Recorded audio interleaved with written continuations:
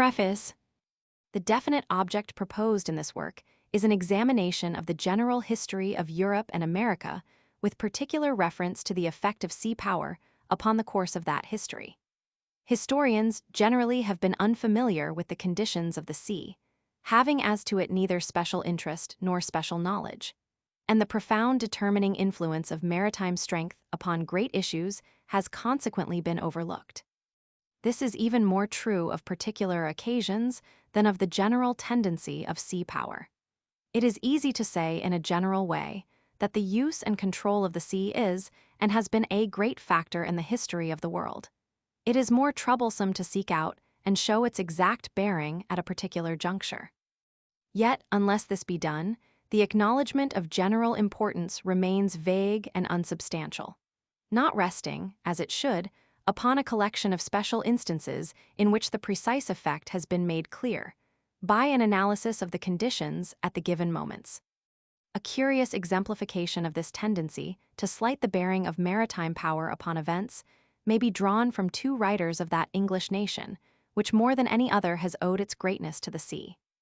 "Twice," says Arnold in his History of Rome, "has there been witnessed the struggle of the highest individual genius against the resources and institutions of a great nation, and in both cases the nation was victorious. For 17 years Hannibal strove against Rome, for 16 years Napoleon strove against England. The efforts of the first ended in Zama, those of the second in Waterloo." Sir Edward Creasy, quoting this, adds, "One point, however, of the similitude between the two wars has scarcely been adequately dwelt on, that is, the remarkable parallel between the Roman general who finally defeated the great Carthaginian and the English general who gave the last deadly overthrow to the French emperor. Scipio and Wellington both held for many years commands of high importance, but distant from the main theaters of warfare. The same country was the scene of the principal military career of each.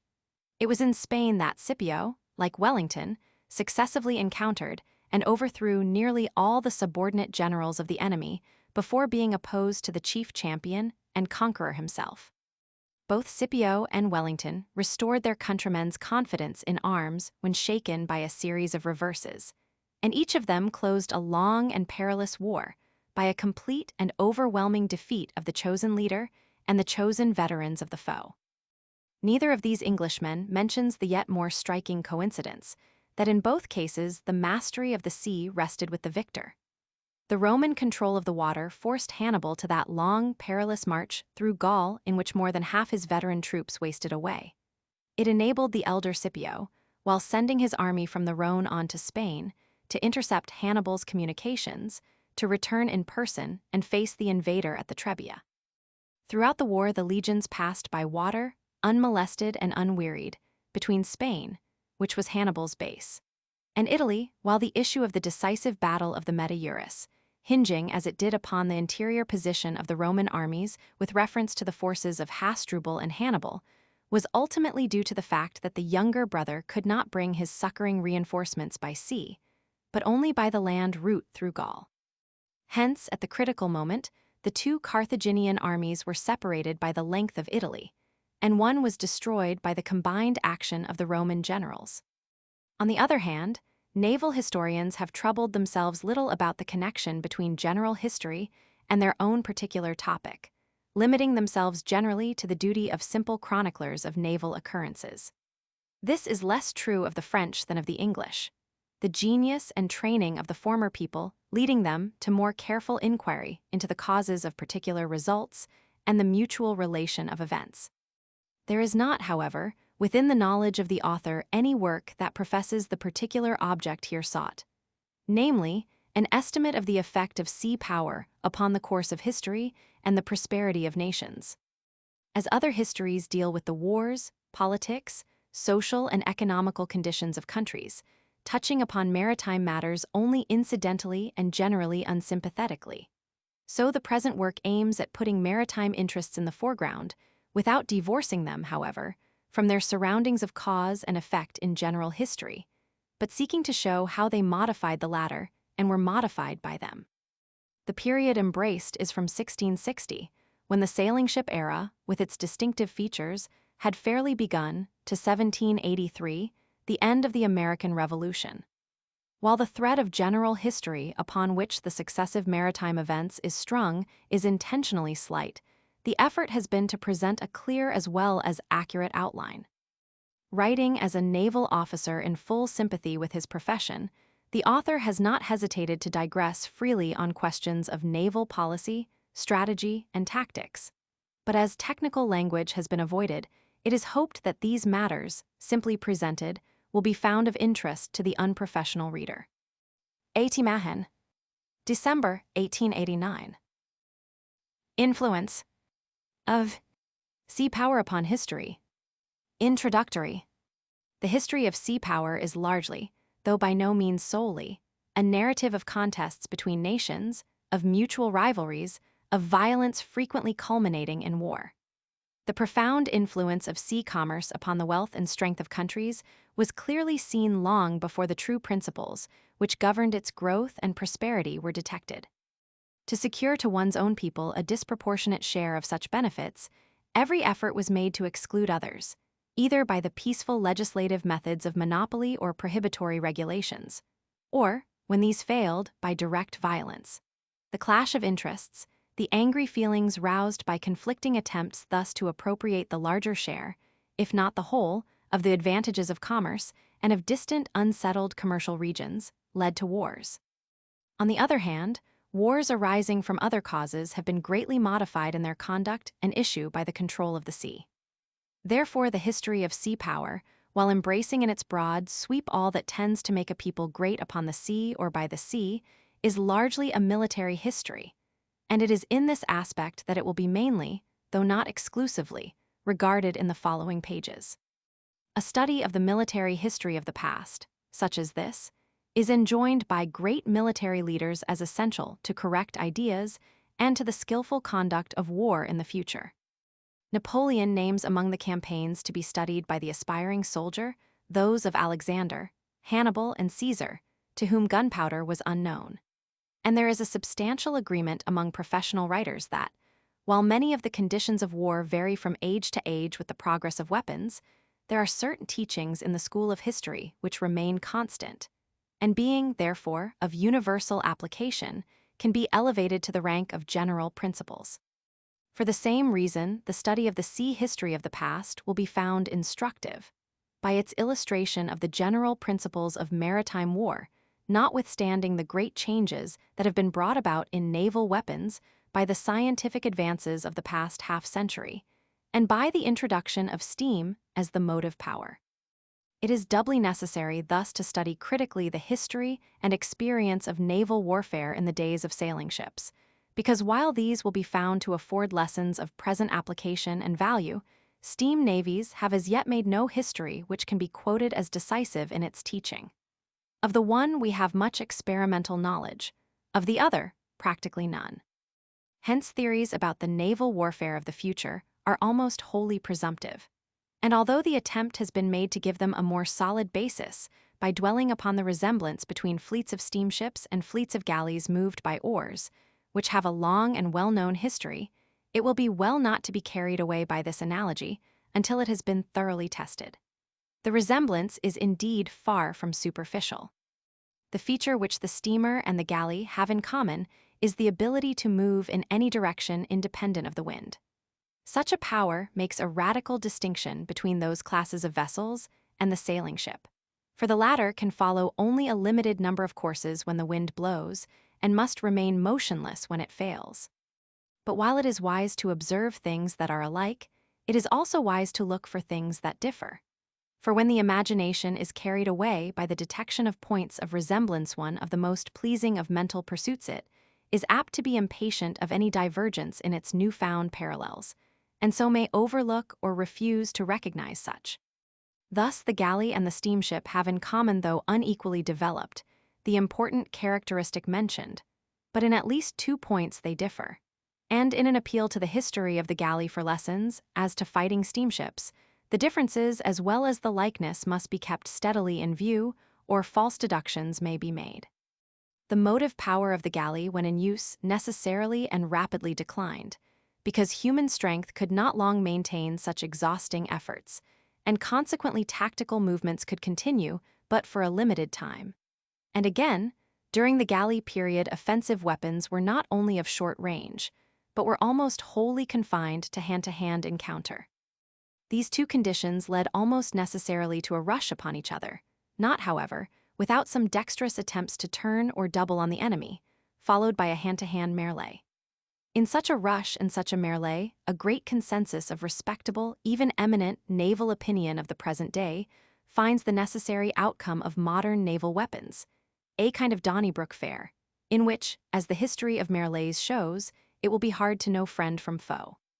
Whatever may prove to be the worth of this opinion, it cannot claim an historical basis in the sole fact that galley and steamship can move at any moment directly upon the enemy, and carry a beak upon their prow, regardless of the points in which galley and steamship differ. As yet this opinion is only a presumption, upon which final judgment may well be deferred until the trial of battle has given further light. Until that time, there is room for the opposite view that a melee between numerically equal fleets, in which skill is reduced to a minimum, is not the best that can be done with the elaborate and mighty weapons of this age. The surer of himself an admiral is, the finer the tactical development of his fleet, the better his captains, the more reluctant must he necessarily be to enter into a melee with equal forces, in which all these advantages will be thrown away, chance reigns supreme, and his fleet be placed on terms of equality with an assemblage of ships which have never before acted together. History has lessons as to when melees are, or are not, in order. The galley, then, has one striking resemblance to the steamer, but differs in other important features which are not so immediately apparent and are therefore less accounted of. In the sailing ship, on the contrary, the striking feature is the difference between it and the more modern vessel. The points of resemblance, though existing and easy to find, are not so obvious, and therefore are less heeded. This impression is enhanced by the sense of utter weakness in the sailing ship as compared with the steamer, owing to its dependence upon the wind, forgetting that, as the former fought with its equals, the tactical lessons are valid. The galley was never reduced to impotence by a calm, and hence receives more respect in our day than the sailing ship. Yet the latter displaced it and remained supreme until the utilization of steam. The powers to injure an enemy from a great distance, to maneuver for an unlimited length of time without wearing out the men, to devote the greater part of the crew to the offensive weapons instead of to the oar, are common to the sailing vessel and the steamer, and are at least as important, tactically considered, as the power of the galley to move in a calm or against the wind. In tracing resemblances, there is a tendency not only to overlook points of difference, but to exaggerate points of likeness to be fanciful. It may be so considered to point out that as the sailing ship had guns of long range, with comparatively great penetrative power, and carronades, which were of shorter range but great smashing effect, so the modern steamer has its batteries of long-range guns and of torpedoes, the latter being effective only within a limited distance, and then injuring by smashing, while the gun, as of old, aims at penetration. Yet these are distinctly tactical considerations, which must affect the plans of admirals and captains, and the analogy is real, not forced. So also both the sailing ship and the steamer contemplate direct contact with an enemy's vessel, the former to carry her by boarding, the latter to sink her by ramming. And to both this is the most difficult of their tasks, for to effect it the ship must be carried to a single point of the field of action, whereas projectile weapons may be used from many points of a wide area. The relative positions of two sailing ships, or fleets, with reference to the direction of the wind, involved most important tactical questions, and were perhaps the chief care of the seamen of that age. To a superficial glance it may appear that since this has become a matter of such indifference to the steamer, no analogies to it are to be found in present conditions, and the lessons of history in this respect are valueless. A more careful consideration of the distinguishing characteristics of the lee and the weather gauge, directed to their essential features and disregarding secondary details, will show that this is a mistake. The distinguishing feature of the weather gauge was that it conferred the power of giving or refusing battle at will, which in turn carries the usual advantage of an offensive attitude in the choice of the method of attack. This advantage was accompanied by certain drawbacks, such as irregularity introduced into the order, exposure to raking or enfilading cannonade, and the sacrifice of part or all of the artillery fire of the assailant, all which were incurred in approaching the enemy. The ship, or fleet, with the lee gauge could not attack. If it did not wish to retreat, its action was confined to the defensive and to receiving battle on the enemy's terms. This disadvantage was compensated by the comparative ease of maintaining the order of battle undisturbed, and by a sustained artillery fire to which the enemy for a time was unable to reply. Historically, these favorable and unfavorable characteristics have their counterpart and analogy in the offensive and defensive operations of all ages. The offense undertakes certain risks and disadvantages in order to reach and destroy the enemy.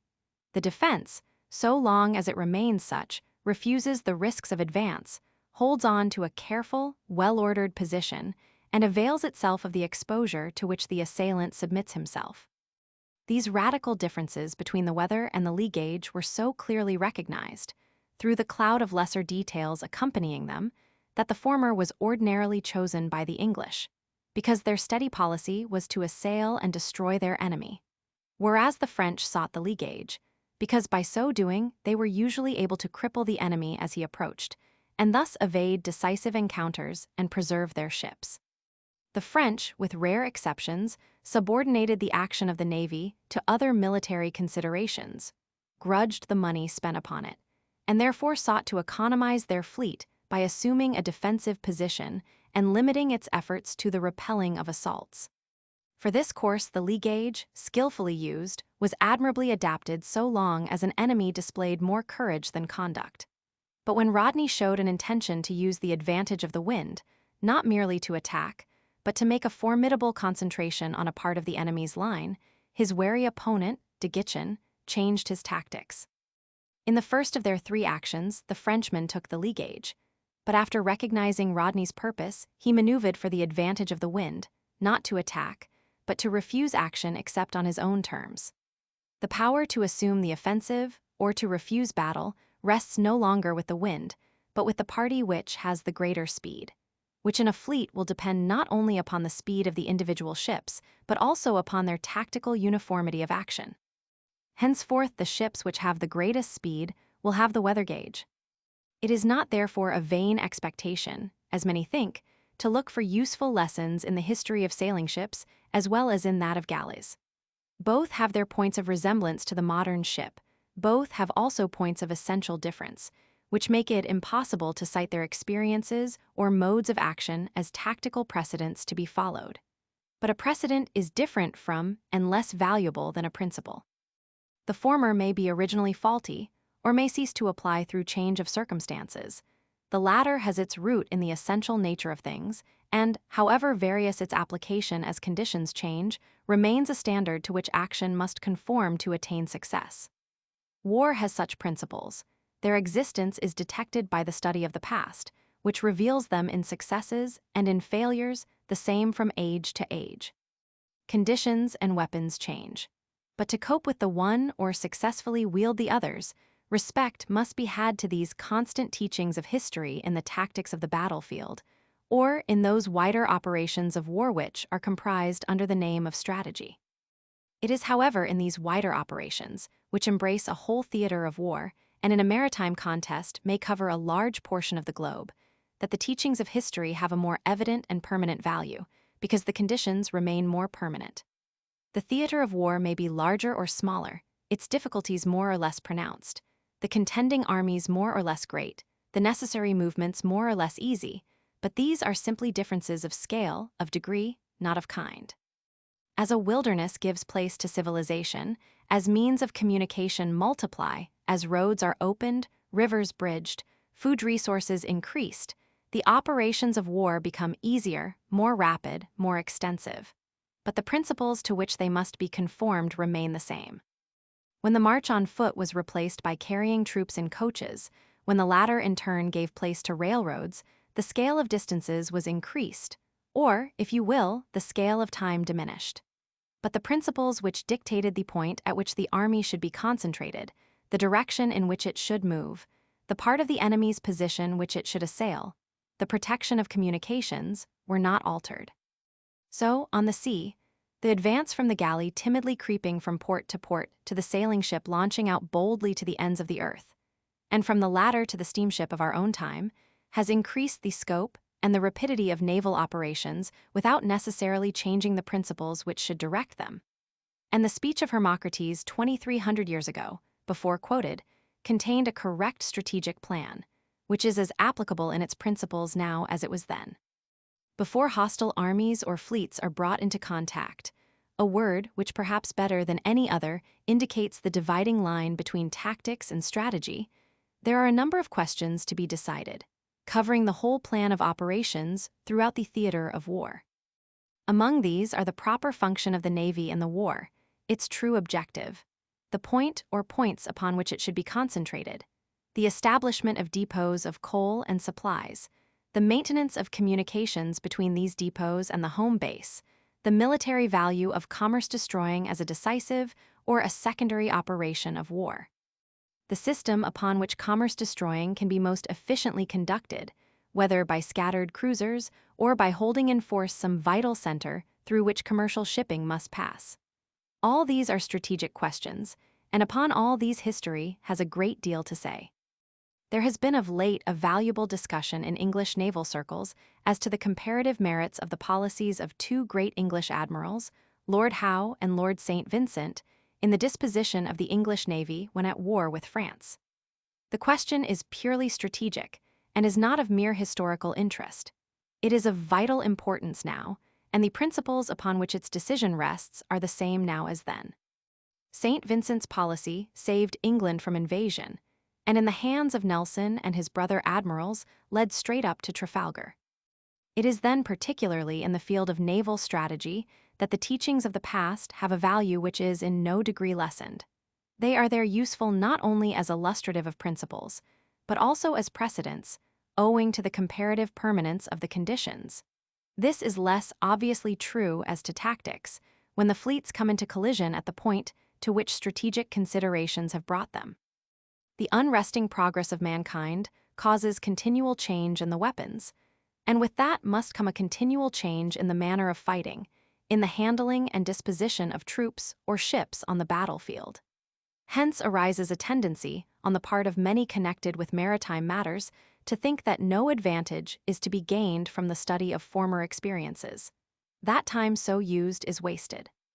This view, though natural, not only leaves wholly out of sight those broad strategic considerations which lead nations to put fleets afloat, which direct the sphere of their action, and so have modified and will continue to modify the history of the world, but is one-sided and narrow even as to tactics. The battles of the past succeeded or failed according as they were fought in conformity with the principles of war.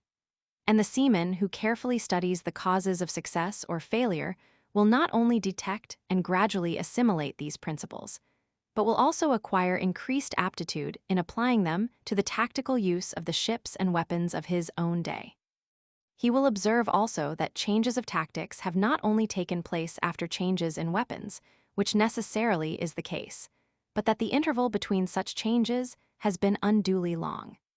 This doubtless arises from the fact that an improvement of weapons is due to the energy of one or two men, while changes in tactics have to overcome the inertia of a conservative class, but it is a great evil. It can be remedied only by a candid recognition of each change, by careful study of the powers and limitations of the new ship or weapon, and by a consequent adaptation of the method of using it to the qualities it possesses, which will constitute its tactics. History shows that it is vain to hope that military men generally will be at the pains to do this, but that the one who does will go into battle with a great advantage, a lesson in itself of no mean value. We may therefore accept now the words of a French tactician, Marogues, who wrote a century and a quarter ago. Naval tactics are based upon conditions the chief causes of which, namely the arms, may change, which in turn causes necessarily a change in the construction of ships, in the manner of handling them, and so finally in the disposition and handling of fleets. His further statement, that it is not a science founded upon principles absolutely invariable, is more open to criticism. It would be more correct to say that the application of its principles varies as the weapons change. The application of the principles doubtless varies also in strategy from time to time, but the variation is far less, and hence the recognition of the underlying principle is easier. This statement is of sufficient importance to our subject to receive some illustrations from historical events. The Battle of the Nile, in 1798, was not only an overwhelming victory for the English over the French fleet, but had also the decisive effect of destroying the communications between France and Napoleon's army in Egypt. In the battle itself, the English Admiral Nelson gave a most brilliant example of grand tactics, if that be, as has been defined, the art of making good combinations preliminary to battles as well as during their progress. The particular tactical combination depended upon a condition now passed away, which was the inability of the lee ships of a fleet at anchor to come to the help of the weather ones before the latter were destroyed. But the principles which underlay the combination, namely, to choose that part of the enemy's order which can least easily be helped, and to attack it with superior forces, has not passed away. The action of Admiral Jervis at Cape St. Vincent, when with 15 ships he won a victory over 27, was dictated by the same principle, though in this case the enemy was not at anchor, but under way. Yet men's minds are so constituted that they seem more impressed by the transiency of the conditions than by the undying principle which coped with them. In the strategic effect of Nelson's victory upon the course of the war, on the contrary, the principle involved is not only more easily recognized, but it is at once seen to be applicable to our own day. The issue of the enterprise in Egypt depended upon keeping open the communications with France. The victory of the Nile destroyed the naval force, by which alone the communications could be assured, and determined the final failure.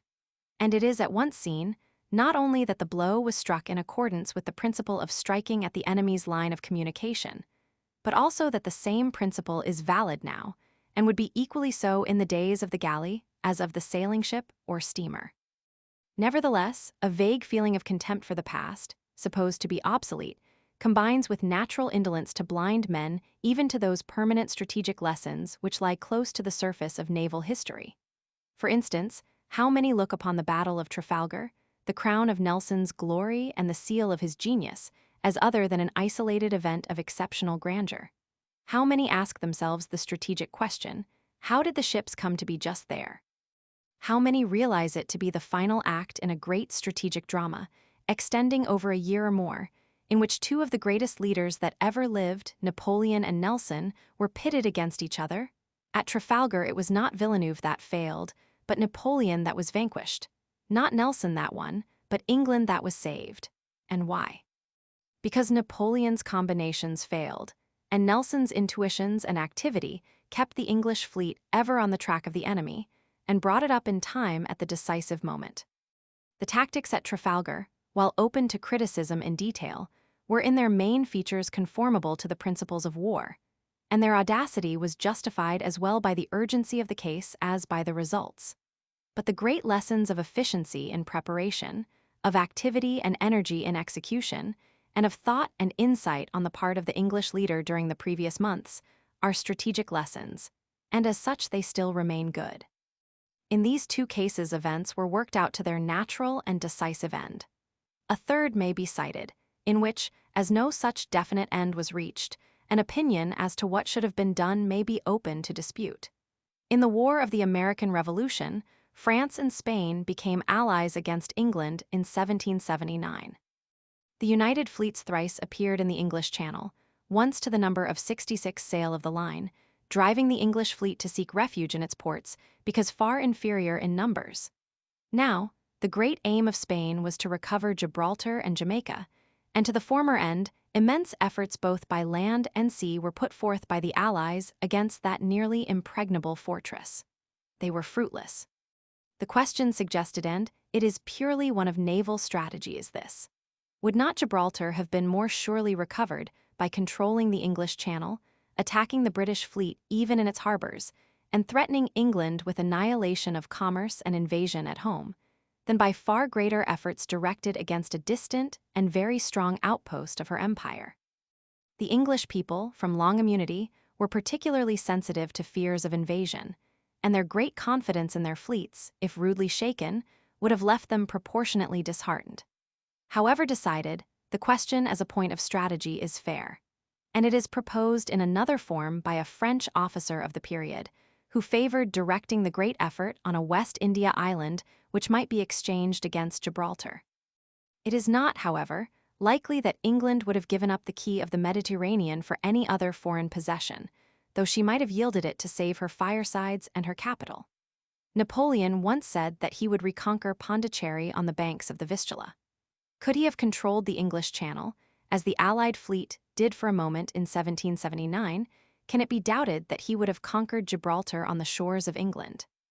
To impress more strongly the truth that history both suggests strategic study and illustrates the principles of war by the facts which it transmits, two more instances will be taken, which are more remote in time than the periods specially considered in this work. How did it happen that, in two great contests between the powers of the East and of the West in the Mediterranean, in one of which the empire of the known world was at stake, the opposing fleets met on spots so near each other as Actium and Lepanto? Was this a mere coincidence, or was it due to conditions that recurred and may recur again? If the latter, it is worthwhile to study out the reason. For if there should again arise a great eastern power of the sea like that of Antony or of Turkey, the strategic questions would be similar. At present, indeed, it seems that the center of sea power, resting mainly with England and France, is overwhelmingly in the west. But should any chance add to the control of the Black Sea basin, which Russia now has, the possession of the entrance to the Mediterranean, the existing strategic conditions affecting sea power would all be modified. Now, were the West arrayed against the East, England and France would go at once unopposed to the Levant, as they did in 1854, and as England alone went in 1878. In case of the change suggested, the East, as twice before, would meet the West halfway. At a very conspicuous and momentous period of the world's history, sea power had a strategic bearing and weight which has received scant recognition. There cannot now be had the full knowledge necessary for tracing in detail its influence upon the issue of the Second Punic War. But the indications which remain are sufficient to warrant the assertion that it was a determining factor. An accurate judgment upon this point cannot be formed by mastering only such facts of the particular contest as have been clearly transmitted, for as usual the naval transactions have been slightingly passed over. There is needed also familiarity with the details of general naval history in order to draw, from slight indications, correct inferences based upon a knowledge of what has been possible at periods whose history is well known. The control of the sea, however real, does not imply that an enemy's single ships or small squadrons cannot steal out of port, cannot cross more or less frequented tracts of ocean, make harassing descents upon unprotected points of a long coastline, enter blockaded harbors. On the contrary, history has shown that such evasions are always possible, to some extent, to the weaker party, however great the inequality of naval strength. It is not therefore inconsistent with the general control of the sea, or of a decisive part of it by the Roman fleets, that the Carthaginian admiral Bomilcar in the 4th year of the war, after the stunning defeat of Cannae, landed 4,000 men and a body of elephants in South Italy.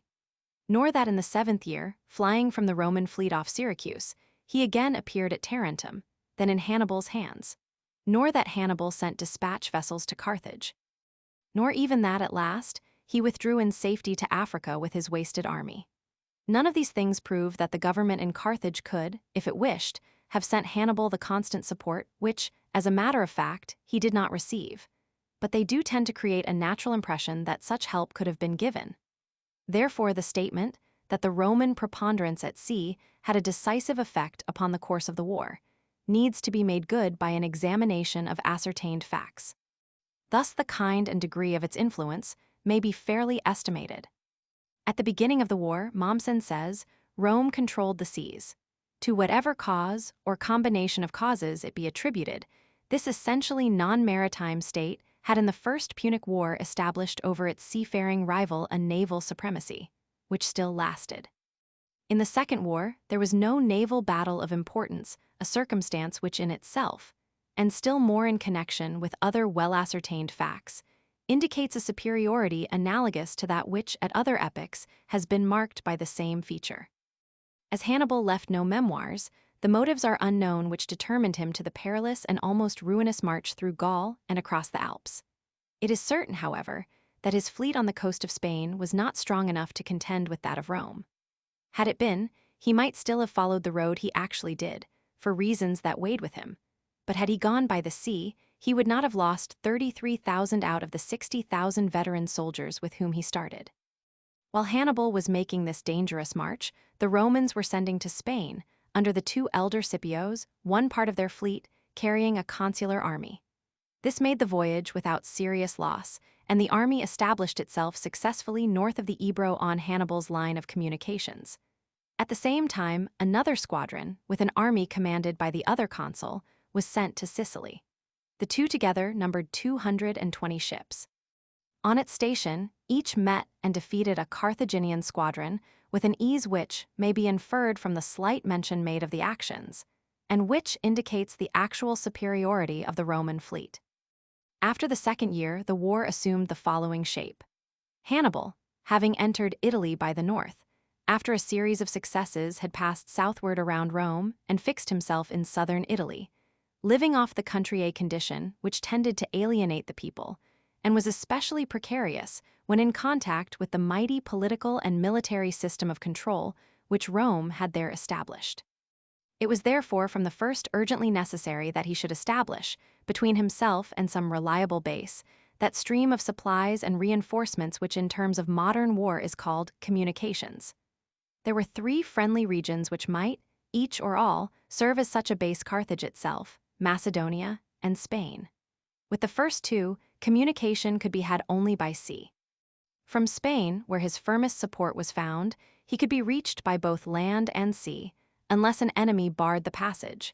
But the sea route was the shorter and easier. In the first years of the war, Rome, by her sea power, controlled absolutely the basin between Italy, Sicily, and Spain, known as the Tyrrhenian and Sardinian seas. The seacoast from the Ebro to the Tiber was mostly friendly to her. In the fourth year, after the Battle of Cannae, Syracuse forsook the Roman alliance, the revolt spread through Sicily, and Macedonia also entered into an offensive league with Hannibal. These changes extended the necessary operations of the Roman fleet and taxed its strength. What disposition was made of it, and how did it thereafter influence the struggle? The indications are clear that Rome at no time ceased to control the Tyrrhenian Sea, for her squadrons passed unmolested from Italy to Spain. On the Spanish coast also she had full sway till the younger Scipio saw fit to lay up the fleet. In the Adriatic, a squadron and naval station were established at Brindisi to check Macedonia, which performed their task so well that not a soldier of the phalanxes ever set foot in Italy. The want of a war fleet, says Mommsen, paralyzed Philip in all his movements. Here the effect of sea power is not even a matter of inference. In Sicily, the struggle centered about Syracuse. The fleets of Carthage and Rome met there, but the superiority evidently lay with the latter, for though the Carthaginians at times succeeded in throwing supplies into the city, they avoided meeting the Roman fleet in battle. With Lilybaeum, Palermo, and Messina in its hands, the latter was well based in the north coast of the island. Access by the south was left open to the Carthaginians, and they were thus able to maintain the insurrection. Putting these facts together, it is a reasonable inference, and supported by the whole tenor of the history, that the Roman sea power controlled the sea north of a line drawn from Tarragona in Spain to Lilybaeum, the modern Marsala, at the west end of Sicily, thence round by the north side of the island through the Straits of Messina down to Syracuse, and from there to Brindisi in the Adriatic. This control lasted, unshaken, throughout the war. It did not exclude maritime raids, large or small, such as have been spoken of, but it did forbid the sustained and secure communications of which Hannibal was in deadly need. On the other hand, it seems equally plain that for the first 10 years of the war the Roman fleet was not strong enough for sustained operations in the sea between Sicily and Carthage, nor indeed much to the south of the line indicated. When Hannibal started, he assigned such ships as he had to maintaining the communications between Spain and Africa, which the Romans did not then attempt to disturb. The Roman sea power, therefore, threw Macedonia wholly out of the war. It did not keep Carthage from maintaining a useful and most harassing diversion in Sicily, but it did prevent her sending troops, when they would have been most useful, to her great general in Italy. How was it as to Spain? Spain was the region upon which the father of Hannibal and Hannibal himself had based their intended invasion of Italy. For 18 years before this began, they had occupied the country, extending and consolidating their power, both political and military, with rare sagacity. They had raised and trained in local wars a large and now veteran army. Upon his own departure, Hannibal entrusted the government to his younger brother, Hasdrubal, who preserved toward him to the end a loyalty and devotion which he had no reason to hope from the faction-cursed mother city in Africa. At the time of his starting, the Carthaginian power in Spain was secured from Cadiz to the river Ebro. The region between this river and the Pyrenees was inhabited by tribes friendly to the Romans, but unable, in the absence of the latter, to oppose a successful resistance to Hannibal. He put them down, leaving 11,000 soldiers under Hanno to keep military possession of the country, lest the Romans should establish themselves there and thus disturb his communications with his base. Cneus Scipio, however, arrived on the spot by sea the same year with 20,000 men, defeated Hanno, and occupied both the coast and interior north of the Ebro.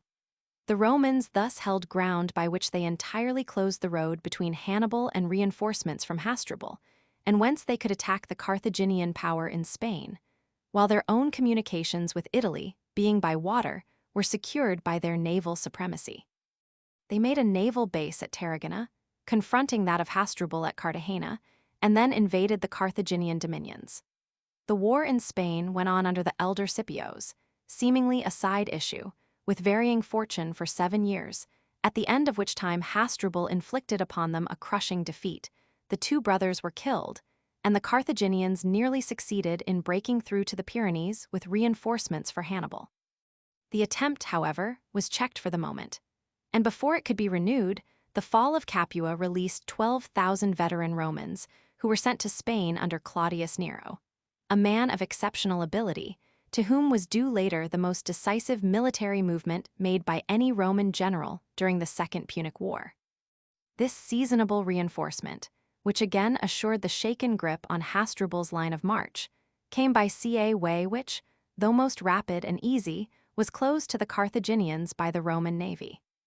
2 years later, the younger Publius Scipio, celebrated afterward as Africanus, received the command in Spain and captured Cartagena by a combined military and naval attack.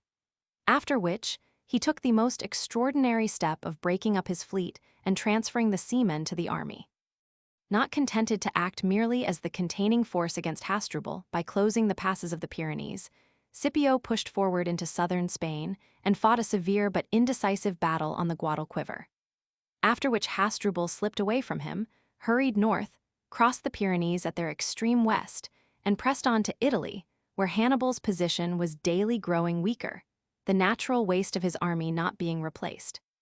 The war had lasted 10 years, when Hasdrubal, having met little loss on the way, entered Italy at the north. The troops he brought, could they be safely united with those under the command of the unrivaled Hannibal, might give a decisive turn to the war, for Rome herself was nearly exhausted. The iron links which bound her own colonies and the allied states to her were strained to the utmost, and some had already snapped. But the military position of the two brothers was also perilous in the extreme.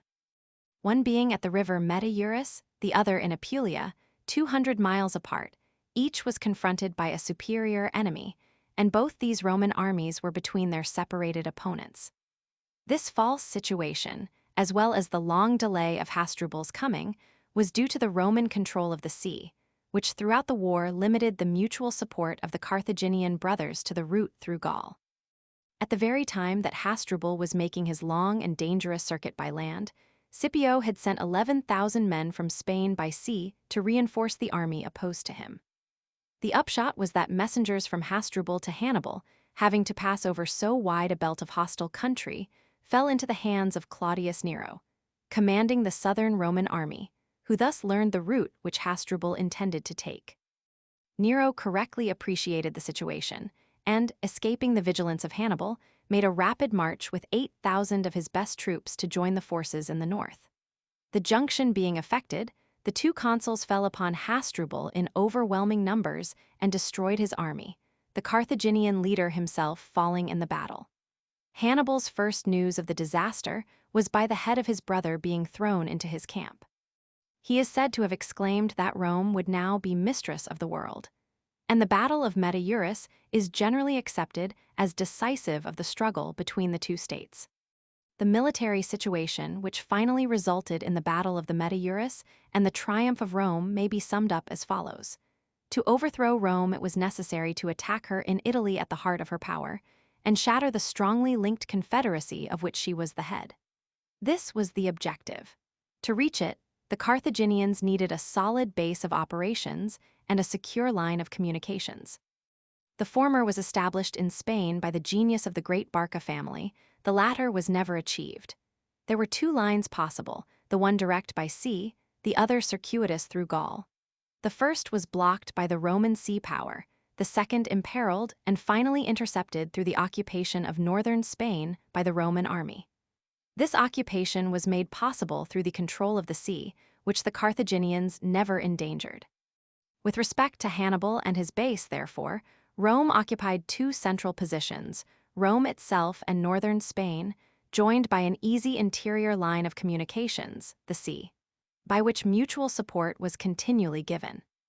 Had the Mediterranean been a level desert of land, in which the Romans held strong mountain ranges in Corsica and Sardinia, fortified posts at Tarragona, Lilybaeum, and Messina, the Italian coastline nearly to Genoa, and allied fortresses in Marseille and other points.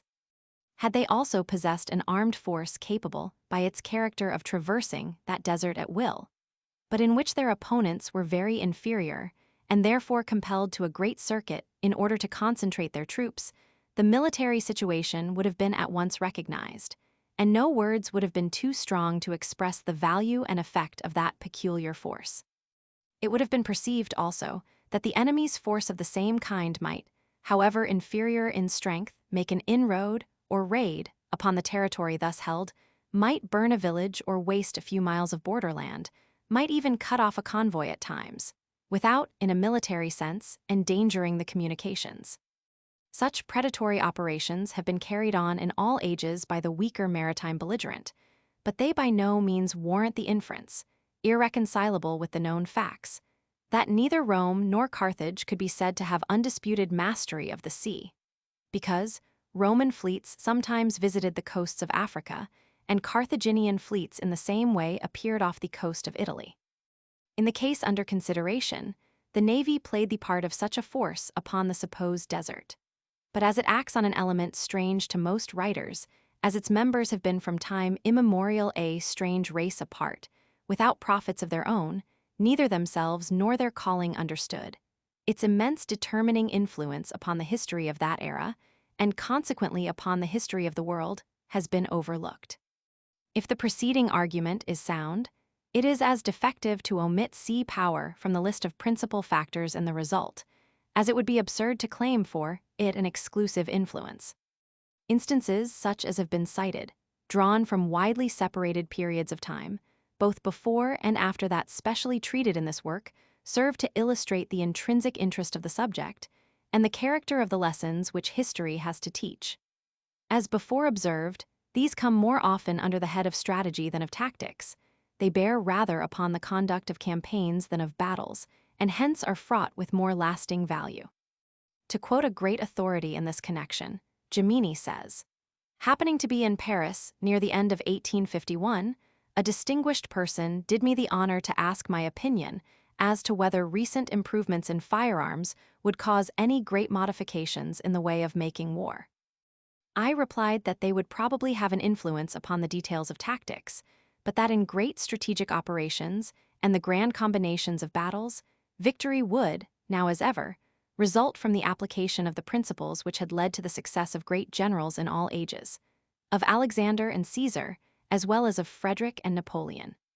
This study has become more than ever important now to navies, because of the great and steady power of movement possessed by the modern steamer. The best planned schemes might fail through stress of weather in the days of the galley and the sailing ship, but this difficulty has almost disappeared. The principles which should direct great naval combinations have been applicable to all ages and are deducible from history, but the power to carry them out with little regard to the weather is a recent gain.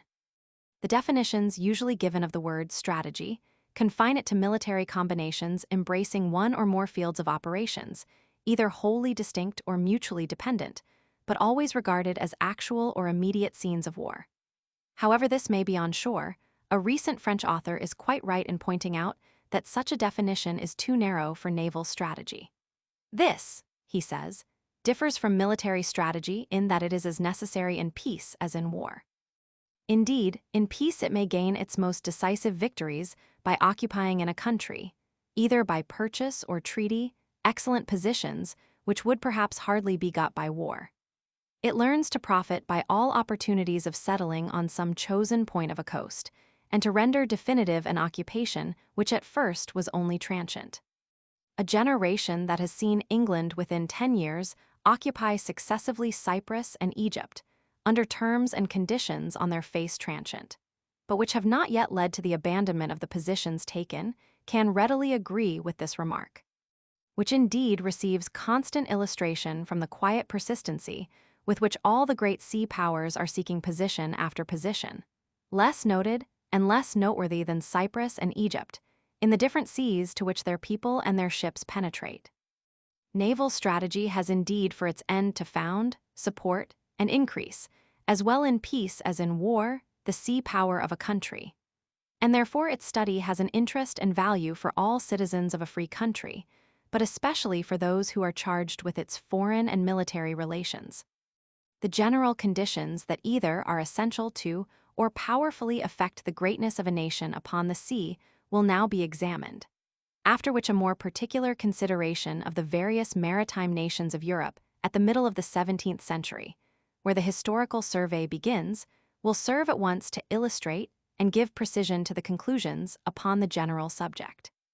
Note the brilliancy of Nelson's fame, dimming as it does that of all his contemporaries, and the implicit trust felt by England in him as the one man able to save her from the schemes of Napoleon, should not of course obscure the fact that only one portion of the field was, or could be, occupied by him. Napoleon's aim, in the campaign which ended at Trafalgar, was to unite in the West Indies the French fleets of Brest, Toulon, and Rochefort, together with a strong body of Spanish ships, thus forming an overwhelming force which he intended should return together to the English Channel and cover the crossing of the French army. He naturally expected that, with England's interests scattered all over the world, confusion and distraction would arise from ignorance of the destination of the French squadrons, and the English navy be drawn away from his objective point. The portion of the field committed to Nelson was the Mediterranean, where he watched the great arsenal of Toulon and the highways alike to the east and to the Atlantic. This was inferior in consequence to no other, and assumed additional importance in the eyes of Nelson from his conviction that the former attempts on Egypt would be renewed. Owing to this persuasion, he took at first a false step, which delayed his pursuit of the Toulon fleet when it sailed under the command of Villeneuve, and the latter was further favored by a long continuance of fair winds, while the English had head winds. But while all this is true, while the failure of Napoleon's combinations must be attributed to the tenacious grip of the English blockade off Brest, as well as to Nelson's energetic pursuit of the Toulon fleet when it escaped to the West Indies and again on its hasty return to Europe, the latter is fairly entitled to the eminent distinction which history has accorded it, and which is asserted in the text. Nelson did not, indeed, fathom the intentions of Napoleon. This may have been owing, as some have said, to lack of insight, but it may be more simply laid to the usual disadvantage under which the defense lies before the blow has fallen, of ignorance as to the point threatened by the offense. It is insight enough to fasten on the key of a situation, and this Nelson rightly saw was the fleet, not the station. Consequently, his action has afforded a striking instance of how tenacity of purpose and untiring energy in execution can repair a first mistake and baffle deeply laid plans. His Mediterranean command embraced many duties and cares, but amid and dominating them all, he saw clearly the Toulon fleet as the controlling factor there, and an important factor in any naval combination of the emperor. Hence his attention was unwaveringly fixed upon it, so much so that he called it his fleet, a phrase which has somewhat vexed the sensibilities of French critics. This simple and accurate view of the military situation strengthened him in taking the fearless resolution and bearing the immense responsibility of abandoning his station in order to follow his fleet. Determined thus on a pursuit the undeniable wisdom of which should not obscure the greatness of mind that undertook it, he followed so vigorously as to reach Cadiz on his return a week before Villeneuve entered Ferrol, despite unavoidable delays arising from false information and uncertainty as to the enemy's movements. The same untiring ardor enabled him to bring up his own ships from Cadiz to Brest in time to make the fleet their superior to Villeneuve's, had the latter persisted in his attempt to reach the neighborhood. The English, very inferior in aggregate number of vessels to the Allied fleets, were by this seasonable reinforcement of 8 veteran ships put into the best possible position strategically, as will be pointed out in dealing with similar conditions in the War of the American Revolution. Their forces were united in one great fleet in the Bay of Biscay, interposed between the 2 divisions of the enemy in Brest and Ferrol, superior in number to either singly, and with a strong probability of being able to deal with one before the other could come up. This was due to able action all round on the part of the English authorities, but above all other factors in the result stands Nelson's single-minded pursuit of his fleet. This interesting series of strategic movements ended on the 14th of August, when Villeneuve, in despair of reaching Brest, headed for Cadiz, where he anchored on the 20th. As soon as Napoleon heard of this, after an outburst of rage against the admiral, he at once dictated the series of movements which resulted in Ulm and Austerlitz, abandoning his purposes against England. The Battle of Trafalgar, fought October 21, was therefore separated by a space of 2 months from the extensive movements of which it was nevertheless the outcome. Isolated from them in point of time, it was none the less the seal of Nelson's genius, affixed later to the record he had made in the near past. With equal truth, it is said that England was saved at Trafalgar, though the Emperor had then given up his intended invasion. The destruction there emphasized and sealed the strategic triumph which had noiselessly foiled Napoleon's plans. Footnotes. Thus Hermocrates of Syracuse, advocating the policy of thwarting the Athenian expedition against his city, BC 413, by going boldly to meet it and keeping on the flank of its line of advance, said, "As their advance must be slow, we shall have 1,000 opportunities to attack them. But if they clear their ships for action and in a body bear down expeditiously upon us, they must ply hard at their oars, and when spent with toil we can fall upon them." The writer must guard himself from appearing to advocate elaborate tactical movements issuing in barren demonstrations. He believes that a fleet seeking a decisive result must close with its enemy, but not until some advantage has been obtained for the collision, which will usually be gained by maneuvering, and will fall to the best drilled and managed fleet. In truth, barren results have as often followed upon headlong, close encounters as upon the most timid tactical trifling. A ship was said to have the weather gauge, or the advantage of the wind, or to be to windward, when the wind allowed her to steer for her opponent and did not let the latter head straight for her. The extreme case was when the wind blew direct from one to the other, but there was a large space on either side of this line to which the term, weather gauge, applied. If the lee ship be taken as the center of a circle, there were nearly 3/8 of its area in which the other might be, and still keep the advantage of the wind to a greater or less degree. Lee is the opposite of weather. See note at end of introductory chapter, page 23. The Battle of Navarino, 1827, between Turkey and the Western powers was fought in this neighborhood. A containing force is one to which, in a military combination, is assigned the duty of stopping or delaying the advance of a portion of the enemy, while the main effort of the army or armies is being exerted in a different quarter. Chapter 1. Discussion of the elements of sea power. The first and most obvious light in which the sea presents itself from the political and social point of view is that of a great highway, or better, perhaps, of a wide common, over which men may pass in all directions, but on which some well-worn paths show that controlling reasons have led them to choose certain lines of travel rather than others. These lines of travel are called trade routes, and the reasons which have determined them are to be sought in the history of the world. Notwithstanding all the familiar and unfamiliar dangers of the sea, both travel and traffic by water have always been easier and cheaper than by land. The commercial greatness of Holland was due not only to her shipping at sea, but also to the numerous tranquil waterways which gave such cheap and easy access to her own interior and to that of Germany. This advantage of carriage by water over that by land was yet more marked in a period when roads were few and very bad, wars frequent, and society unsettled, as was the case 200 years ago. Sea traffic then went in peril of robbers, but was nevertheless safer and quicker than that by land. A Dutch writer of that time, estimating the chances of his country in a war with England, notices among other things that the waterways of England failed to penetrate the country sufficiently. Therefore, the roads being bad, goods from one part of the kingdom to the other must go by sea and be exposed to capture by the way. As regards purely internal trade, this danger has generally disappeared at the present day.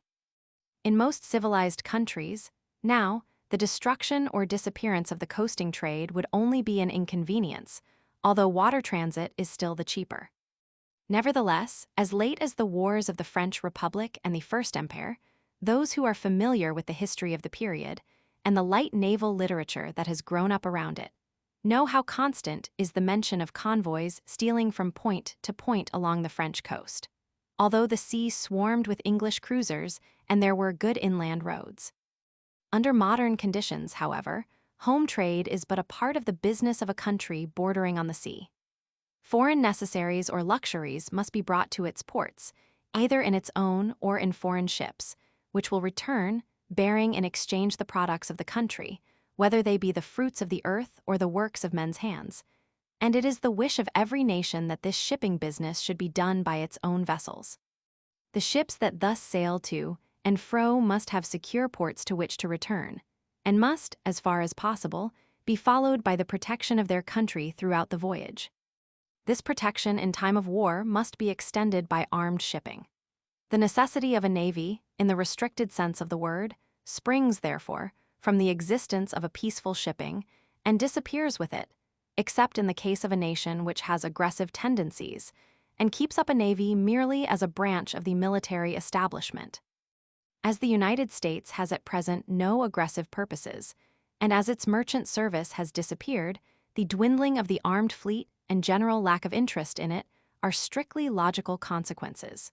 When for any reason sea trade is again found to pay, a large enough shipping interest will reappear to compel the revival of the war fleet. It is possible that when a canal route through the Central American Isthmus is seen to be a near certainty, the aggressive impulse may be strong enough to lead to the same result. This is doubtful, however, because a peaceful, gain-loving nation is not far-sighted, and far-sightedness is needed for adequate military preparation, especially in these days. As a nation, with its unarmed and armed shipping, launches forth from its own shores, the need is soon felt of points upon which the ships can rely for peaceful trading, for refuge and supplies. In the present day friendly, though foreign, ports are to be found all over the world, and their shelter is enough while peace prevails.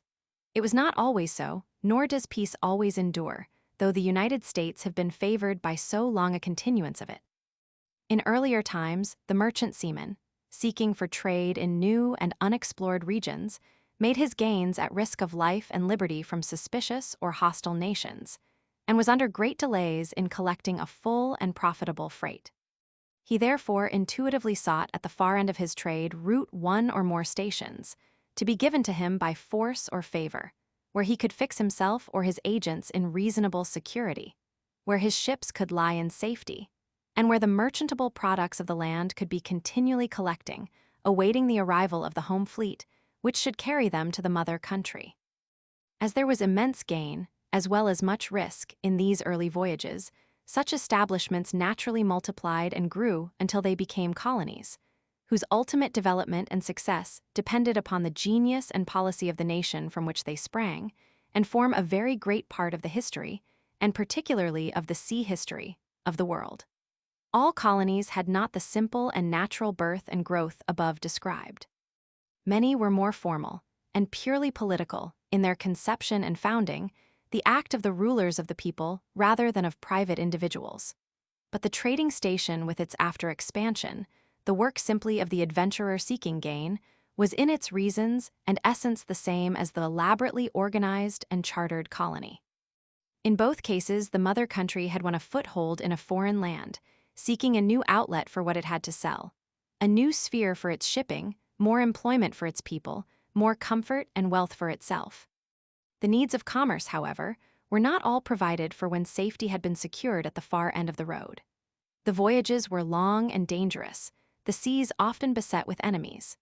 In the most active days of colonizing there, prevailed on the sea a lawlessness the very memory of which is now almost lost, and the days of settled peace between maritime nations were few and far between. Thus arose the demand for stations along the road, like the Cape of Good Hope, St. Helena, and Mauritius, not primarily for trade, but for defense and war. The demand for the possession of posts like Gibraltar, Malta, Louisbourg, at the entrance of the Gulf of St. Lawrence posts, whose value was chiefly strategic, though not necessarily wholly so. Colonies and colonial posts were sometimes commercial, sometimes military in their character, and it was exceptional that the same position was equally important in both points of view as New York was. In these three things: production, with the necessity of exchanging products; shipping, whereby the exchange is carried on; and colonies, which facilitate and enlarge the operations of shipping and tend to protect it by multiplying points of safety, is to be found the key to much of the history, as well as of the policy, of nations bordering upon the sea. The policy has varied both with the spirit of the age and with the character and clear-sightedness of the rulers. But the history of the seaboard nations has been less determined by the shrewdness and foresight of governments than by conditions of position, extent, configuration, number, and character of their people, by what are called, in a word, natural conditions. It must, however, be admitted, and will be seen, that the wise or unwise action of individual men has at certain periods had a great modifying influence upon the growth of sea power in the broad sense, which includes not only the military strength afloat, that rules the sea or any part of it by force of arms, but also the peaceful commerce and shipping from which alone a military fleet naturally and healthfully springs, and on which it securely rests. The principal conditions affecting the sea power of nations may be enumerated as follows: I. Geographical position. Roman 2. Physical conformation, including as connected therewith natural productions and climate. Roman 3. Extent of territory. Roman 4. Number of population. V. Character of the people. Roman 6. Character of the government, including therein the national institutions. I. Geographical position. It may be pointed out, in the first place, that if a nation be so situated that it is neither forced to defend itself by land nor induced to seek extension of its territory by way of the land, it has, by the very unity of its aim directed upon the sea, an advantage as compared with a people one of whose boundaries is continental. This has been a great advantage to England over both France and Holland as a sea power. The strength of the latter was early exhausted by the necessity of keeping up a large army and carrying on expensive wars to preserve her independence, while the policy of France was constantly diverted, sometimes wisely and sometimes most foolishly, from the sea to projects of continental extension.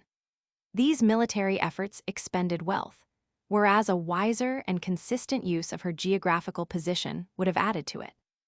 The geographical position may be such as of itself to promote a concentration or to necessitate a dispersion of the naval forces.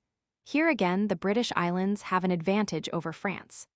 The position of the latter, touching the Mediterranean as well as the ocean, while it has its advantages, is on the whole a source of military weakness at sea.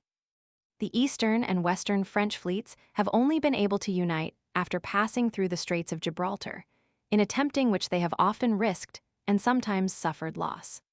The position of the United States upon the two oceans would be either a source of great weakness or a cause of enormous expense, had it a large sea commerce on both coasts.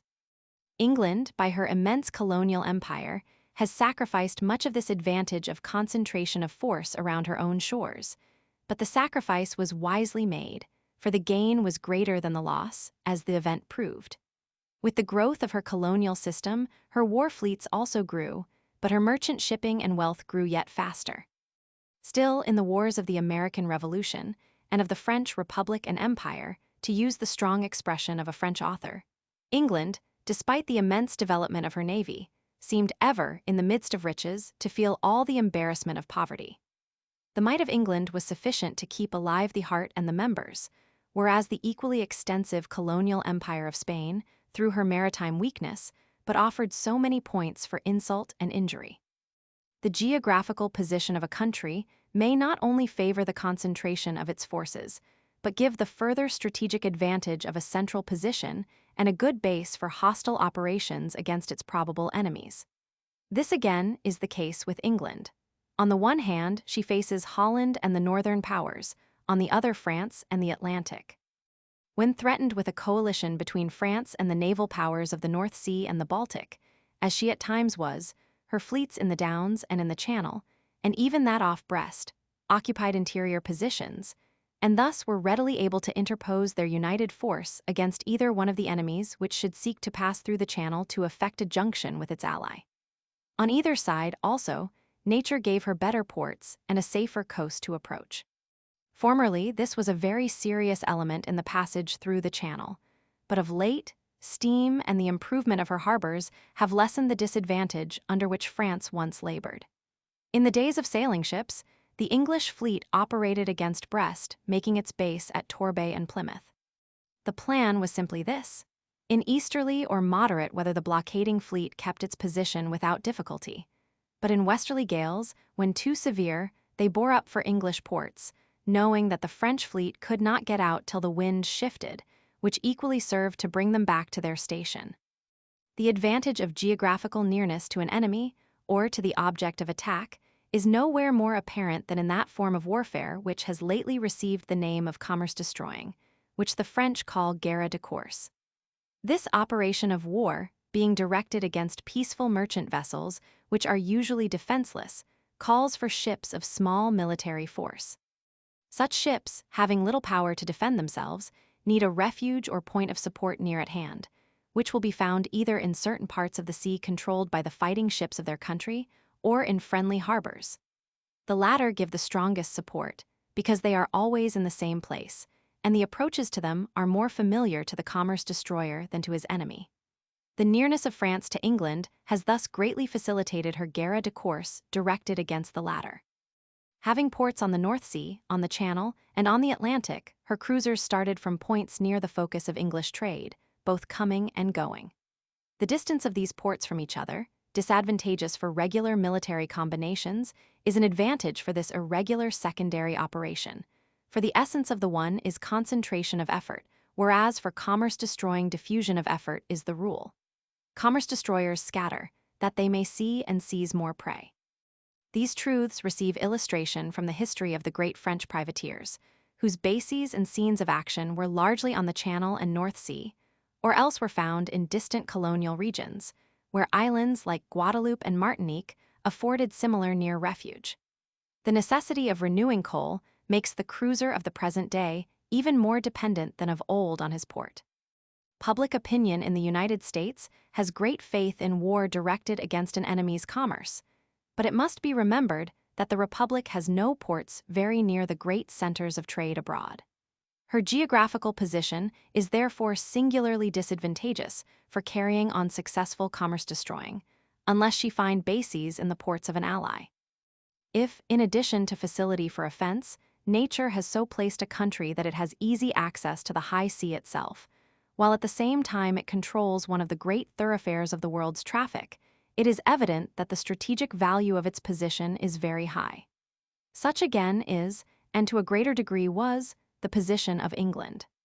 The trade of Holland, Sweden, Russia, Denmark, and that which went up the great rivers to the interior of Germany had to pass through the Channel close by her doors, for sailing ships hugged the English coast.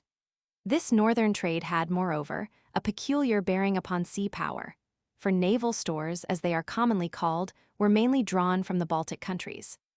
But for the loss of Gibraltar, the position of Spain would have been closely analogous to that of England. Looking at once upon the Atlantic and the Mediterranean, with Cadiz on the one side and Cartagena on the other, the trade to the Levant must have passed under her hands, and that round the Cape of Good Hope not far from her doors. But Gibraltar not only deprived her of the control of the straits, it also imposed an obstacle to the easy junction of the two divisions of her fleet.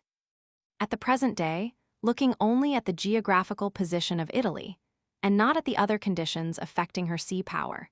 It would seem that with her extensive sea coast and good ports, she is very well placed for exerting a decisive influence on the trade route to the Levant and by the Isthmus of Suez. This is true in a degree, and would be much more so did Italy now hold all the islands naturally Italian. But with Malta in the hands of England and Corsica in those of France, the advantages of her geographical position are largely neutralized. From race affinities and situation, those two islands are as legitimately objects of desire to Italy as Gibraltar is to Spain.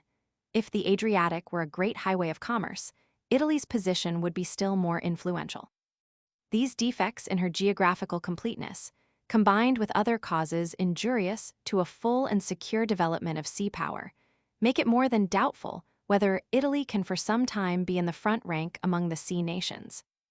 As the aim here is not an exhaustive discussion, but merely an attempt to show, by illustration, how vitally the situation of a country may affect its career upon the sea, this division of the subject may be dismissed for the present, the more so as instances which will further bring out its importance will continually recur in the historical treatment. Two remarks, however, are here appropriate. Circumstances have caused the Mediterranean Sea to play a greater part in the history of the world, both in a commercial and a military point of view, than any other sheet of water of the same size. Nation after nation has striven to control it, and the strife still goes on. Therefore, a study of the conditions upon which preponderance in its waters has rested, and now rests, and of the relative military values of different points upon its coasts, will be more instructive than the same amount of effort expended in another field. Furthermore, it has at the present time a very marked analogy in many respects to the Caribbean Sea, an analogy which will be still closer if a Panama Canal route ever be completed. A study of the strategic conditions of the Mediterranean, which have received ample illustration, will be an excellent prelude to a similar study of the Caribbean, which has comparatively little history. The second remark bears upon the geographical position of the United States relatively to a Central American canal. If one be made, and fulfill the hopes of its builders, the Caribbean will be changed from a terminus and place of local traffic, or at best a broken and imperfect line of travel, as it now is, into one of the great highways of the world. Along this path a great commerce will travel, bringing the interests of the other great nations, the European nations, close along our shores as they have never been before. With this, it will not be so easy as heretofore to stand aloof from international complications. The position of the United States with reference to this route will resemble that of England to the Channel and of the Mediterranean countries to the Suez route. As regards influence and control over it, depending upon geographical position, it is of course plain that the center of the national power, the permanent base, is much nearer than that of other great nations. The positions now or hereafter occupied by them on island or mainland, however strong, will be but outposts of their power. While in all the raw materials of military strength no nation is superior to the United States. She is, however, weak in a confessed unpreparedness for war, and her geographical nearness to the point of contention loses some of its value by the character of the Gulf Coast, which is deficient in ports, combining security from an enemy with facility for repairing warships of the first class, without which ships no country can pretend to control any part of the sea. In case of a contest for supremacy in the Caribbean, it seems evident from the depth of the South Pass of the Mississippi, the nearness of New Orleans, and the advantages of the Mississippi Valley for water transit, that the main effort of the country must pour down that valley, and its permanent base of operations be found there. The defense of the entrance to the Mississippi, however, presents peculiar difficulties. While the only two rival ports, Key West and Pensacola, have too little depth of water, and are much less advantageously placed with reference to the resources of the country. To get the full benefit of superior geographical position, these defects must be overcome. Furthermore, as her distance from the isthmus, though relatively less, is still considerable, the United States will have to obtain in the Caribbean stations fit for contingent or secondary bases of operations, which by their natural advantages, susceptibility of defense, and nearness to the central strategic issue, will enable her fleets to remain as near the scene as any opponent. with ingress and egress from the Mississippi sufficiently protected, with such outposts in her hands, and with the communications between them and the home base secured, in short, with proper military preparation, for which she has all necessary means, the preponderance of the United States on this field follows, from her geographical position and her power, with mathematical certainty. Roman II. Physical confirmation. The peculiar features of the Gulf Coast, just alluded to, come properly under the head of physical conformation of a country, which is placed second for discussion among the conditions which affect the development of sea power. The seaboard of a country is one of its frontiers, and the easier the access offered by the frontier to the region beyond, in this case the sea, the greater will be the tendency of a people toward intercourse with the rest of the world by it. If a country be imagined having a long seaboard, but entirely without a harbor, such a country can have no sea trade of its own, no shipping, no navy. This was practically the case with Belgium when it was a Spanish and an Austrian province. The Dutch, in 1648, as a condition of peace after a successful war, exacted that the Scheldt should be closed to sea commerce. This closed the harbor of Antwerp and transferred the sea trade of Belgium to Holland. The Spanish Netherlands ceased to be a sea power. Numerous and deep harbors are a source of strength and wealth, and doubly so if they are the outlets of navigable streams, which facilitate the concentration in them of a country's internal trade. But by their very accessibility, they become a source of weakness in war, if not properly defended. The Dutch in 1667 found little difficulty in ascending the Thames and burning a large fraction of the English navy within sight of London. Whereas a few years later the combined fleets of England and France, when attempting a landing in Holland, were foiled by the difficulties of the coast as much as by the valor of the Dutch fleet. In 1778, the harbor of New York, and with it undisputed control of the Hudson River, would have been lost to the English, who were caught at disadvantage, but for the hesitancy of the French admiral. With that control, New England would have been restored to close and safe communication with New York, New Jersey, and Pennsylvania. And this blow, following so closely on Bergen's disaster of the year before, would probably have led the English to make an earlier peace.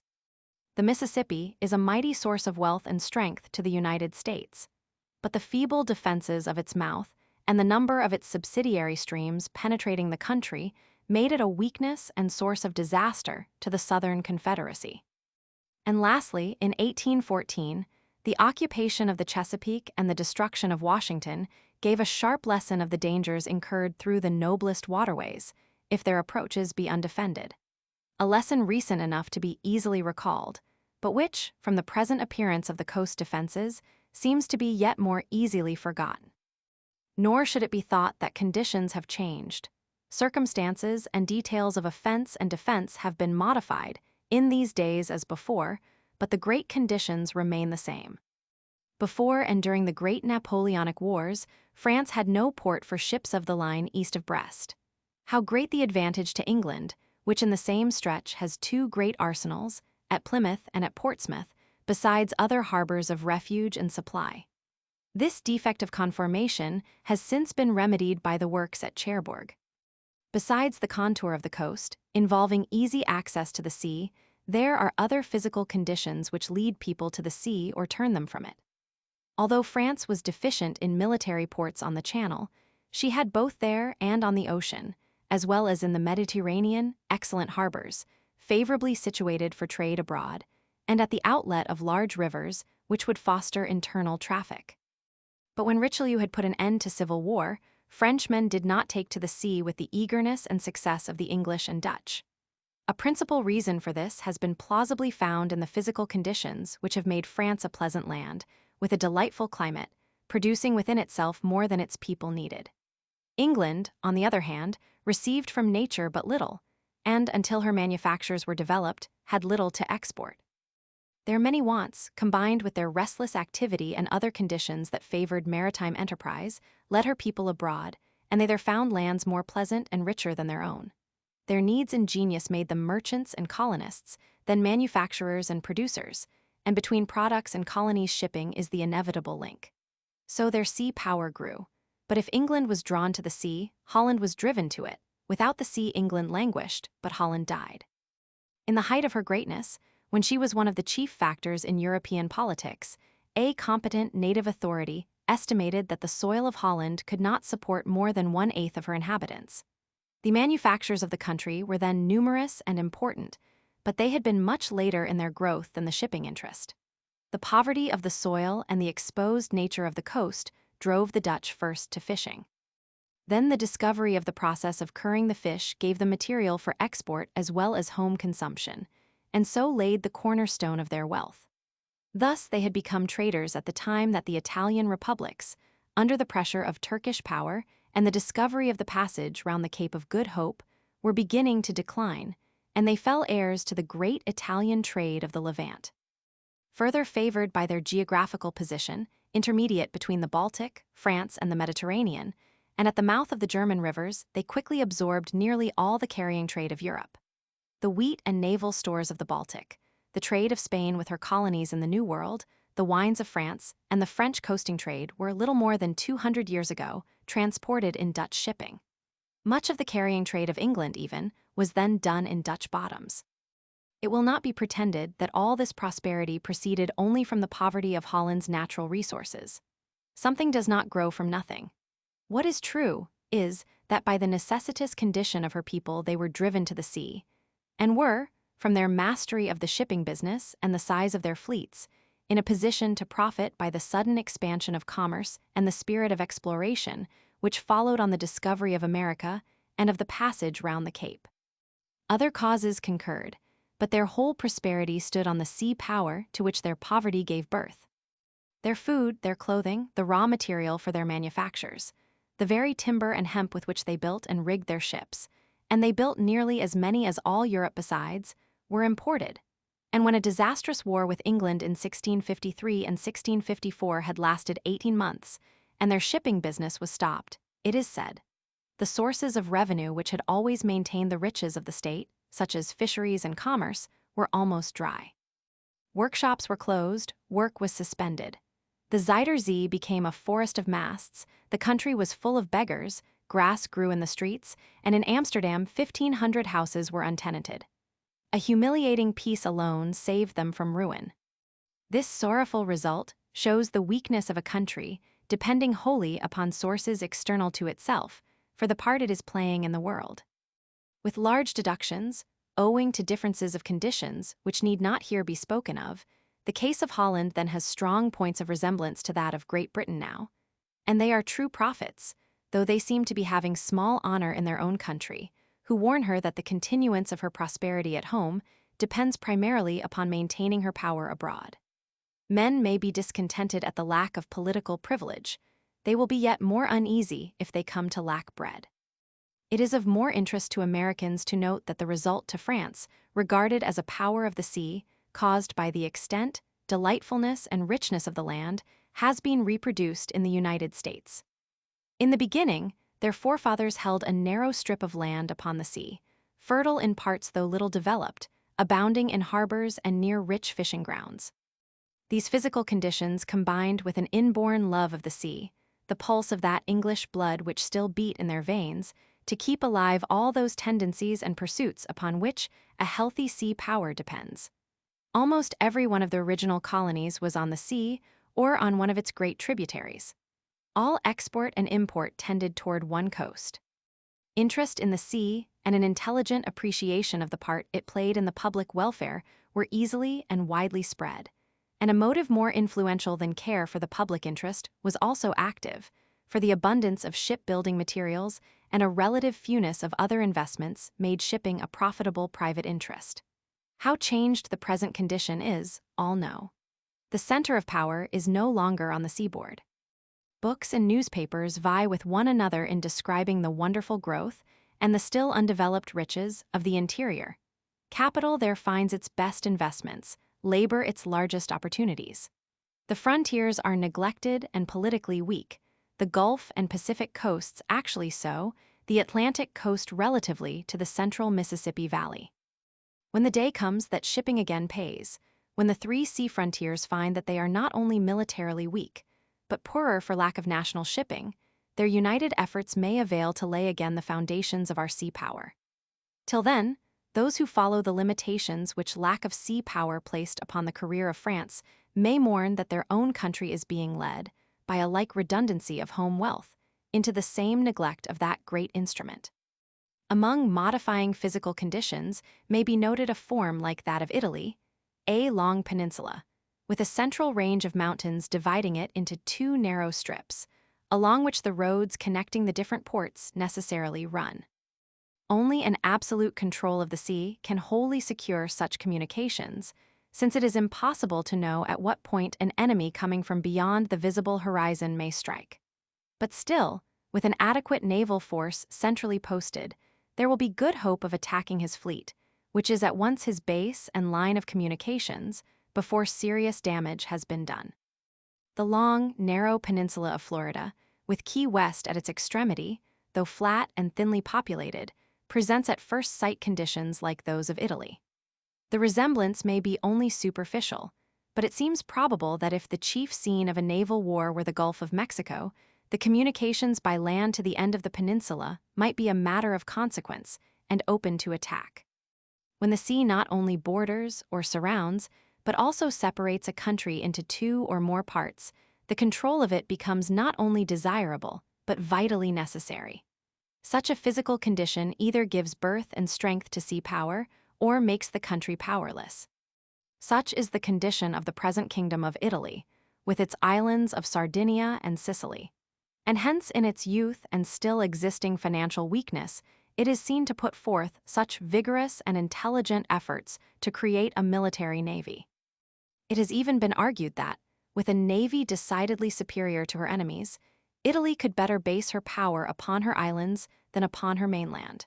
For the insecurity of the lines of communication in the peninsula, already pointed out, would most seriously embarrass an invading army surrounded by a hostile people and threatened from the sea. The Irish Sea, separating the British Islands, rather resembles an estuary than an actual division, but history has shown the danger from it to the United Kingdom.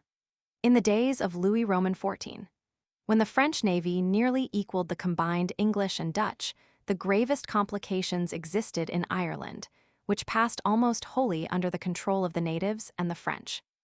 Nevertheless, the Irish Sea was rather a danger to the English, a weak point in their communications than an advantage to the French. The latter did not venture their ships of the line in its narrow waters, and expeditions intending to land were directed upon the ocean ports in the south and west. At the supreme moment, the great French fleet was sent upon the south coast of England, where it decisively defeated the Allies, and at the same time 25 frigates were sent to St. George's Channel against the English communications. In the midst of a hostile people, the English army in Ireland was seriously imperiled, but was saved by the Battle of the Boyne and the flight of James Roman II. This movement against the enemy's communications was strictly strategic, and would be just as dangerous to England now as in 1690. Spain, in the same century, afforded an impressive lesson of the weakness caused by such separation when the parts are not knit together by a strong sea power. She then still retained, as remnants of her past greatness, the Netherlands, now Belgium, Sicily, and other Italian possessions, not to speak of her vast colonies in the New World. Yet so low had the Spanish sea power fallen, that a well-informed and sober-minded Hollander of the day could claim that, in Spain, all the coast is navigated by a few Dutch ships. And since the Peace of 1648, their ships and seamen are so few that they have publicly begun to hire our ships to sail to the Indies, whereas they were formerly careful to exclude all foreigners from there. It is manifest, he goes on, that the West Indies, being as the stomach to Spain, for from it nearly all the revenue is drawn, must be joined to the Spanish head by a sea force, and that Naples and the Netherlands, being like two arms, they cannot lay out their strength for Spain, nor receive anything thence but by shipping all which may easily be done by our shipping in peace, and by it obstructed in war. Half a century before, Sully, the great minister of Henry Roman IV, had characterized Spain as one of those states whose legs and arms are strong and powerful, but the heart infinitely weak and feeble. Since his day, the Spanish navy had suffered not only disaster, but annihilation, not only humiliation, but degradation. The consequences briefly were that shipping was destroyed, manufactures perished with it. The government depended for its support, not upon a widespread healthy commerce and industry that could survive many a staggering blow, but upon a narrow stream of silver trickling through a few treasure ships from America, easily and frequently intercepted by an enemy's cruisers. The loss of half a dozen galleons more than once paralyzed its movements for a year. While the war in the Netherlands lasted, the Dutch control of the sea forced Spain to send her troops by a long and costly journey overland instead of by sea. And the same cause reduced her to such straits for necessaries that, by a mutual arrangement which seems very odd to modern ideas, her wants were supplied by Dutch ships, which thus maintained the enemies of their country, but received in return specie, which was welcome in the Amsterdam Exchange. In America, the Spanish protected themselves as best they might behind masonry, unaided from home, while in the Mediterranean they escaped insult and injury mainly through the indifference of the Dutch, for the French and English had not yet begun to contend for mastery there. In the course of history, the Netherlands, Naples, Sicily, Minorca, Havana, Manila, and Jamaica were wrenched away, at one time or another, from this empire without a shipping. In short, while Spain's maritime impotence may have been primarily a symptom of her general decay, it became a marked factor in precipitating her into the abyss from which she has not yet wholly emerged. Except Alaska, the United States has no outlying possession, no foot of ground inaccessible by land. Its contour is such as to present few points specially weak from their saliency, and all important parts of the frontiers can be readily attained cheaply by water, rapidly by rail. The weakest frontier, the Pacific, is far removed from the most dangerous of possible enemies. The internal resources are boundless as compared with present needs. We can live off ourselves indefinitely in our little corner, to use the expression of a French officer to the author. Yet should that little corner be invaded by a new commercial route through the isthmus, the United States in her turn may have the rude awakening of those who have abandoned their share in the common birthright of all people, the sea. Roman 3. Extent of territory, the last of the conditions affecting the development of a nation as a sea power, and touching the country itself as distinguished from the people who dwell there, is extent of territory. This may be dismissed with comparatively few words. As regards the development of sea power, it is not the total number of square miles which a country contains, but the length of its coastline and the character of its harbors that are to be considered. As to these, it is to be said that, the geographical and physical conditions being the same, extent of seacoast is a source of strength or weakness according as the population is large or small. A country is in this like a fortress. The garrison must be proportioned to the enceinte. A recent familiar instance is found in the American War of Secession. Had the South had a people as numerous as it was warlike, and a navy commensurate to its other resources as a sea power, the great extent of its seacoast and its numerous inlets would have been elements of great strength. The people of the United States and the government of that day justly prided themselves on the effectiveness of the blockade of the whole southern coast. It was a great feat, a very great feat, but it would have been an impossible feat had the Southerners been more numerous and a nation of seamen. What was there shown was not, as has been said, how such a blockade can be maintained, but that such a blockade is possible in the face of a population not only unused to the sea, but also scanty in numbers. Those who recall how the blockade was maintained, and the class of ships that blockaded during great part of the war, know that the plan, correct under the circumstances, could not have been carried out in the face of a real navy. Scattered unsupported along the coast, the United States ships kept their places, singly or in small detachments, in face of an extensive network of inland water communications which favored secret concentration of the enemy. Behind the first line of water communications were long estuaries, and here and there strong fortresses, upon either of which the enemy's ships could always fall back to elude pursuit or to receive protection. Had there been a Southern Navy to profit by such advantages, or by the scattered condition of the United States ships, the latter could not have been distributed as they were. And being forced to concentrate for mutual support, many small but useful approaches would have been left open to commerce. But as the southern coast, from its extent and many inlets, might have been a source of strength, so, from those very characteristics, it became a fruitful source of injury. The great story of the opening of the Mississippi is but the most striking illustration of an action that was going on incessantly all over the South. At every breach of the sea frontier, warships were entering. The streams that had carried the wealth and supported the trade of the seceding states turned against them and admitted their enemies to their hearts. Dismay, insecurity, paralysis prevailed in regions that might, under happier auspices, have kept a nation alive through the most exhausting war. Never did sea power play a greater or a more decisive part than in the contest which determined that the course of the world's history would be modified by the existence of one great nation, instead of several rival states, in the North American continent.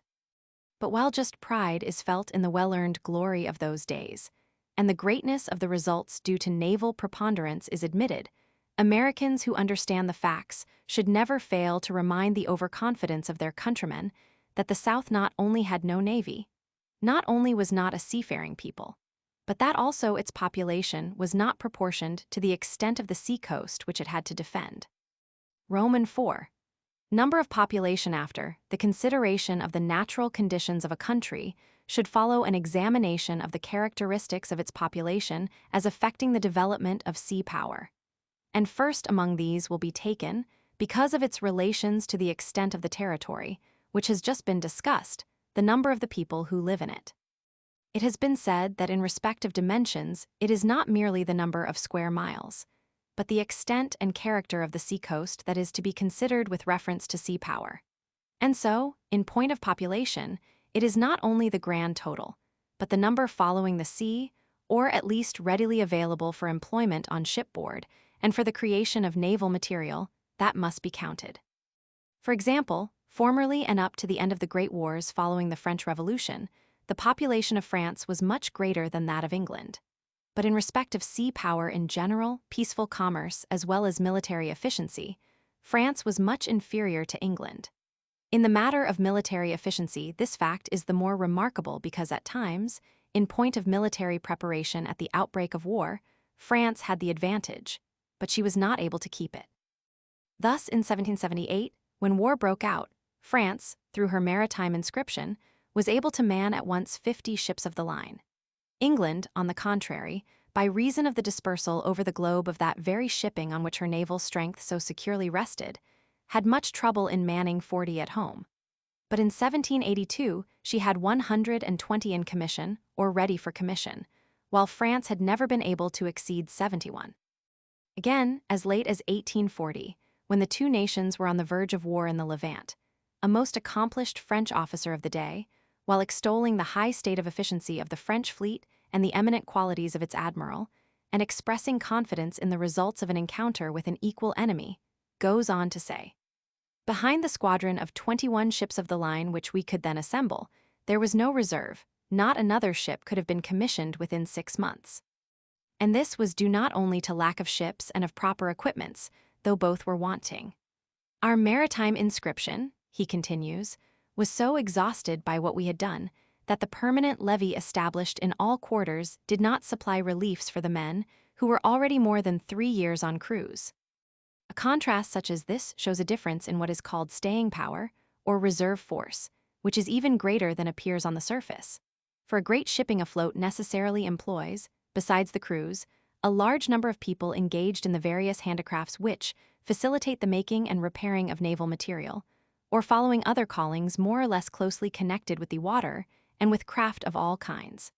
Such kindred callings give an undoubted aptitude for the sea from the outset. There is an anecdote showing curious insight into this matter on the part of one of England's distinguished seamen, Sir Edward Pellew. When the war broke out in 1793, the usual scarceness of seamen was met. Eager to get to sea and unable to fill his complement otherwise than with landsmen, he instructed his officers to seek for Cornish miners, reasoning from the conditions and dangers of their calling, of which he had personal knowledge, that they would quickly fit into the demands of sea life. The result showed his sagacity, for, thus escaping an otherwise unavoidable delay, he was fortunate enough to capture the first frigate taken in the war in single combat. And what is especially instructive is that although but a few weeks in commission, while his opponent had been over a year, the losses, heavy on both sides, were nearly equal. It may be urged that such reserve strength has now nearly lost the importance it once had, because modern ships and weapons take so long to make, and because modern states aim at developing the whole power of their armed force on the outbreak of war, with such rapidity as to strike a disabling blow before the enemy can organize an equal effort. To use a familiar phrase, there will not be time for the whole resistance of the national fabric to come into play. The blow will fall on the organized military fleet, and if that yield, the solidity of the rest of the structure will avail nothing.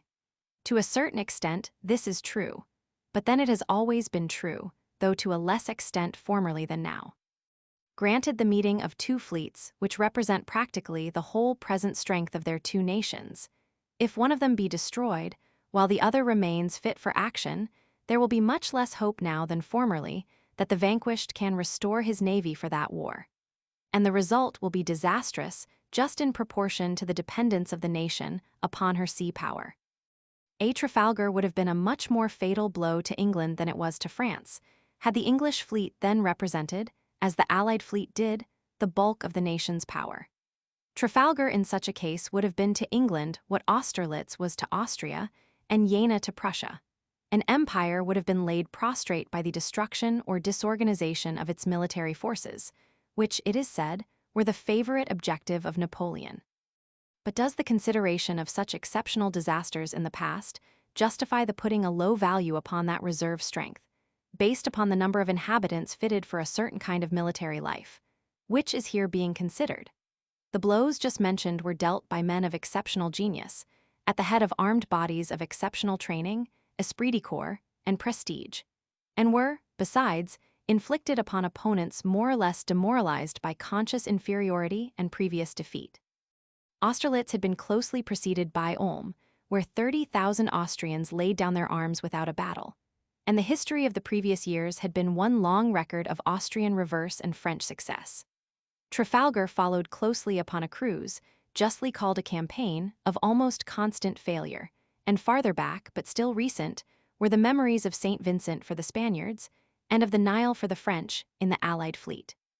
Except the case of Jena, these crushing overthrows were not single disasters, but final blows, and in the Jena campaign there was a disparity in numbers, equipment, and general preparation for war, which makes it less applicable in considering what may result from a single victory. England is at the present time the greatest maritime nation in the world. In steam and iron, she has kept the superiority she had in the days of sail and wood.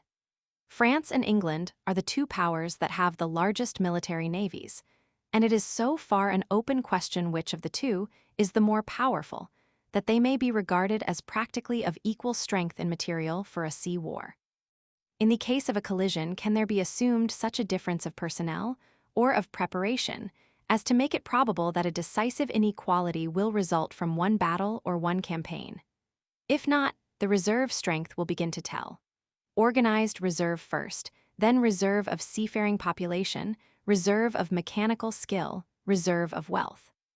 It seems to have been somewhat forgotten that England's leadership in mechanical arts gives her a reserve of mechanics, who can easily familiarize themselves with the appliances of modern ironclads. And as her commerce and industries feel the burden of the war, the surplus of seamen and mechanics will go to the armed shipping. The whole question of the value of a reserve, developed or undeveloped, amounts now to this: have modern conditions of warfare made it probable that, of two nearly equal adversaries, one will be so prostrated in a single campaign that a decisive result will be reached in that time? Sea warfare has given no answer. The crushing successes of Prussia against Austria and of Germany against France appear to have been those of a stronger over a much weaker nation, whether the weakness were due to natural causes or to official incompetency. How would a delay like that of Plevna have affected the fortune of war, had Turkey had any reserve of national power upon which to call?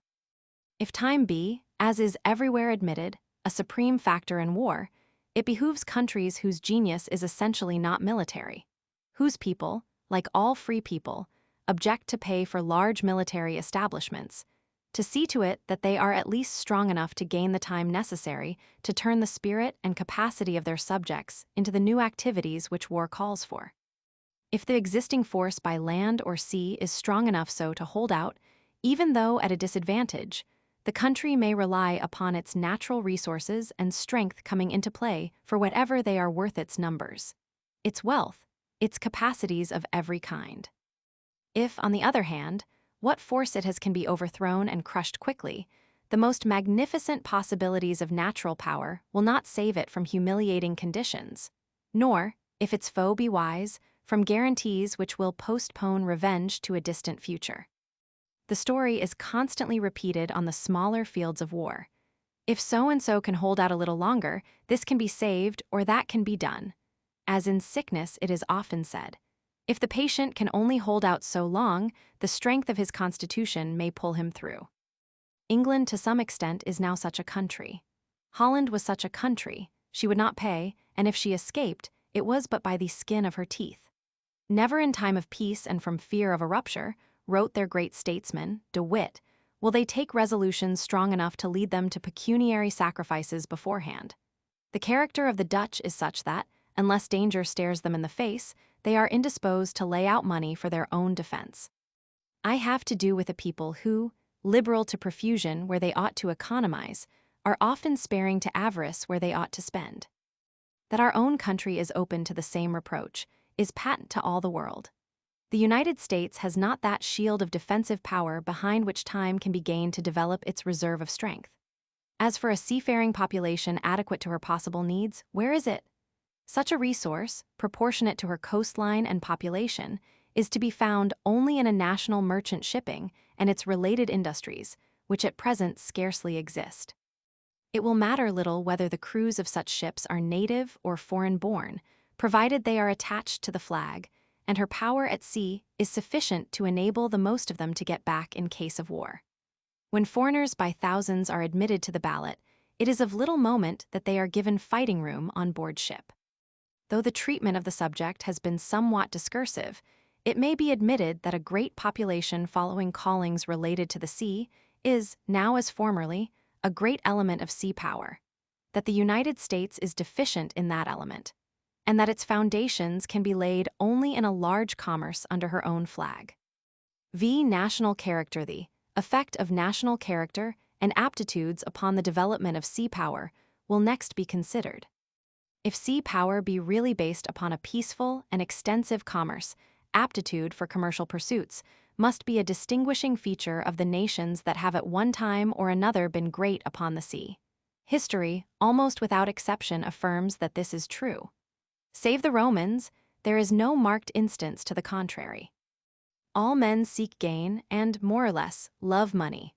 But the way in which gain is sought will have a marked effect upon the commercial fortunes and the history of the people inhabiting a country. If history may be believed, the way in which the Spaniards and their kindred nation, the Portuguese, sought wealth, not only brought a blot upon the national character, but was also fatal to the growth of a healthy commerce, and so to the industries upon which commerce lives, and ultimately to that national wealth which was sought by mistaken paths. The desire for gain rose in them to fierce avarice, so they sought in the new-found worlds which gave such an impetus to the commercial and maritime development of the countries of Europe, not new fields of industry, not even the healthy excitement of exploration and adventure, but gold and silver. They had many great qualities. They were bold, enterprising, temperate, patient of suffering, enthusiastic, and gifted with intense national feeling. When to these qualities are added the advantages of Spain's position and well-situated ports, the fact that she was first to occupy large and rich portions of the New Worlds and long remained without a competitor, and that, for 100 years after the discovery of America, she was the leading state in Europe, she might have been expected to take the foremost place among the sea powers. Exactly the contrary was the result, as all know. Since the Battle of Lepanto in 1571, though engaged in many wars, no sea victory of any consequence shines on the pages of Spanish history, and the decay of her commerce sufficiently accounts for the painful and sometimes ludicrous inaptness shown on the decks of her ships of war. Doubtless such a result is not to be attributed to one cause only. Doubtless the government of Spain was in many ways such as to cramp and blight a free and healthy development of private enterprise, But the character of a great people breaks through or shapes the character of its government, and it can hardly be doubted that had the bent of the people been toward trade, the action of government would have been drawn into the same current. The great field of the colonies, also, was remote from the center of that despotism, which blighted the growth of old Spain. As it was, thousands of Spaniards of the working as well as the upper classes left Spain, and the occupations in which they engaged abroad sent home little but specie, or merchandise of small bulk, requiring but small tonnage. The mother country herself produced little but wool, fruit, and iron. Her manufactures were not. Her industries suffered. Her population steadily decreased.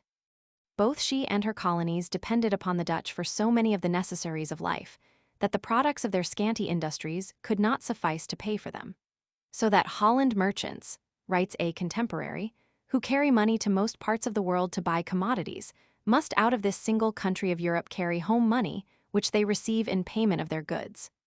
Thus their eagerly sought emblem of wealth passed quickly from their hands. It has already been pointed out how weak, from a military point of view, Spain was from this decay of her shipping. Her wealth being in small bulk on a few ships, following more or less regular routes, was easily seized by an enemy, and the sinews of war paralyzed. Whereas the wealth of England and Holland, scattered over thousands of ships in all parts of the world, received many bitter blows in many exhausting wars, without checking a growth which, though painful, was steady. The fortunes of Portugal, united to Spain during a most critical period of her history, followed the same downward path. Although foremost in the beginning of the race for development by sea, she fell utterly behind. The mines of Brazil were the ruin of Portugal, as those of Mexico and Peru had been of Spain. All manufactures fell into insane contempt. Ere long the English supplied the Portuguese not only with clothes, but with all merchandise, all commodities, even to salt fish and grain. After their gold, the Portuguese abandoned their very soil. The vineyards of Oporto were finally bought by the English with Brazilian gold, which had only passed through Portugal to be spread throughout England. We are assured that in 50 years, $500 million were extracted from the mines of Brazil, and that at the end of the time, Portugal had but 25 millions in specie, a striking example of the difference between real and fictitious wealth. The English and Dutch were no less desirous of gain than the southern nations. Each in turn has been called a nation of shopkeepers, but the jeer, insofar as it is just, is to the credit of their wisdom and uprightness. They were no less bold, no less enterprising, no less patient. Indeed, they were more patient, in that they sought riches not by the sword but by labor, which is the reproach meant to be implied by the epithet, for thus they took the longest, instead of what seemed the shortest, road to wealth. But these two peoples, radically of the same race, had other qualities, no less important than those just named, which combined with their surroundings to favor their development by sea. They were by nature businessmen, traders, producers, negotiators. Therefore, both in their native country and abroad, whether settled in the ports of civilized nations, or of barbarous Eastern rulers, or in colonies of their own foundation, they everywhere strove to draw out all the resources of the land, to develop and increase them. The quick instinct of the born trader, shopkeeper if you will, sought continually new articles to exchange. And this search, combined with the industrious character evolved through generations of labor, made them necessarily producers. At home, they became great as manufacturers. Abroad, where they controlled, the land grew richer continually, products multiplied, and the necessary exchange between home and the settlements called for more ships. Their shipping therefore increased with these demands of trade, and nations with less aptitude for maritime enterprise, even France herself, great as she has been, called for their products and for the service of their ships. Thus, in many ways, they advanced to power at sea. This natural tendency and growth were indeed modified and seriously checked at times by the interference of other governments. Jealous of a prosperity which their own people could invade only by the aid of artificial support, which will be considered under the head of governmental action as affecting sea power. The tendency to trade, involving of necessity the production of something to trade with, is the national characteristic most important to the development of sea power. Granting it and a good seaboard, it is not likely that the dangers of the sea, or any aversion to it, will deter a people from seeking wealth by the paths of ocean commerce. Where wealth is sought by other means, it may be found, but it will not necessarily lead to sea power. Take France. France has a fine country, an industrious people, an admirable position. The French Navy has known periods of great glory, and in its lowest estate has never dishonored the military reputation so dear to the nation. Yet, as a maritime state, securely resting upon a broad basis of sea commerce, France, as compared with other historical sea peoples, has never held more than a respectable position. The chief reason for this, so far as national character goes, is the way in which wealth is sought. As Spain and Portugal sought it by digging gold out of the ground, the temper of the French people leads them to seek it by thrift, economy, hoarding. It is said to be harder to keep than to make a fortune. Possibly. But the adventurous temper, which risks what it has to gain more, has much in common with the adventurous spirit that conquers worlds for commerce. The tendency to save and put aside, to venture timidly and on a small scale, may lead to a general diffusion of wealth on a like small scale, but not to the risks and development of external trade and shipping interests. To illustrate, the incident is given only for what it is worth. A French officer, speaking to the author about the Panama Canal, said, "I have 2 shares in it. In France we don't do as you, where a few people take a great many shares each. With us a large number of people take 1 share or a very few. When these were in the market my wife said to me, 'You take 2 shares, one for you and one for me.' As regards the stability of a man's personal fortunes, this kind of prudence is doubtless wise. But when excessive prudence or financial timidity becomes a national trait, it must tend to hamper the expansion of commerce and of the nation's shipping. The same caution in money matters, appearing in another relation of life, has checked the production of children and keeps the population of France nearly stationary. The noble classes of Europe inherited from the Middle Ages a supercilious contempt for peaceful trade, which has exercised a modifying influence upon its growth, according to the national character of different countries.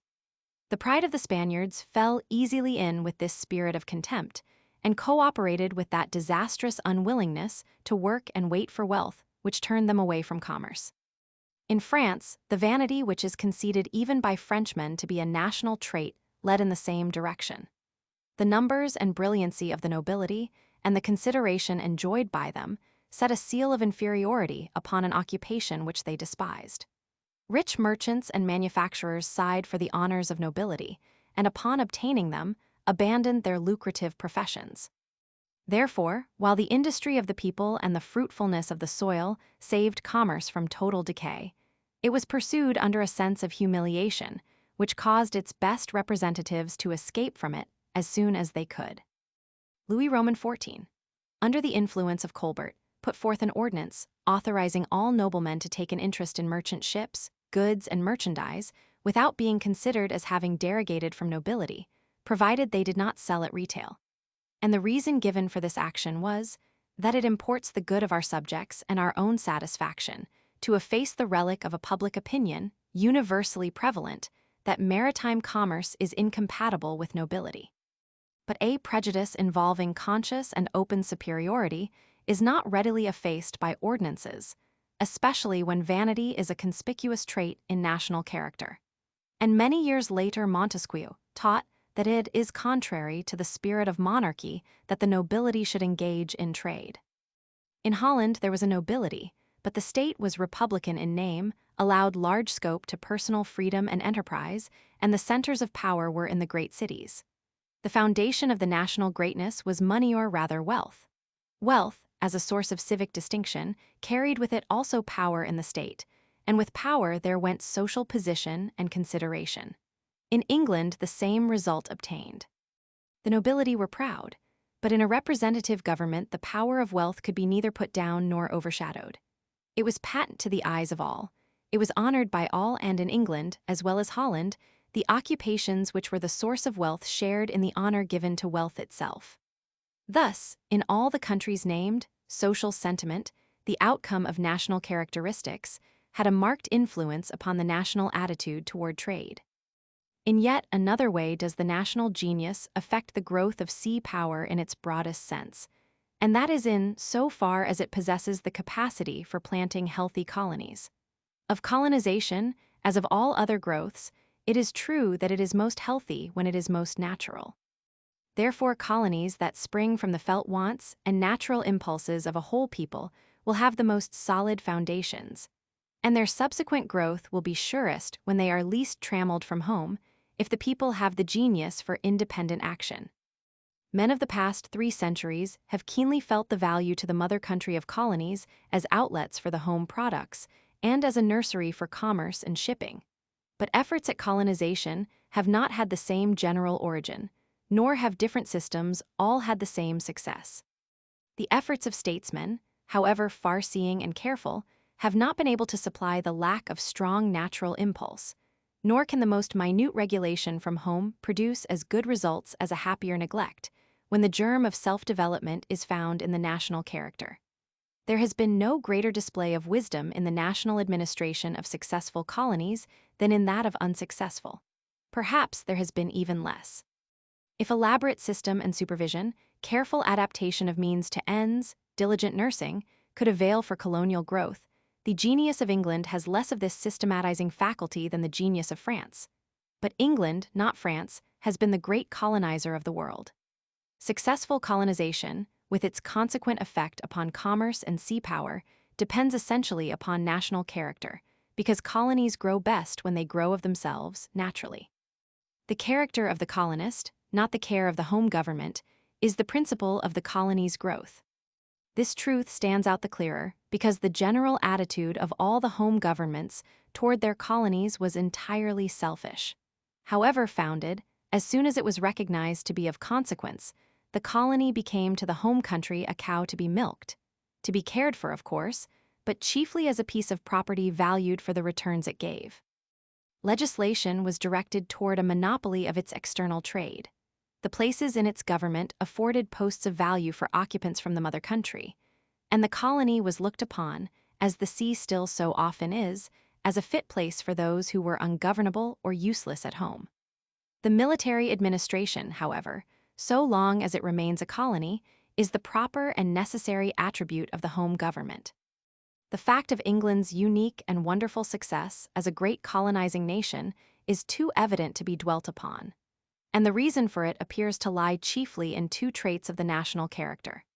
The English colonist naturally and readily settles down in his new country, identifies his interest with it, and though keeping an affectionate remembrance of the home from which he came, has no restless eagerness to return.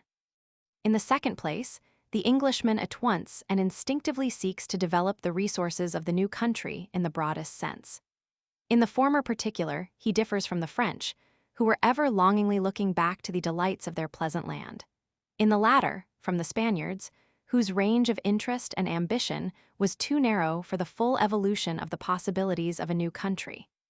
The character and the necessities of the Dutch led them naturally to plant colonies, and by the year 1650 they had in the East Indies, in Africa, and in America a large number, only to name which would be tedious. They were then far ahead of England in this matter.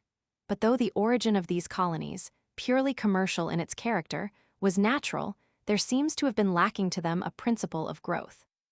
In planting them, they never sought an extension of empire, but merely an acquisition of trade and commerce. They attempted conquest only when forced by the pressure of circumstances. Generally, they were content to trade under the protection of the sovereign of the country.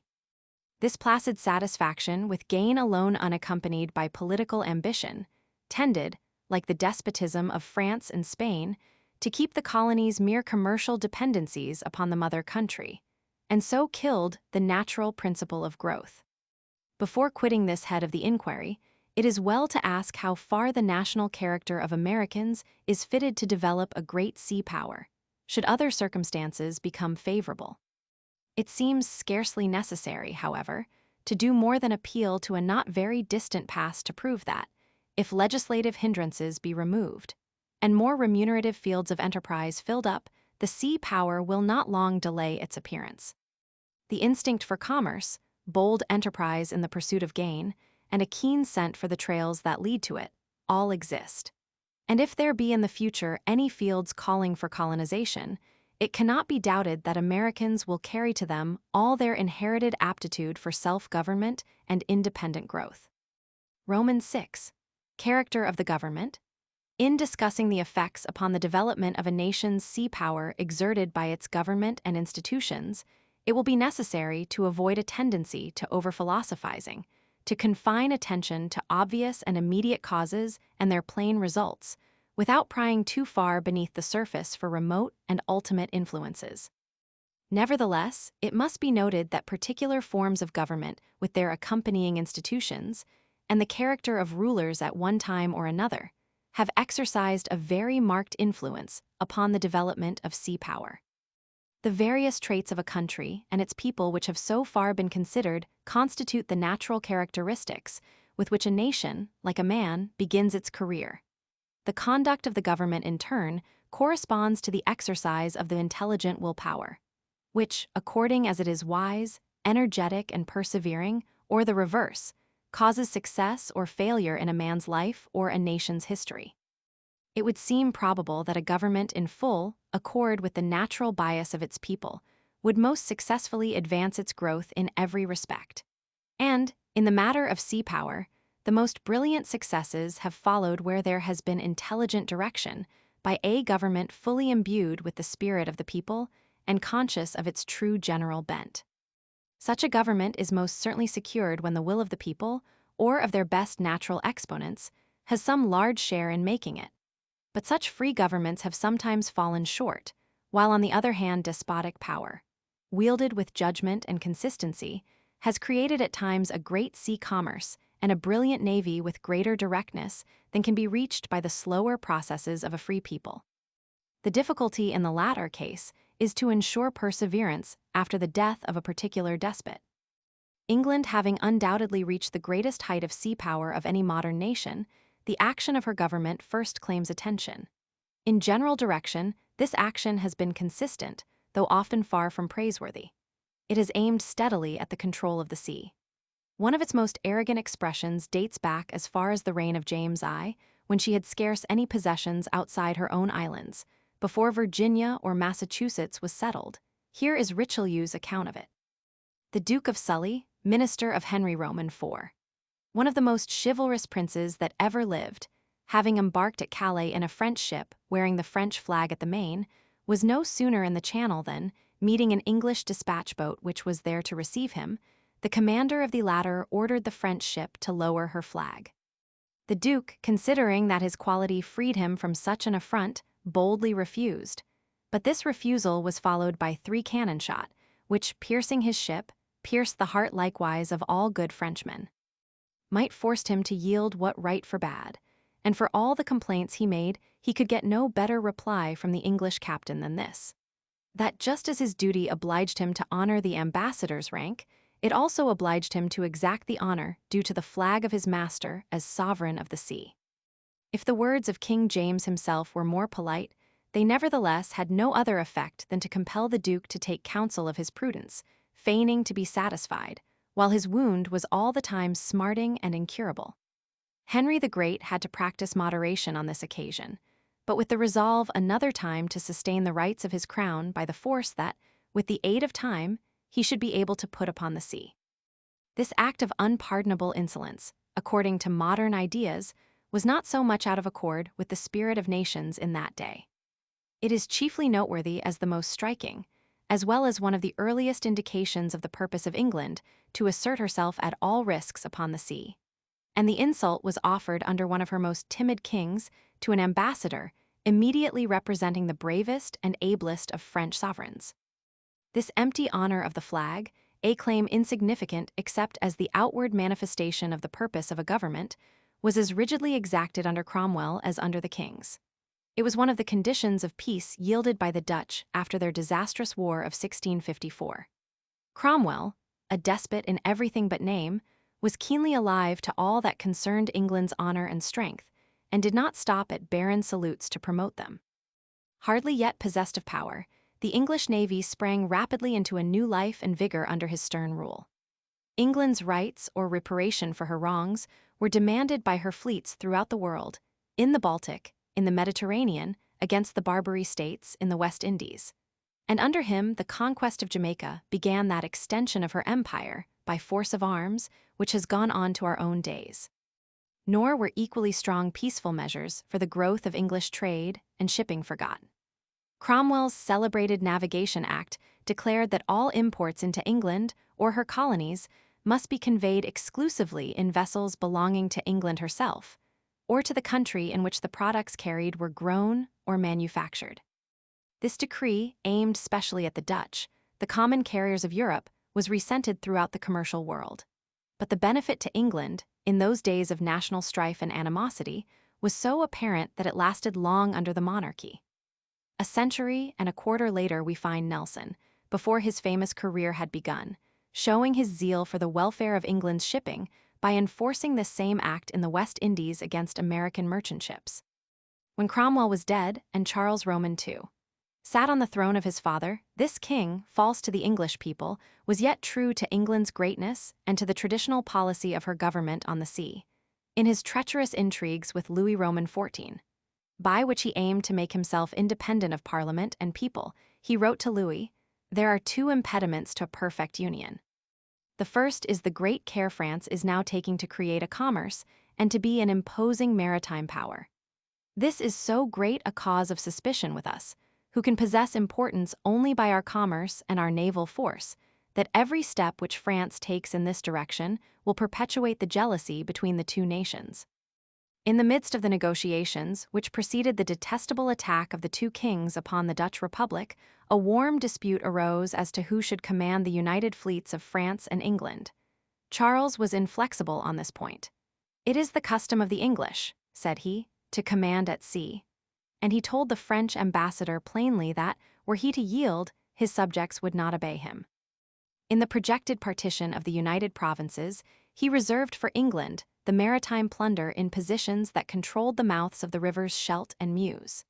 The navy under Charles preserved for some time the spirit and discipline impressed on it by Cromwell's iron rule, though later it shared in the general decay of morale which marked this evil reign. Monk, having by a great strategic blunder sent off a fourth of his fleet, found himself in 1666 in presence of a greatly superior Dutch force. Disregarding the odds, he attacked without hesitation, and for 3 days maintained the fight with honor, though with loss. Such conduct is not war, but in the single eye that looked to England's naval prestige and dictated his action, common as it was to England's people as well as to her government, has lain the secret of final success following many blunders through the centuries. Charles's successor, James Roman II, was himself a seaman and had commanded in 2 great sea fights. When William Roman III came to the throne, the governments of England and Holland were under one hand and continued united in one purpose against Louis Roman XIV, until the Peace of Utrecht in 1713, that is, for a quarter of a century. The English government more and more steadily, and with conscious purpose, pushed on the extension of her sea dominion and fostered the growth of her sea power. While as an open enemy she struck at France upon the sea, so, as an artful friend, many at least believed, she sapped the power of Holland afloat. The treaty between the two countries provided that of the sea forces Holland should furnish 3/8, England 5/8, or nearly double. Such a provision, coupled with a further one which made Holland keep up an army of 102,000 against England's 40,000, virtually threw the land war on one and the sea war on the other. The tendency, whether designed or not, is evident. And at the peace, while Holland received compensation by land, England obtained, besides commercial privileges in France, Spain, and the Spanish West Indies, the important maritime concessions of Gibraltar and Port Mahon in the Mediterranean, of Newfoundland, Nova Scotia, and Hudson's Bay in North America. The naval power of France and Spain had disappeared, that of Holland thenceforth steadily declined. Posted thus in America, the West Indies, and the Mediterranean, the English government thenceforth moved firmly forward on the path which made of the English kingdom the British Empire. For the 25 years following the Peace of Utrecht, peace was the chief aim of the ministers who directed the policy of the 2 great seaboard nations, France and England. But amid all the fluctuations of continental politics in a most unsettled period, abounding in petty wars and shifty treaties, the eye of England was steadily fixed on the maintenance of her sea power. In the Baltic, her fleets checked the attempts of Peter the Great upon Sweden, and so maintained a balance of power in that sea, from which she drew not only a great trade but the chief part of her naval stores, and which the Tsar aimed to make a Russian lake. Denmark endeavored to establish an East India Company aided by foreign capital. England and Holland not only forbade their subjects to join it, but threatened Denmark, and thus stopped an enterprise they thought adverse to their sea interests. In the Netherlands, which by the Utrecht Treaty had passed to Austria, a similar East India Company, having Ostend for its port, was formed with the Emperor's sanction.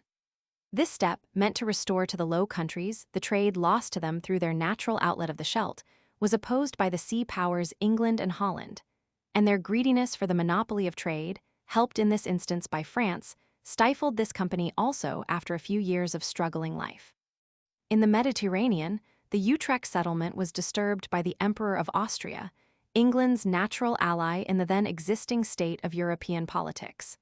Backed by England, he, having already Naples, claimed also Sicily in exchange for Sardinia. Spain resisted, and her navy, just beginning to revive under a vigorous minister, Alberoni, was crushed and annihilated by the English fleet off Cape Passaro in 1718. While the following year, a French army, at the bidding of England, crossed the Pyrenees and completed the work by destroying the Spanish dockyards. Thus England, in addition to Gibraltar and Man in her own hands, saw Naples and Sicily in those of a friend, while an enemy was struck down. In Spanish America, the limited privileges to English trade, wrung from the necessities of Spain, were abused by an extensive and scarcely disguised smuggling system. And when the exasperated Spanish government gave way to excesses in the mode of suppression, both the minister who counseled peace and the opposition which urged war defended their opinions by alleging the effects of either upon England's sea power and honor. While England's policy thus steadily aimed at widening and strengthening the bases of her sway upon the ocean, the other governments of Europe seemed blind to the dangers to be feared from her sea growth. The miseries resulting from the overweening power of Spain in days long gone by seemed to be forgot. Forgot also the more recent lesson of the bloody and costly wars provoked by the ambition and exaggerated power of Louis Roman XIV. Under the eyes of the statesmen of Europe, there was steadily and visibly being built up a third overwhelming power, destined to be used as selfishly, as aggressively, though not as cruelly, and much more successfully than any that had preceded it. This was the power of the sea, whose workings, because more silent than the clash of arms, are less often noted, though lying clearly enough on the surface. It can scarcely be denied that England's uncontrolled dominion of the seas, during almost the whole period chosen for our subject, was by long odds the chief among the military factors that determined the final issue. So far, however, was this influence from being foreseen after Utrecht, that France for 12 years, moved by personal exigencies of her rulers, sided with England against Spain. And when Fleury came into power in 1726, though this policy was reversed, the navy of France received no attention, and the only blow at England was the establishment of a Bourbon prince, a natural enemy to her, upon the throne of the Two Sicilies in 1736. When war broke out with Spain in 1739, the navy of England was in numbers more than equal to the combined navies of Spain and France. And during the quarter of a century of nearly uninterrupted war that followed, this numerical disproportion increased. In these wars England, at first instinctively, afterward with conscious purpose under a government that recognized her opportunity and the possibilities of her great sea power, rapidly built up that mighty colonial empire whose foundations were already securely laid in the characteristics of her colonists and the strength of her fleets. In strictly European affairs her wealth, the outcome of her sea power, made her play a conspicuous part during the same period. The system of subsidies, which began half a century before in the Wars of Marlborough, and received its most extensive development half a century later in the Napoleonic Wars, maintained the efforts of her allies, which would have been crippled, if not paralyzed, without them. Who can deny that the government which with one hand strengthened its fainting allies on the continent with the lifeblood of money, and with the other drove its own enemies off the sea and out of their chief possessions, Canada, Martinique, Guadeloupe, Havana, Manila, gave to its country the foremost role in European politics? And who can fail to see that the power which dwelt in that government, with a land narrow in extent and poor in resources, sprang directly from the sea? The policy in which the English government carried on the war is shown by a speech of Pitt, the master spirit during its course, though he lost office before bringing it to an end. Condemning the peace of 1763, made by his political opponent, he said, "France is chiefly, if not exclusively, formidable to us as a maritime and commercial power. What we gain in this respect is valuable to us, above all, through the injury to her which results from it. You have left to France the possibility of reviving her navy. Yet England's gains were enormous, her rule in India was assured, and all North America east of the Mississippi in her hands. By this time, the onward path of her government was clearly marked out, had assumed the force of a tradition, and was consistently followed. The War of the American Revolution was, it is true, a great mistake, looked at from the point of view of sea power. But the government was led into it insensibly by a series of natural blunders. Putting aside political and constitutional considerations, and looking at the question as purely military or naval, the case was this. The American colonies were large and growing communities at a great distance from England. So long as they remained attached to the mother country, as they then were enthusiastically, they formed a solid base for her sea power in that part of the world. But their extent and population were too great, when coupled with the distance from England, to afford any hope of holding them by force, if any powerful nations were willing to help them. This if, however, involved a notorious probability. The humiliation of France and Spain was so bitter and so recent that they were sure to seek revenge, and it was well known that France in particular had been carefully and rapidly building up her navy. Had the colonies been 13 islands, the sea power of England would quickly have settled the question. But instead of such a physical barrier, they were separated only by local jealousies, which a common danger sufficiently overcame. To enter deliberately on such a contest, to try to hold by force so extensive a territory, with a large hostile population, so far from home, was to renew the 7 Years' War with France and Spain, and with the Americans against, instead of for, England. The 7 Years' War had been so heavy a burden that a wise government would have known that the added weight could not be borne, and have seen it was necessary to conciliate the colonists. The government of the day was not wise, and a large element of England's sea power was sacrificed, but by mistake, not willfully, through arrogance, not through weakness. This steady keeping to a general line of policy was doubtless made specially easy for successive English governments by the clear indications of the country's conditions. Singleness of purpose was to some extent imposed. The firm maintenance of her sea power, the haughty determination to make it felt, the wise state of preparation in which its military element was kept, were yet more due to that feature of her political institutions, which practically gave the government, during the period in question, into the hands of a class, a landed aristocracy. Such a class, whatever its defects otherwise, readily takes up and carries on a sound political tradition, is naturally proud of its country's glory, and comparatively insensible to the sufferings of the community by which that glory is maintained. It readily lays on the pecuniary burden necessary for preparation and for endurance of war. Being as a body rich, it feels those burdens less. Not being commercial, the sources of its own wealth are not so immediately endangered, and it does not share that political timidity which characterizes those whose property is exposed and business threaten the proverbial timidity of capital. Yet in England, this class was not insensible to anything that touched her trade for good or ill. Both Houses of Parliament vied in careful watchfulness over its extension and protection, and to the frequency of their inquiries, a naval historian attributes the increased efficiency of the executive power in its management of the Navy. Such a class also naturally imbibes and keeps up a spirit of military honor, which is of the first importance in ages when military institutions have not yet provided the sufficient substitute in what is called esprit de corps. But although full of class feeling and class prejudice, which made themselves felt in the Navy as well as elsewhere, their practical sense left open the way of promotion to its highest honors to the more humbly born, and every age saw admirals who had sprung from the lowest of the people. In this, the temper of the English upper class differed markedly from that of the French. As late as 1789, at the outbreak of the Revolution, the French Navy list still bore the name of an official whose duty was to verify the proofs of noble birth on the part of those intending to enter the naval school. Since 1815, and especially in our own day, the government of England has passed very much more into the hands of the people at large. Whether her sea power will suffer therefrom remains to be seen. Its broad basis still remains in a great trade, large mechanical industries, and an extensive colonial system.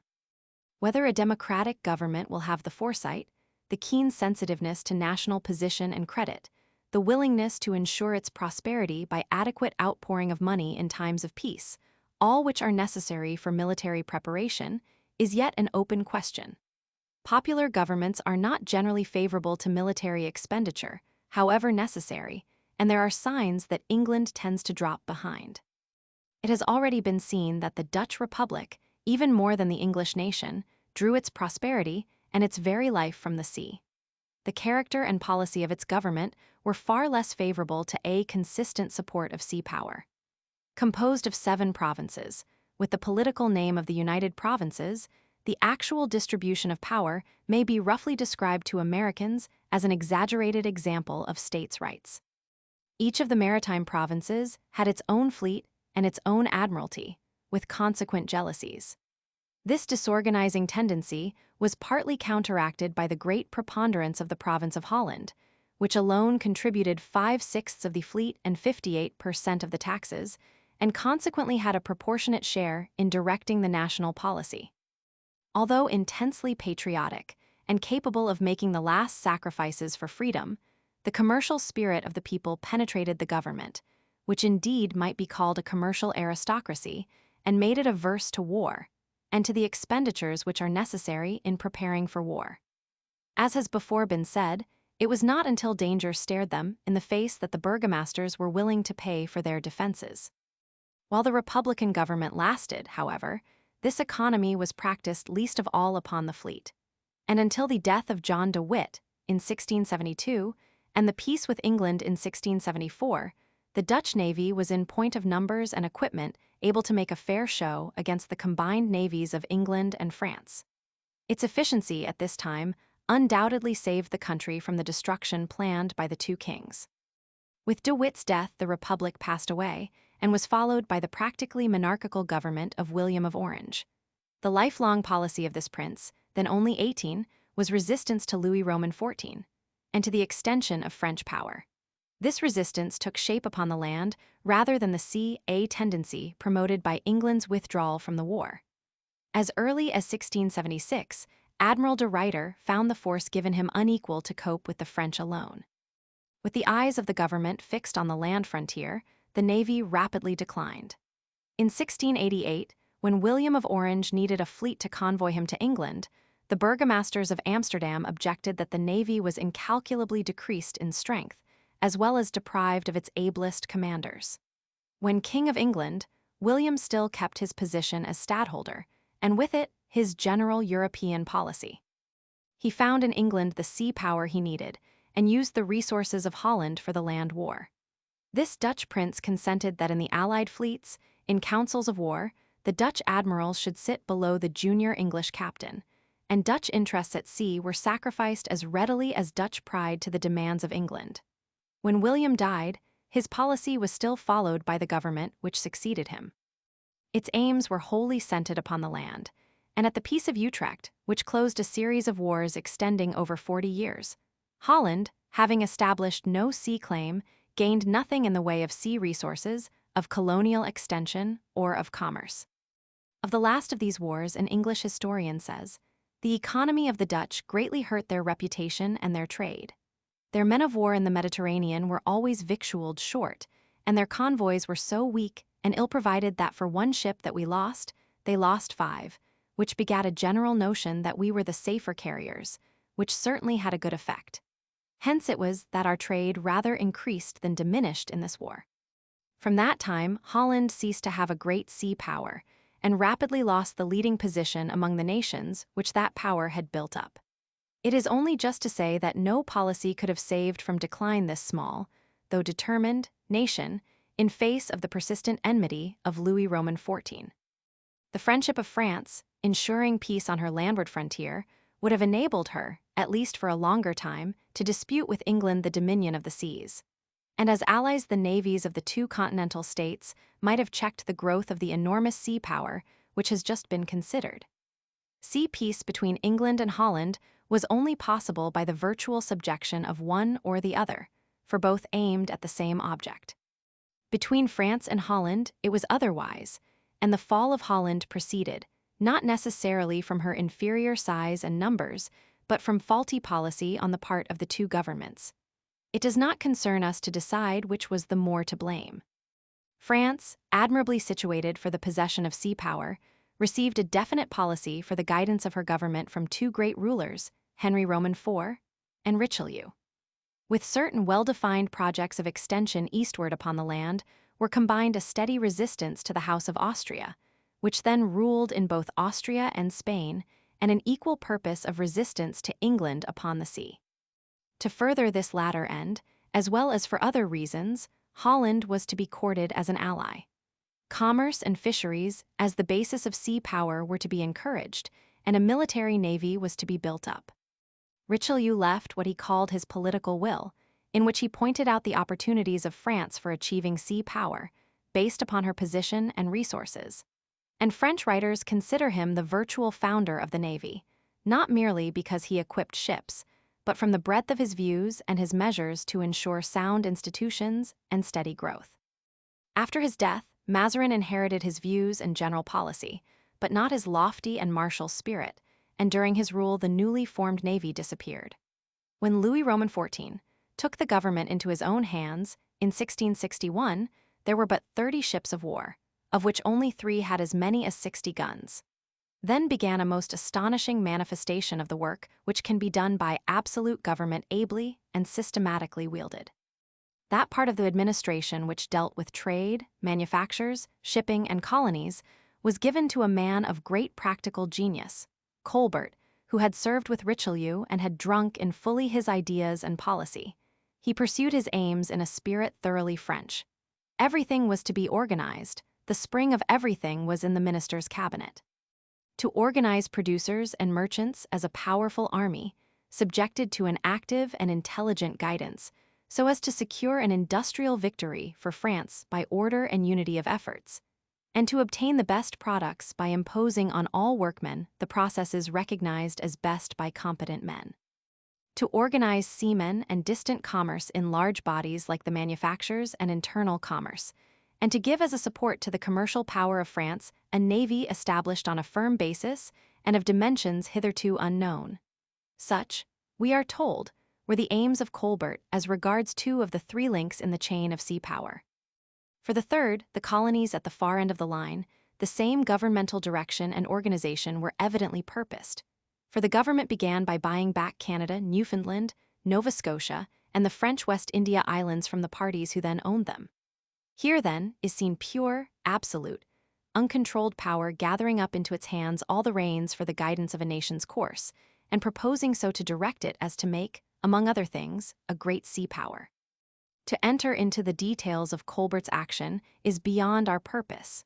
It is enough to note the chief part played by the government in building up the sea power of the state, and that this very great man looked not to any one of the bases on which it rests to the exclusion of the others, but embraced them all in his wise and provident administration. Agriculture, which increases the products of the earth, and manufactures, which multiply the products of man's industry. Internal trade routes and regulations, by which the exchange of products from the interior to the exterior is made easier. Shipping and customs regulations tending to throw the carrying trade into French hands, and so to encourage the building of French shipping, by which the home and colonial products should be carried back and forth. Colonial administration and development, by which a far-off market might be continually growing up to be monopolized by the home trade, treaties with foreign states favoring French trade, and imposts on foreign ships and products tending to break down that of rival nations. All these means, embracing countless details, were employed to build up for France 1 production, 2 shipping, 3 colonies and markets, in a word, sea power. The study of such a work is simpler and easier when thus done by one man, sketched out by a kind of logical process, than when slowly wrought by conflicting interests in a more complex government. In the few years of Colbert's administration is seen the whole theory of sea power put into practice in the systematic, centralizing French way. while the illustration of the same theory in English and Dutch history is spread over generations. Such growth, however, was forced and depended upon the endurance of the absolute power which watched over it. And as Colbert was not king, his control lasted only till he lost the king's favor. It is, however, most interesting to note the results of his labors in the proper field for governmental action in the Navy. It has been said that in 1661, when he took office, there were but 30 armed ships, of which 3 only had over 60 guns. In 1666 there were 70, of which 50 were ships of the line and 20 were fireships. In 1671, from 70 the number had increased to 196. In 1683, there were 107 ships of from 24 to 120 guns, 12 of which carried over 76 guns, besides many smaller vessels. The order and system introduced into the dockyards made them vastly more efficient than the English. An English captain, a prisoner in France while the effect of Colbert's work still lasted in the hands of his son, writes, "When I was first brought prisoner thither, I lay 4 months in a hospital at Brest for care of my wounds. While their eye was astonished at the expedition used in manning and fitting out their ships, which till then I thought could be done nowhere sooner than in England, where we have 10 times the shipping, and consequently 10 times the seamen they have in France. But there I saw 20 sail of ships, of about 60 guns each, got ready in 20 days' time. They were brought in, and the men were discharged. And upon an order from Paris they were careened, keeled up, rigged, victualled, manned, and out again in the said time with the greatest ease imaginable. I likewise saw a ship of 100 guns that had all her guns taken out in 4 or 5 hours' time, which I never saw done in England in 24 hours, and this with the greatest ease and less hazard than at home. This I saw under my hospital window." A French naval historian cites certain performances which are simply incredible, such as that the keel of a galley was laid at 4 o'clock, and that at 9 she left port, fully armed. These traditions may be accepted as pointing, with the more serious statements of the English officer, to a remarkable degree of system and order and abundant facilities for work. Yet all this wonderful growth, forced by the action of the government, withered away like Jonah's gourd when the government's favor was withdrawn. Time was not allowed for its roots to strike down deep into the life of the nation. Colbert's work was in the direct line of Richelieu's policy, and for a time it seemed there would continue the course of action which would make France great upon the sea as well as predominant upon the land. For reasons which it is not yet necessary to give, Louis came to have feelings of bitter enmity against Holland, and as these feelings were shared by Charles Roman too, the two kings determined on the destruction of the United Provinces. This war, which broke out in 1672, though more contrary to natural feeling on the part of England, was less of a political mistake for her than for France, and especially as regards sea power. France was helping to destroy a probable, and certainly an indispensable, ally. England was assisting in the ruin of her greatest rival on the sea, at this time, indeed, still her commercial superior.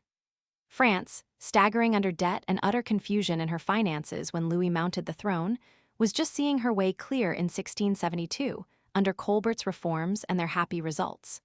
The war, lasting 6 years, undid the greater part of his work. The agricultural classes, manufactures, commerce, and the colonies all were smitten by it. The establishments of Colbert languished, and the order he had established in the finances was overthrown. Thus the action of Louis and he alone was the directing government of France struck at the roots of her sea power and alienated her best sea ally.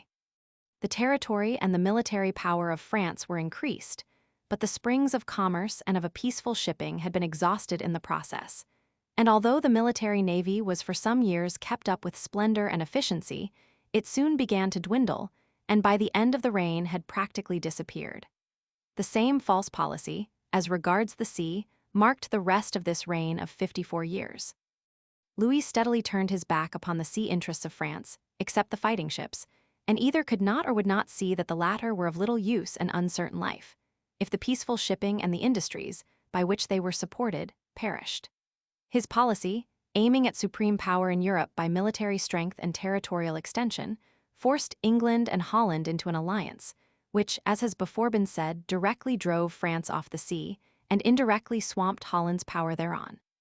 Colbert's navy perished, and for the last 10 years of Louis' life, no great French fleet put to sea, though there was constant war.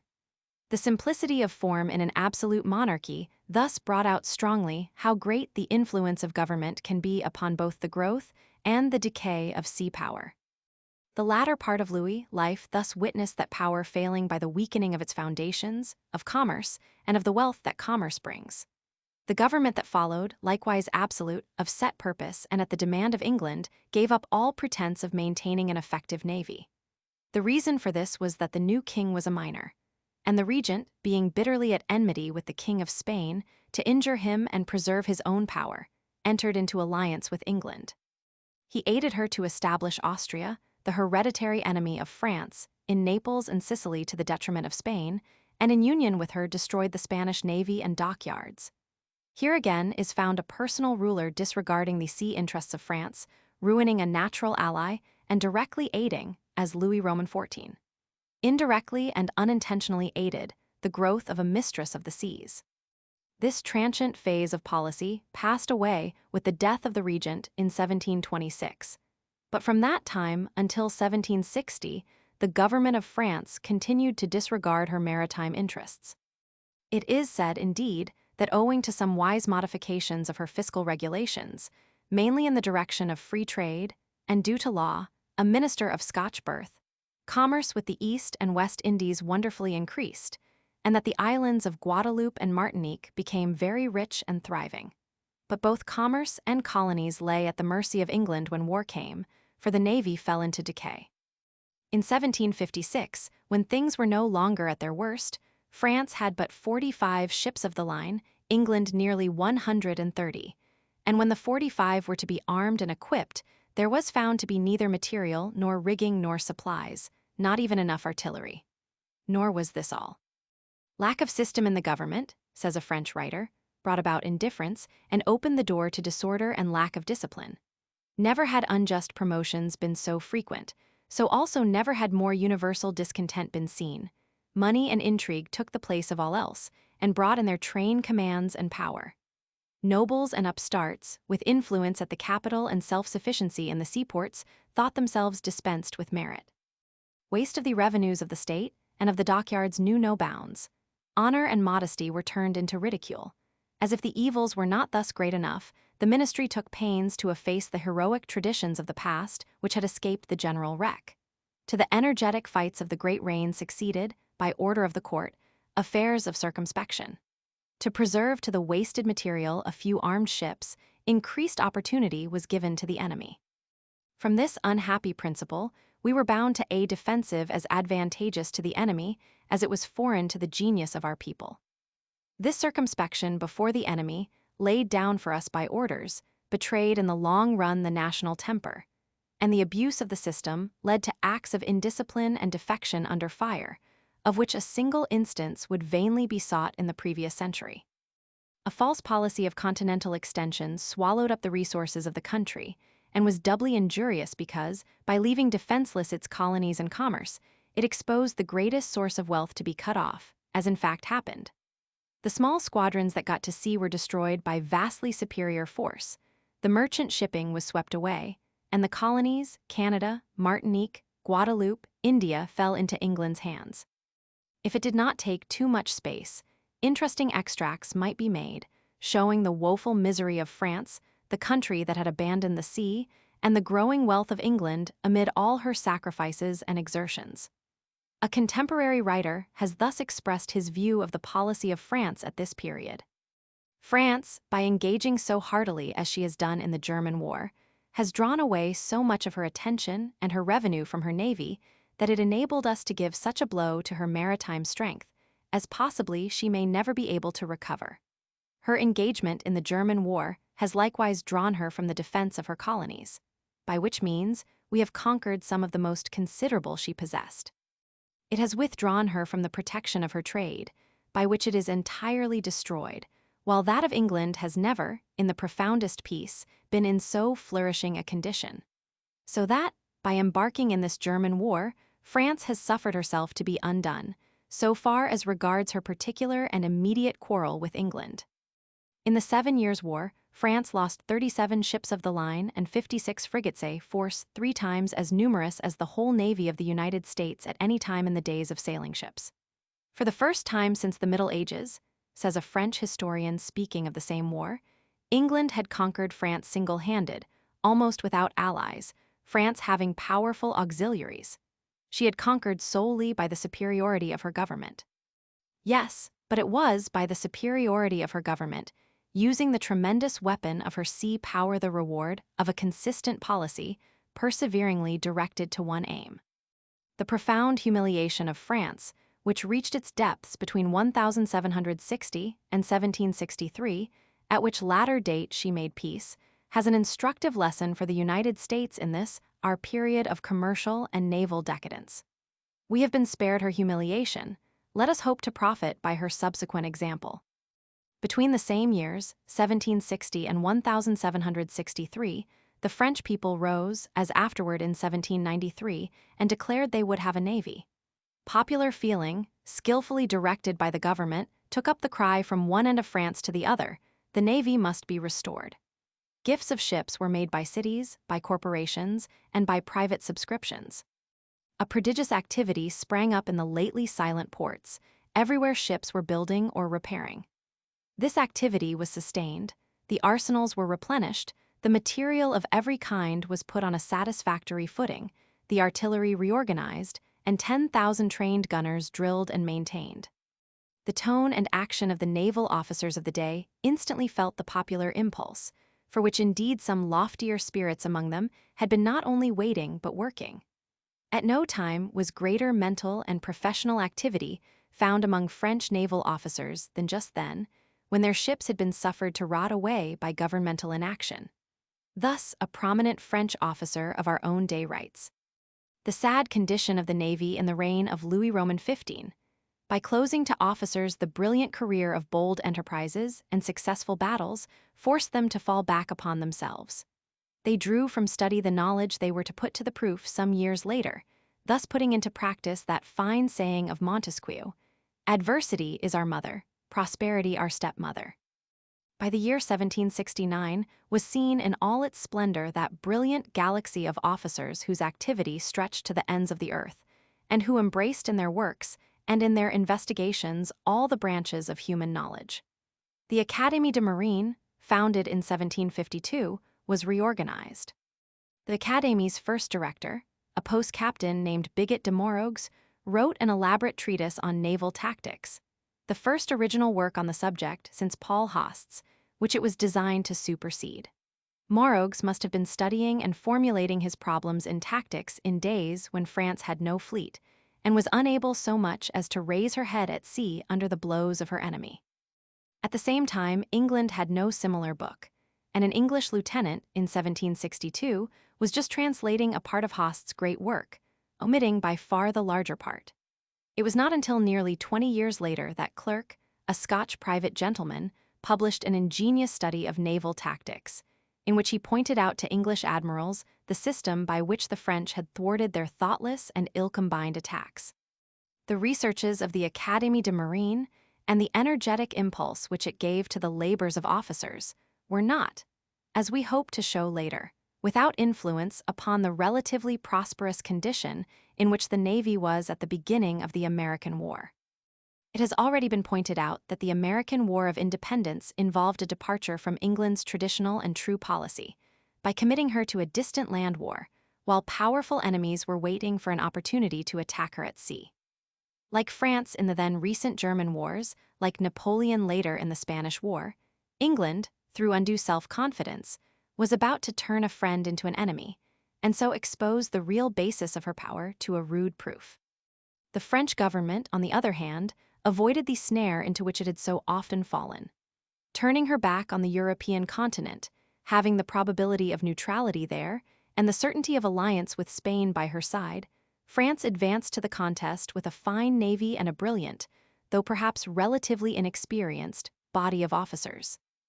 On the other side of the Atlantic, she had the support of a friendly people and of her own or allied ports, both in the West Indies and on the continent. The wisdom of this policy, the happy influence of this action of the government upon her sea power, is evident, but the details of the war do not belong to this part of the subject. To Americans, the chief interest of that war is found upon the land, but to naval officers upon the sea, for it was essentially a sea war. The intelligent and systematic efforts of 20 years bore their due fruit. For though the warfare afloat ended with a great disaster, the combined efforts of the French and Spanish fleets undoubtedly bore down England's strength and robbed her of her colonies. In the various naval undertakings and battles, the honor of France was upon the whole maintained. Though it is difficult, upon consideration of the general subject, to avoid the conclusion that the inexperience of French seamen as compared with English, the narrow spirit of jealousy shown by the noble corps of officers toward those of different antecedents, and above all, the miserable traditions of 3/4 of a century already alluded to, the miserable policy of a government which taught them first to save their ships, to economize the material, prevented French admirals from reaping not the mere glory, but the positive advantages that more than once were within their grasp. When Monk said the nation that would rule upon the sea must always attack, he set the keynote to England's naval policy, and had the instructions of the French government consistently breathed the same spirit. The War of 1778 might have ended sooner and better than it did. It seems ungracious to criticize the conduct of a service to which, under God, our nation owes that its birth was not a miscarriage, but writers of its own country abundantly reflect the spirit of the remark. A French officer who served afloat during this war, in a work of calm and judicial tone, says, "What must the young officers have thought who were at Sandy Hook with D'Estaing, at St. Christopher with de Grasse, even those who arrived at Rhode Island with de Tournay, when they saw that these officers were not tried at their return?" Again, another French officer, of much later date, justifies the opinion expressed when speaking of the War of the American Revolution in the following terms. It was necessary to get rid of the unhappy prejudices of the days of the Regency and of Louis Roman XV. But the mishaps of which they were full were too recent to be forgotten by our ministers. Thanks to a wretched hesitation, fleets, which had rightly alarmed England, became reduced to ordinary proportions. Entrenching themselves in a false economy, the ministry claimed that, by reason of the excessive expenses necessary to maintain the fleet, the admirals must be ordered to maintain the greatest circumspection, as though in war half-measures have not always led to disasters. So, too, the orders given to our squadron chiefs were to keep the sea as long as possible, without engaging in actions which might cause the loss of vessels difficult to replace, so that more than once complete victories, which would have crowned the skill of our admirals and the courage of our captains, were changed into successes of little importance. A system which laid down as a principle that an admiral should not use the force in his hands, which sent him against the enemy with the foreordained purpose of receiving rather than making the attack, a system which sapped moral power to save material resources, must have unhappy results. It is certain that this deplorable system was one of the causes of the lack of discipline and startling defections which marked the periods of Louis Roman XVI, of the Republic, and of the Empire. Within 10 years of the peace of 1783 came the French Revolution. But that great upheaval which shook the foundations of states, loosed the ties of social order, and drove out of the navy nearly all the trained officers of the monarchy who were attached to the old state of things, did not free the French navy from a false system. It was easier to overturn the form of government than to uproot a deep-seated tradition. Here again a third French officer, of the highest rank and literary accomplishments, speaking of the inaction of Villeneuve, the admiral who commanded the French rear at the Battle of the Nile, and who did not leave his anchors while the head of the column was being destroyed. A day was to come in which Villeneuve in his turn like de Grasse before him, and like Duchela, would complain of being abandoned by part of his fleet. We have come to suspect some secret reason for this fatal coincidence. It is not natural that among so many honorable men there should so often be found admirals and captains incurring such a reproach. If the name of some of them is to this very day sadly associated with the memory of our disasters, we may be sure the fault is not wholly their own. We must rather blame the nature of the operations in which they were engaged, and that system of defensive war prescribed by the French government, which Pitt, in the English Parliament, proclaimed to be the forerunner of certain ruin. That system, when we wish to renounce it, had already penetrated our habits. It had, so to say, weakened our arms and paralyzed our self-reliance. Too often did our squadrons leave port with a special mission to fulfill, and with the intention of avoiding the enemy. To fall in with him was at once a piece of bad luck. It was thus that our ships went into action. They submitted to it instead of forcing it. Fortune would have hesitated longer between the two fleets, and not have borne in the end so heavily against ours, if Brueys, meeting Nelson halfway, could have gone out to fight him. This fettered and timid war, which Villeret and Martin had carried on, had lasted long, thanks to the circumspection of some English admirals and the traditions of the old tactics. It was with these traditions that the Battle of the Nile had broken. The hour for decisive action had come. Some years later came Trafalgar, and again the government of France took up a new policy with the navy. The author last quoted speaks again. The emperor, whose eagle glance traced plans of campaign for his fleets as for his armies, was wearied by these unexpected reverses. He turned his eyes from the one field of battle in which fortune was faithless to him, and decided to pursue England elsewhere than upon the seas. He undertook to rebuild his navy, but without giving it any part in the struggle, which became more furious than ever. Nevertheless, far from slackening, the activity of our dockyards redoubled. Every year ships of the line were either laid down or added to the fleet.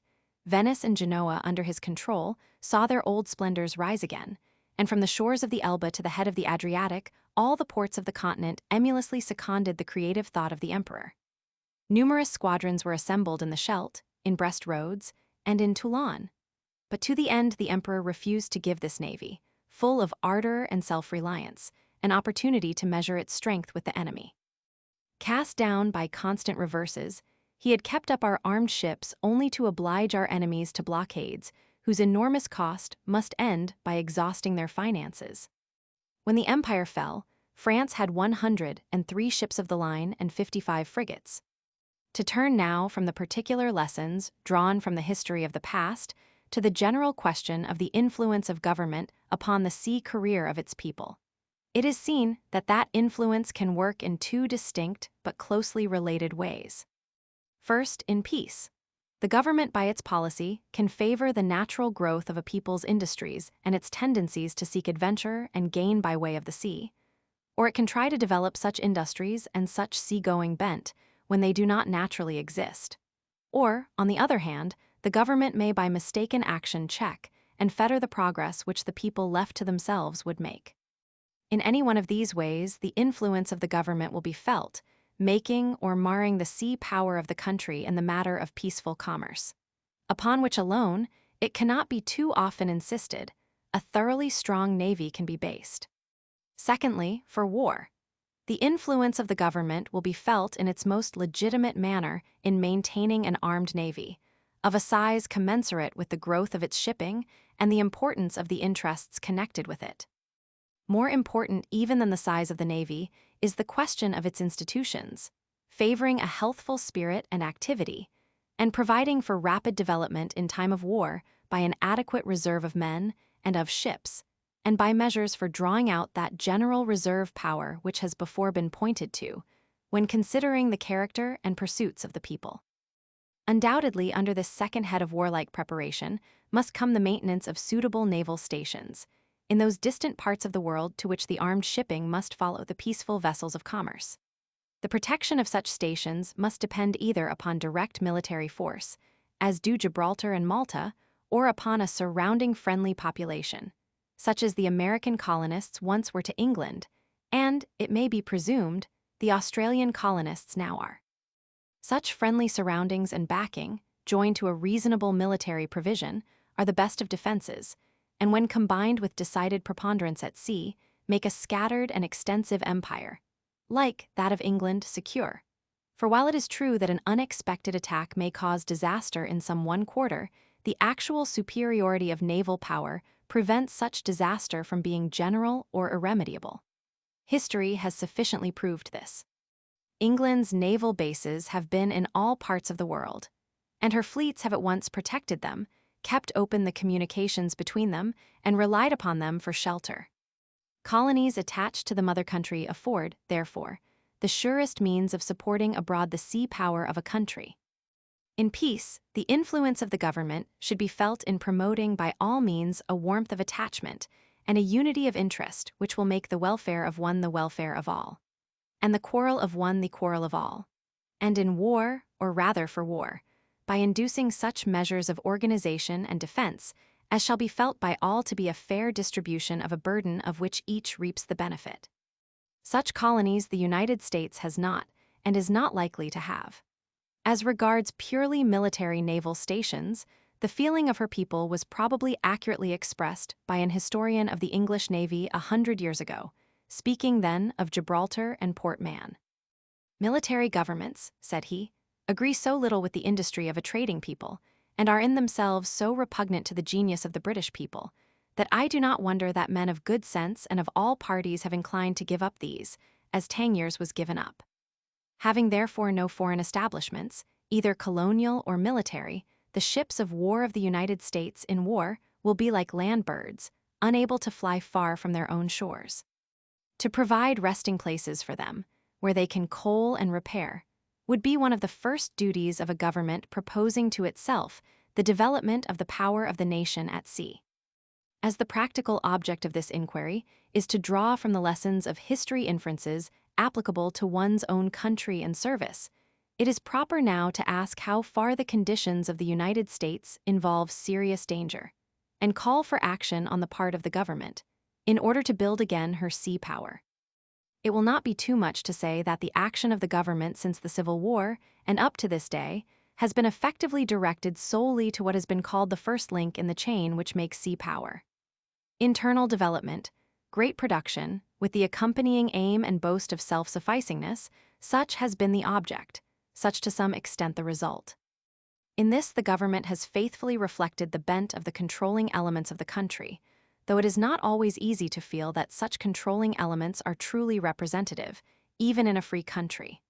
However that may be, there is no doubt that, besides having no colonies, the intermediate link of a peaceful shipping and the interests involved in it are now likewise lacking. In short, the United States has only one link of the three. The circumstances of naval war have changed so much within the last 100 years that it may be doubted whether such disastrous effects on the one hand, or such brilliant prosperity on the other, as were seen in the wars between England and France, could now recur. In her secure and haughty sway of the seas, England imposed a yoke on neutrals which will never again be borne, and the principle that the flag covers the goods is forever secured. The commerce of a belligerent can therefore now be safely carried on in neutral ships, except when contraband of war or to blockaded ports. And as regards the latter, it is also certain that there will be no more paper blockades. Putting aside therefore the question of defending her seaports from capture or contribution, as to which there is practical unanimity in theory and entire indifference in practice, what need has the United States of sea power? Her commerce is even now carried on by others. Why should her people desire that which, if possessed, must be defended at great cost? So far as this question is economical, it is outside the scope of this work, but conditions which may entail suffering and loss on the country by war are directly pertinent to it. Granting therefore that the foreign trade of the United States, going and coming, is on board ships which an enemy cannot touch except when bound to a blockaded port, what will constitute an efficient blockade?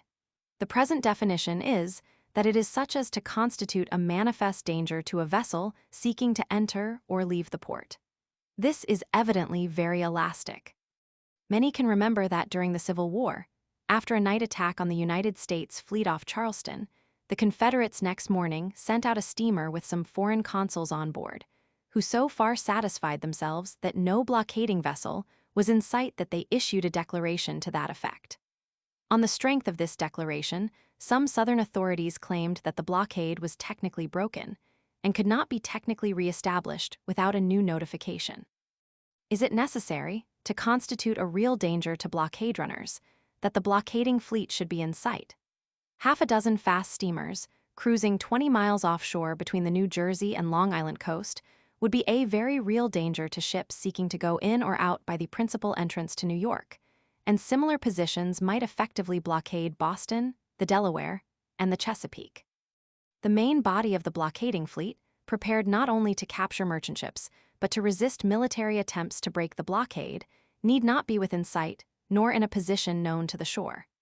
The bulk of Nelson's fleet was 50 miles from Cadiz 2 days before Trafalgar, with a small detachment watching close to the harbor.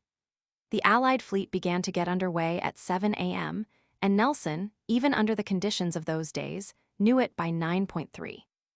The English fleet at that distance was a very real danger to its enemy. It seems possible, in these days of submarine telegraphs, that the blockading forces inshore and offshore, and from one port to another, might be in telegraphic communication with one another along the whole coast of the United States, readily giving mutual support. And if, by some fortunate military combination, one detachment were attacked in force, it could warn the others and retreat upon them. Granting that such a blockade off one port were broken on one day, by fairly driving away the ships maintaining it, the notification of its being re-established could be cabled all over the world the next. To avoid such blockades, there must be a military force afloat that will at all times so endanger a blockading fleet that it can by no means keep its place. Then neutral ships, except those laden with contraband of war, can come and go freely, and maintain the commercial relations of the country with the world outside. It may be urged that, with the extensive seacoast of the United States, a blockade of the whole line cannot be effectively kept up. No one will more readily concede this than officers who remember how the blockade of the southern coast alone was maintained. But in the present condition of the Navy, and, it may be added, with any additions not exceeding those so far proposed by the government, the attempt to blockade Boston, New York, the Delaware, the Chesapeake, and the Mississippi, in other words, the great centers of export and import, would not entail upon one of the large maritime nations efforts greater than have been made before. England has at the same time blockaded Brest, the Biscay coast, Toulon, and Cadiz, when there were powerful squadrons lying within the harbors. It is true that commerce in neutral ships can then enter other ports of the United States than those named. But what a dislocation of the carrying traffic of the country, what failure of supplies at times, what inadequate means of transport by rail or water, of dockage, of lighterage, of warehousing, will be involved in such an enforced change of the ports of entry. Will there be no money loss, no suffering, consequent upon this? And when with much pain and expense these evils have been partially remedied, the enemy may be led to stop the new inlets as he did the old. The people of the United States will certainly not starve, but they may suffer grievously.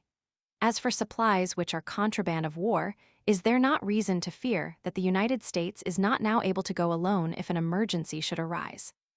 The question is eminently one in which the influence of the government should make itself felt, to build up for the nation a navy which, if not capable of reaching distant countries, shall at least be able to keep clear the chief approaches to its own. The eyes of the country have for a quarter of a century been turned from the sea. The results of such a policy and of its opposite will be shown in the instance of France and of England. Without asserting a narrow parallelism between the case of the United States and either of these, it may safely be said that it is essential to the welfare of the whole country that the conditions of trade and commerce should remain, as far as possible, unaffected by an external war. In order to do this, the enemy must be kept not only out of our ports, but far away from our coasts. Can this navy be had without restoring the merchant shipping? It is doubtful. History has proved that such a purely military sea power can be built up by a despot, as was done by Louis Roman XIV. But though so fair-seeming, experience showed that his navy was like a growth which having no roots soon withers away. But in a representative government, any military expenditure must have a strongly represented interest behind it, convinced of its necessity. Such an interest in sea power does not exist, cannot exist here without action by the government. How such a merchant shipping should be built up, whether by subsidies or by free trade, by constant administration of tonics, or by free movement in the open air, is not a military but an economical question. Even had the United States a great national shipping, it may be doubted whether a sufficient navy would follow. The distance which separates her from other great powers, in one way a protection, is also a snare. The motive, if any there be, which will give the United States a navy, is probably now quickening in the Central American Isthmus. Let us hope it will not come to the birth too late. Here concludes the general discussion of the principal elements which affect, favorably or unfavorably, the growth of sea power in nations. The aim has been, first to consider those elements in their natural tendency for or against, and then to illustrate by particular examples and by the experience of the past. Such discussions, while undoubtedly embracing a wider field, yet fall mainly within the province of strategy, as distinguished from tactics. The considerations and principles which enter into them belong to the unchangeable, or unchanging, order of things, remaining the same in cause and effect from age to age. They belong, as it were, to the order of nature, of whose stability so much is heard in our day. Whereas tactics, using as its instruments the weapons made by man, shares in the change and progress of the race from generation to generation. From time to time, the superstructure of tactics has to be altered or wholly torn down, but the old foundations of strategy so far remain as though laid upon a rock. There will next be examined the general history of Europe and America, with particular reference to the effect exercised upon that history, and upon the welfare of the people, by sea power in its broad sense. From time to time, as occasion offers, the aim will be to recall and reinforce the general teaching, already elicited, by particular illustrations. The general tenor of the study will therefore be strategical, in that broad definition of naval strategy which has before been quoted and accepted. Naval strategy has for its end to found, support, and increase, as well in peace as in war, the sea power of a country. In the matter of particular battles, while freely admitting that the change of details has made obsolete much of their teaching, the attempt will be made to point out where the application or neglect of true general principles has produced decisive effects. And, other things being equal, those actions will be preferred which, from their association with the names of the most distinguished officers, may be presumed to show how far just tactical ideas obtained in a particular age or a particular service. It will also be desirable, where analogies between ancient and modern weapons appear on the surface, to derive such probable lessons as they offer, without laying undue stress upon the points of resemblance. Finally, it must be remembered that among all changes, the nature of man remains much the same.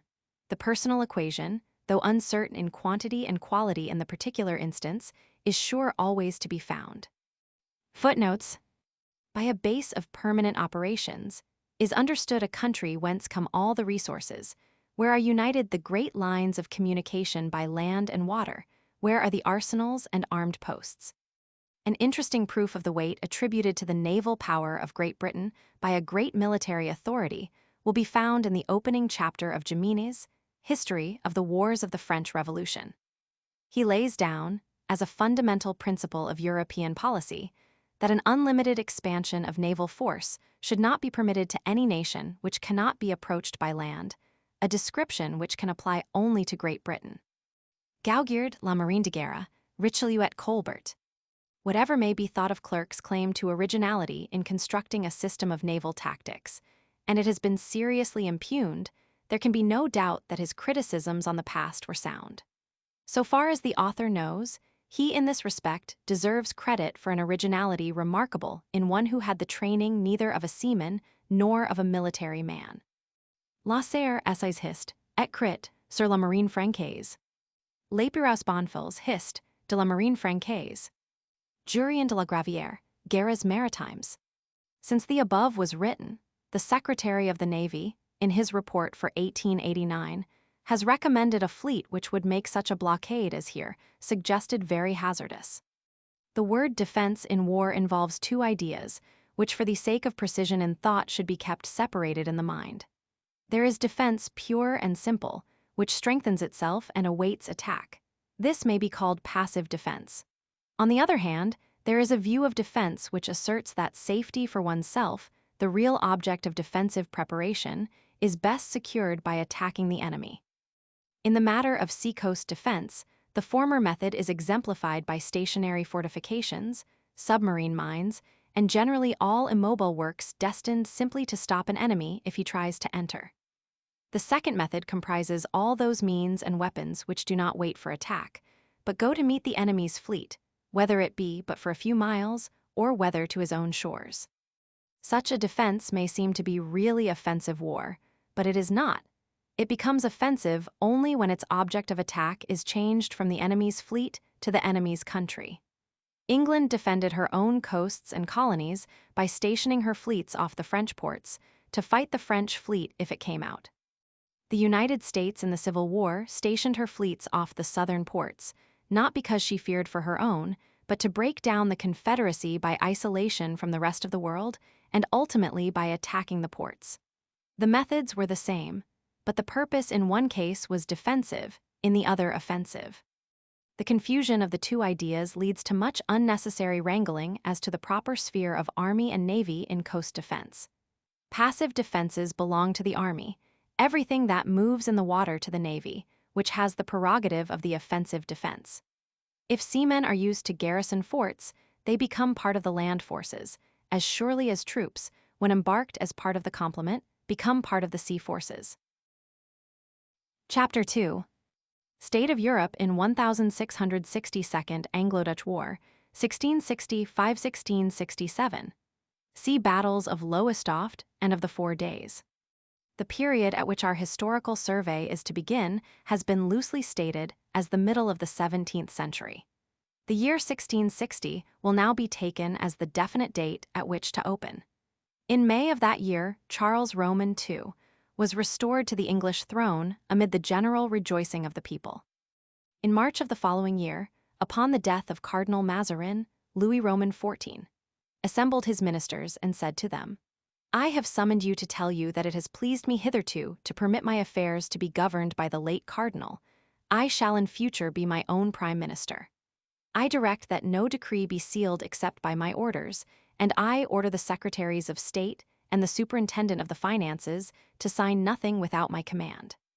The personal government thus assumed was maintained, in fact as well as in name, for over half a century. Within one 12-month then are seen, setting forward upon a new stage of national life, after a period of confusion more or less prolonged, the two states which, amid whatever inequalities, have had the first places in the sea history of modern Europe and America, indeed, of the world at large. Sea history, however, is but one factor in that general advance and decay of nations which is called their history. And if sight be lost of the other factors to which it is so closely related, a distorted view, either exaggerated or the reverse, of its importance will be formed. It is with the belief that that importance is vastly underrated, if not practically lost sight of, by people unconnected with the sea, and particularly by the people of the United States in our own day, that this study has been undertaken.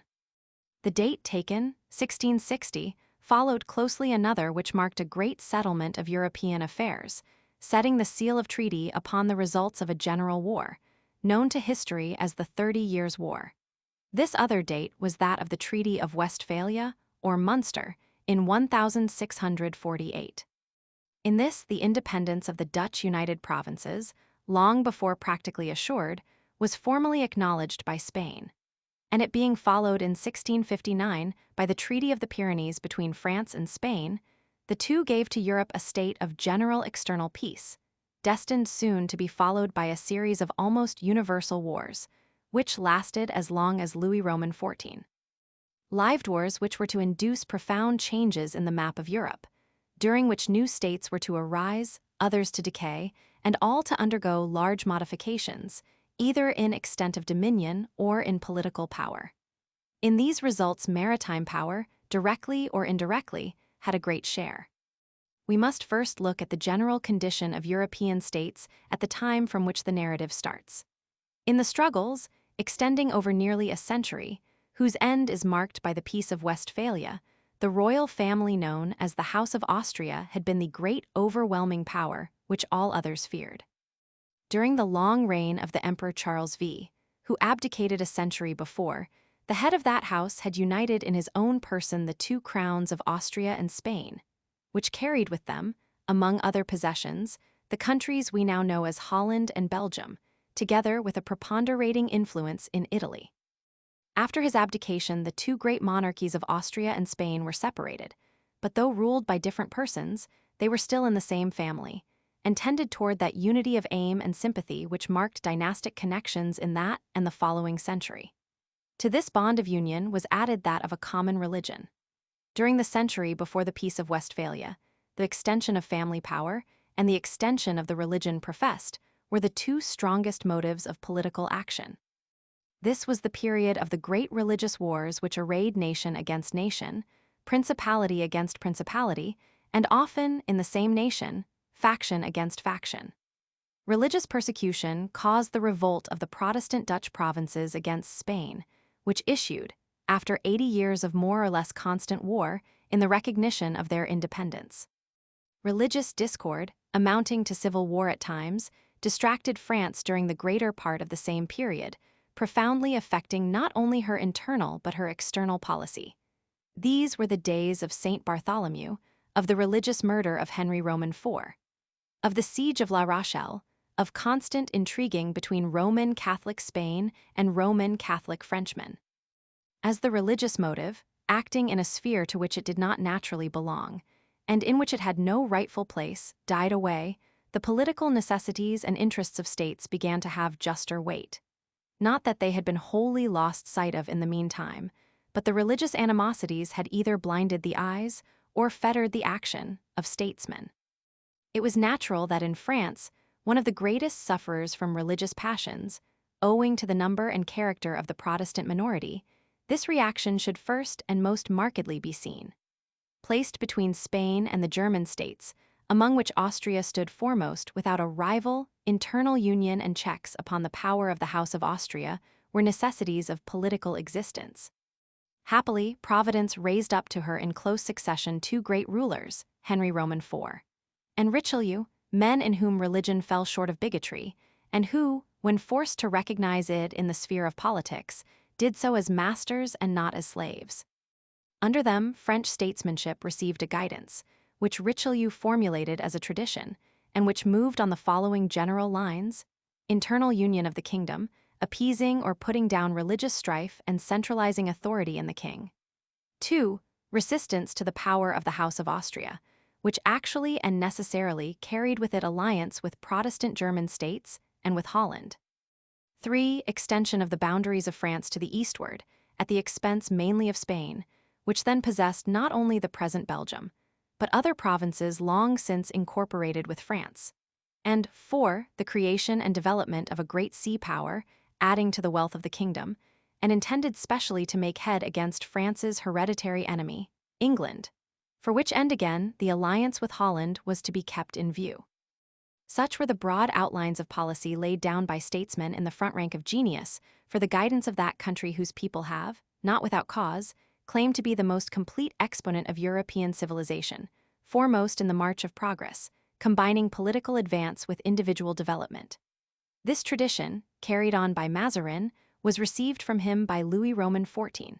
It will be seen how far he was faithful to it, and what were the results to France of his action. Meanwhile, it may be noted that of these four elements necessary to the greatness of France, sea power was one. And as the second and third were practically one in the means employed, it may be said that sea power was one of the two great means by which France's external greatness was to be maintained. England on the sea, Austria on the land, indicated the direction that French effort was to take. As regards the condition of France in 1660, and her readiness to move onward in the road marked by Richelieu, it may be said that internal peace was secured, the power of the nobles wholly broken, religious discords at rest. The tolerant Edict of Nantes was still in force, while the remaining Protestant discontent had been put down by the armed hand. All power was absolutely centered in the throne. In other respects, though the kingdom was at peace, the condition was less satisfactory.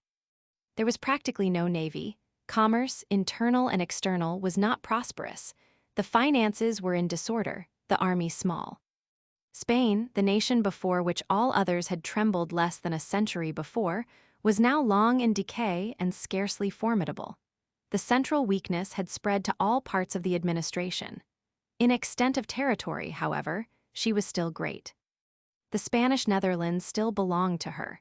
She held Naples, Sicily, and Sardinia. Gibraltar had not yet fallen into English hands. Her vast possessions in America, with the exception of Jamaica, conquered by England a few years before, were still untouched. The condition of her sea power, both for peace and war, has been already alluded to. Many years before, Richelieu had contracted a temporary alliance with Spain, by virtue of which she placed 40 ships at his disposal. But the bad condition of the vessels, for the most part ill-armed and ill-commanded, compelled their withdrawal. The navy of Spain was then in full decay, and its weakness did not escape the piercing eye of the cardinal. An encounter which took place between the Spanish and Dutch fleets in 1639 shows most plainly the state of degradation into which this once proud navy had fallen. Her navy at this time, says the narrative quoted, met one of those shocks, a succession of which during this war degraded her from her high station of mistress of the seas in both hemispheres to a contemptible rank among maritime powers. The king was fitting out a powerful fleet to carry the war to the coasts of Sweden, and for its equipment had commanded a reinforcement of men and provisions to be sent from Dunkirk. A fleet accordingly set sail, but were attacked by von Tromp, some captured, the remainder forced to retire within the harbor again. Soon after, Tromp seized 3 English ships carrying 1070 Spanish soldiers from Cadiz to Dunkirk. He took the troops out, but let the ships go free. Leaving 17 vessels to blockade Dunkirk, Tromp with the remaining 12 advanced to meet the enemy's fleet on its arrival. It was soon seen entering the Straits of Dover to the number of 67 sail and having 2,000 troops. Being joined by De Witt with 4 more ships, Tromp with his small force made a resolute attack upon the enemy. The fight lasted till 4 p.m., when the Spanish admiral took refuge in the Downs. Tromp determined to engage if they should come out, but Oquendo with his powerful fleet, many of which carried from 60 to 100 guns, suffered himself to be blockaded. And the English admiral told Tromp he was ordered to join the Spaniards if hostilities began. Tromp sent home for instructions, and the action of England only served to call out the vast maritime powers of the Dutch. Tromp was rapidly reinforced to 96 sail and 12 fireships and ordered to attack. Leaving a detached squadron to observe the English and to attack them if they helped the Spaniards, he began the fight embarrassed by a thick fog, under cover of which the Spaniards cut their cables to escape.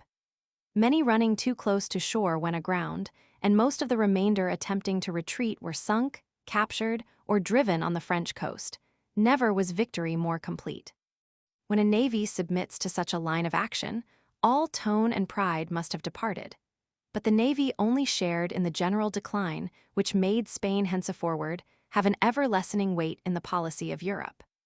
In the midst of the splendors of her court and language, says Guizot, the Spanish government felt itself weak and sought to hide its weakness under its immobility.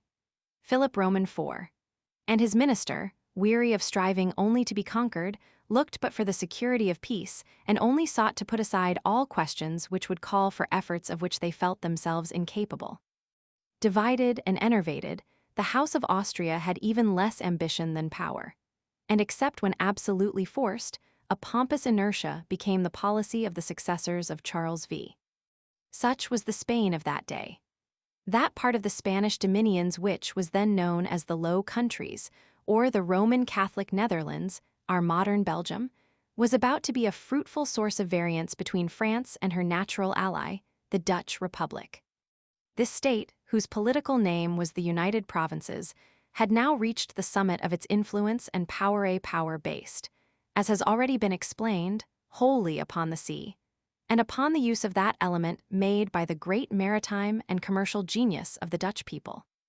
A recent French author thus describes the commercial and colonial conditions at the accession of Louis Roman XIV. Of this people, which beyond any other in modern times, save only England, has shown how the harvest of the sea can lift up to wealth and power a country intrinsically weak and without resources. Holland had become the Phoenicia of modern times. Mistresses of the Scheldt, the United Provinces closed the outlets of Antwerp to the sea and inherited the commercial power of that rich city, which an ambassador of Venice in the 15th century had compared to Venice herself. They received besides in their principal cities the working men of the Low Countries who fled from Spanish tyranny of conscience. The manufactures of clothes, linen stuffs, etc., which employed 600,000 souls, opened new sources of gain to a people previously content with the trade in cheese and fish. Fisheries alone had already enriched them. The herring fishery supported nearly 1/5 of the population of Holland, producing 300,000 tons of saltfish and bringing in more than 8 million francs annually. The naval and commercial power of the Republic developed rapidly. The merchant fleet of Holland alone numbered 10,000 sail, 168,000 seamen, and supported 260,000 inhabitants. She had taken possession of the greater part of the European carrying trade, and had added thereto, since the peace, all the carriage of merchandise between America and Spain, did the same service for the French ports, and maintained an importation traffic of 36 million francs. The North countries, Brandenburg, Denmark, Sweden, Muscovy, Poland, access to which was opened by the Baltic to the provinces, were for them an inexhaustible market of exchange. They fed it by the produce they sold there, and by purchase of the products of the North: wheat, timber, copper, hemp, and furs. The total value of merchandise yearly shipped in Dutch bottoms in all seas exceeded 1,000 million francs. The Dutch had made themselves, to use a contemporary phrase, the wagoners of all seas.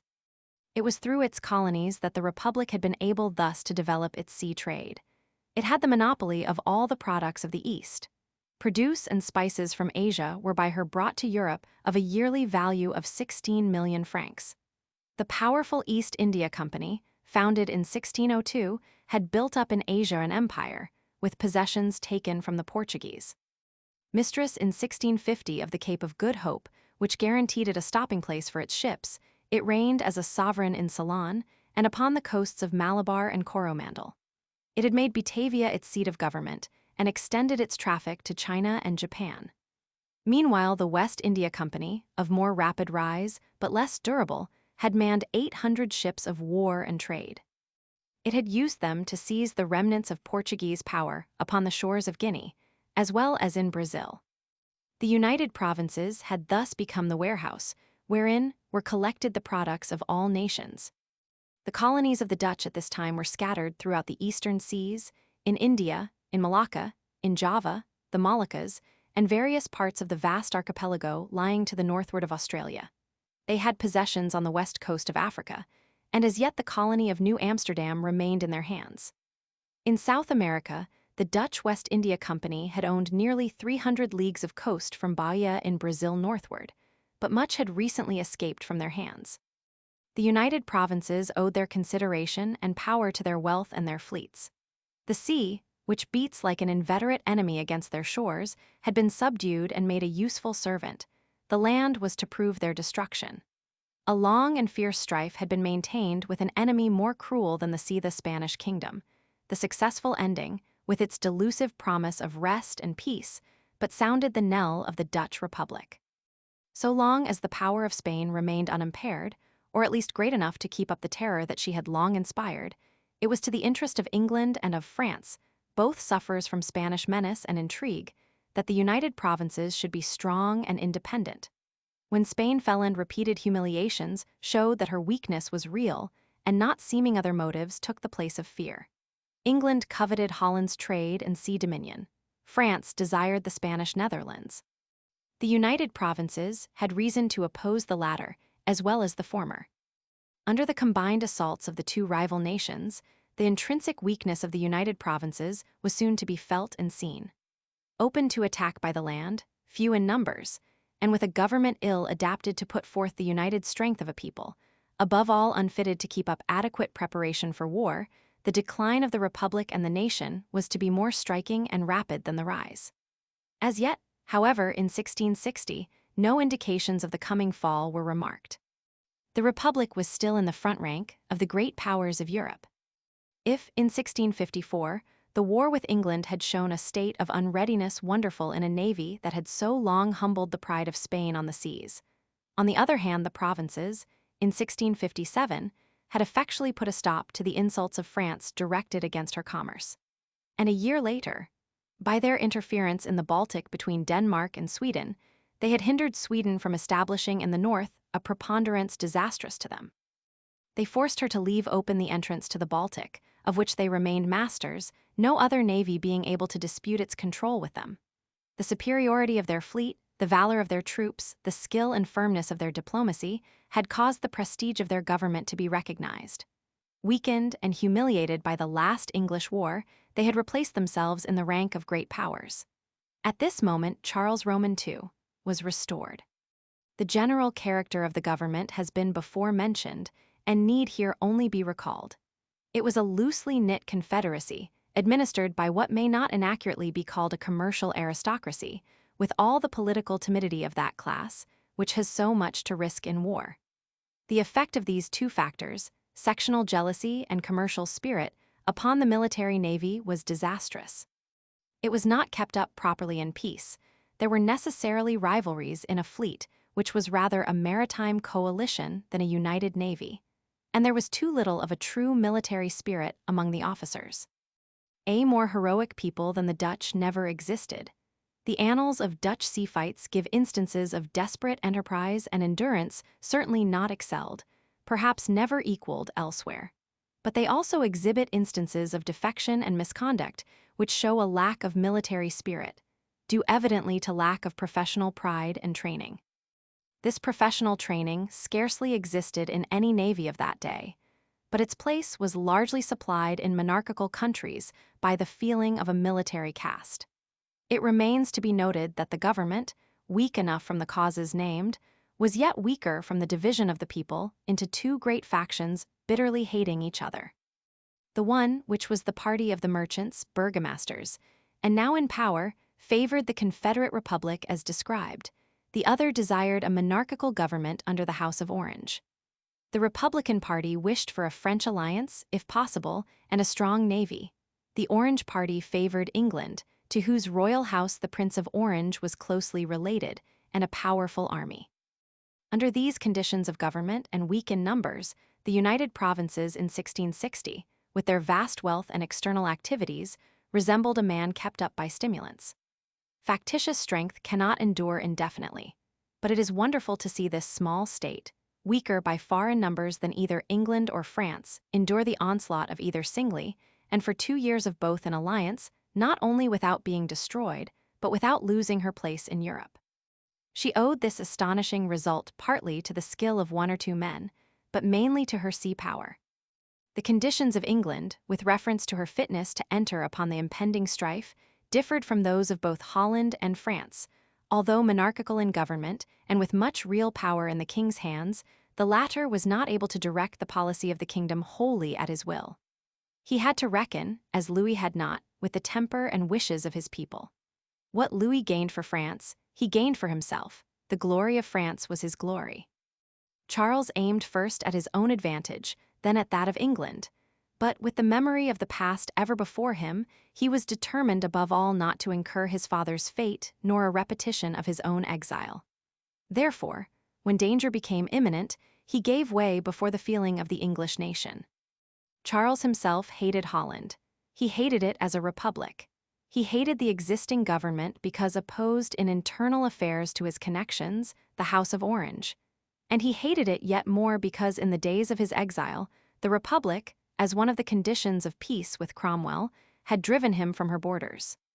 He was drawn to France by the political sympathy of a would-be absolute ruler, possibly by his Roman Catholic bias, and very largely by the money paid him by Louis, which partially freed him from the control of Parliament.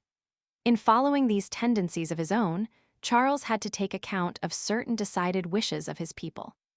The English, of the same race as the Dutch, and with similar conditions of situation, were declared rivals for the control of the sea and of commerce. And as the Dutch were now leading in the race, the English were the more eager and bitter. A special cause of grievance was found in the action of the Dutch East India Company, which claimed the monopoly of trade in the East, and had obliged distant princes with whom it treated to close their states to foreign nations, who were thus excluded, not only from the Dutch colonies, but from all the territory of the Indies. Conscious of greater strength, the English also wished to control the action of Dutch politics, and in the days of the English Republic had even sought to impose a union of the two governments. At the first, therefore, popular rivalry and enmity seconded the king's wishes, the more so as France had not for some years been formidable on the continent. As soon, however, as the aggressive policy of Louis Roman XIV was generally recognized, The English people, both nobles and commons, felt the great danger to be there, as a century before it had been in Spain. The transfer of the Spanish Netherlands, Belgium, to France would tend toward the subjection of Europe, and especially would be a blow to the sea power, both of the Dutch and English.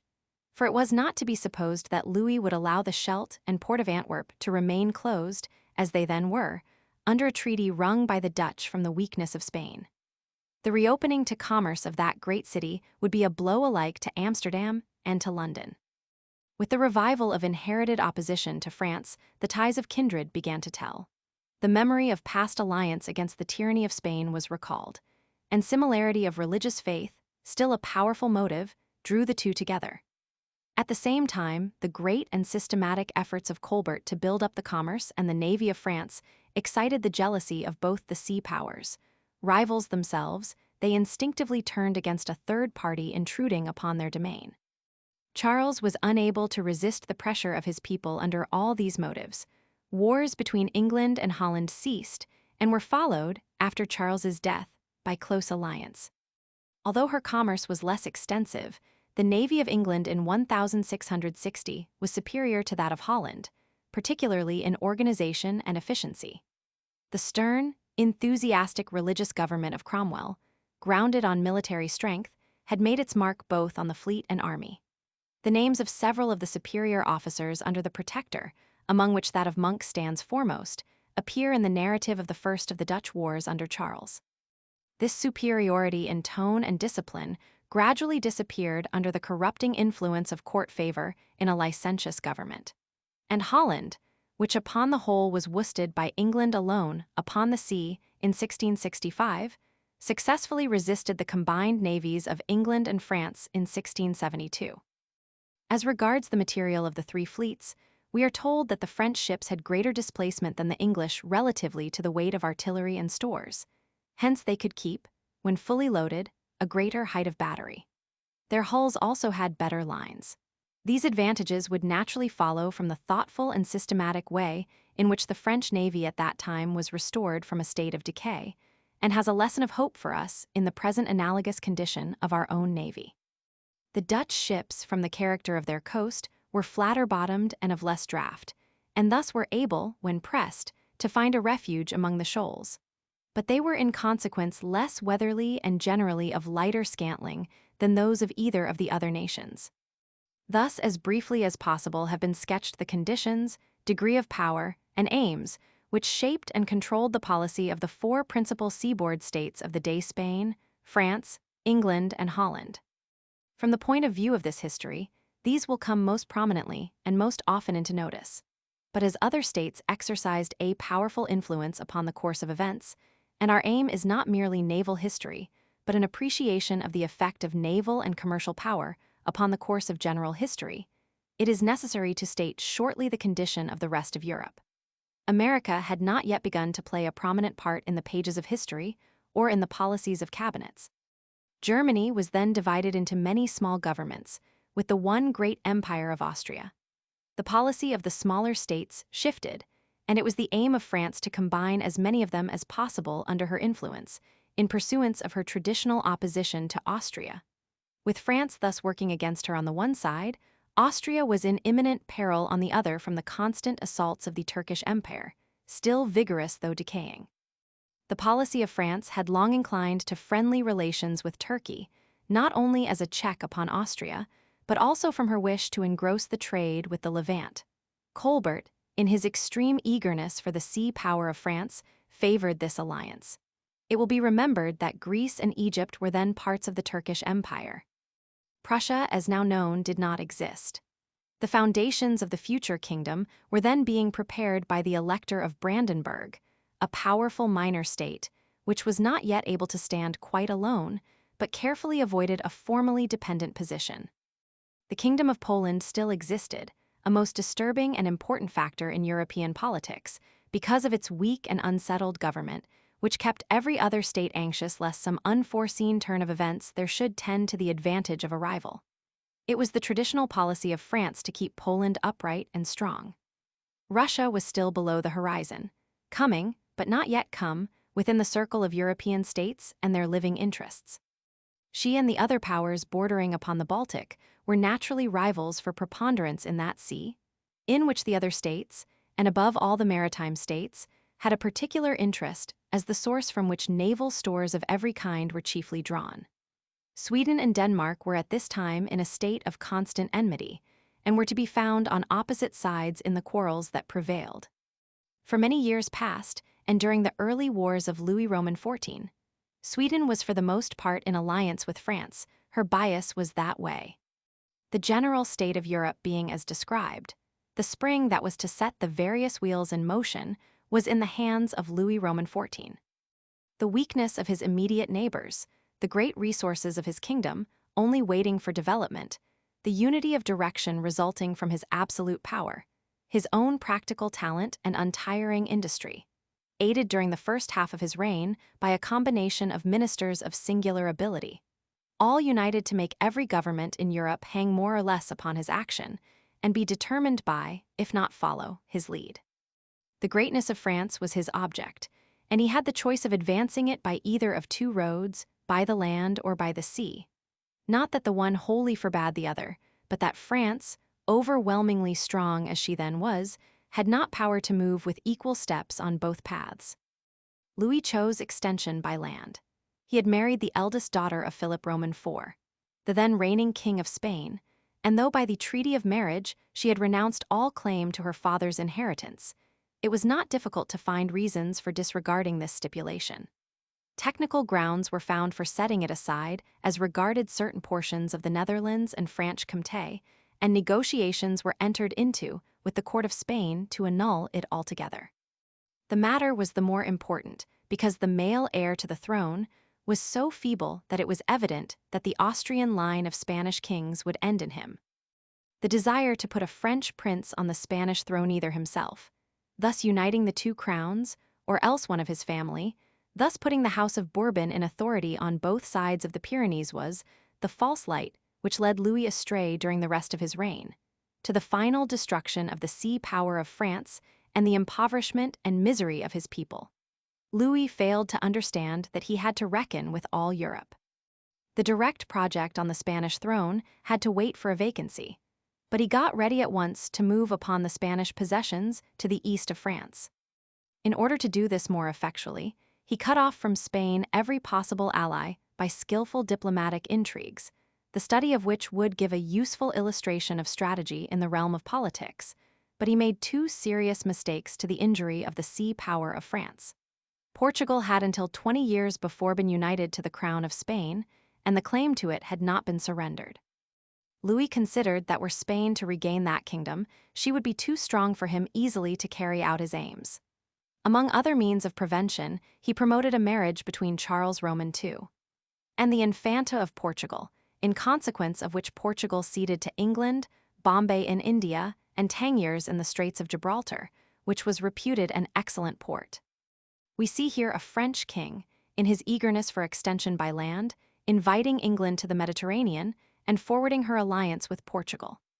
The latter was the more curious, as Louis already foresaw the failure of the Spanish royal house and should rather have wished the union of the peninsular kingdoms.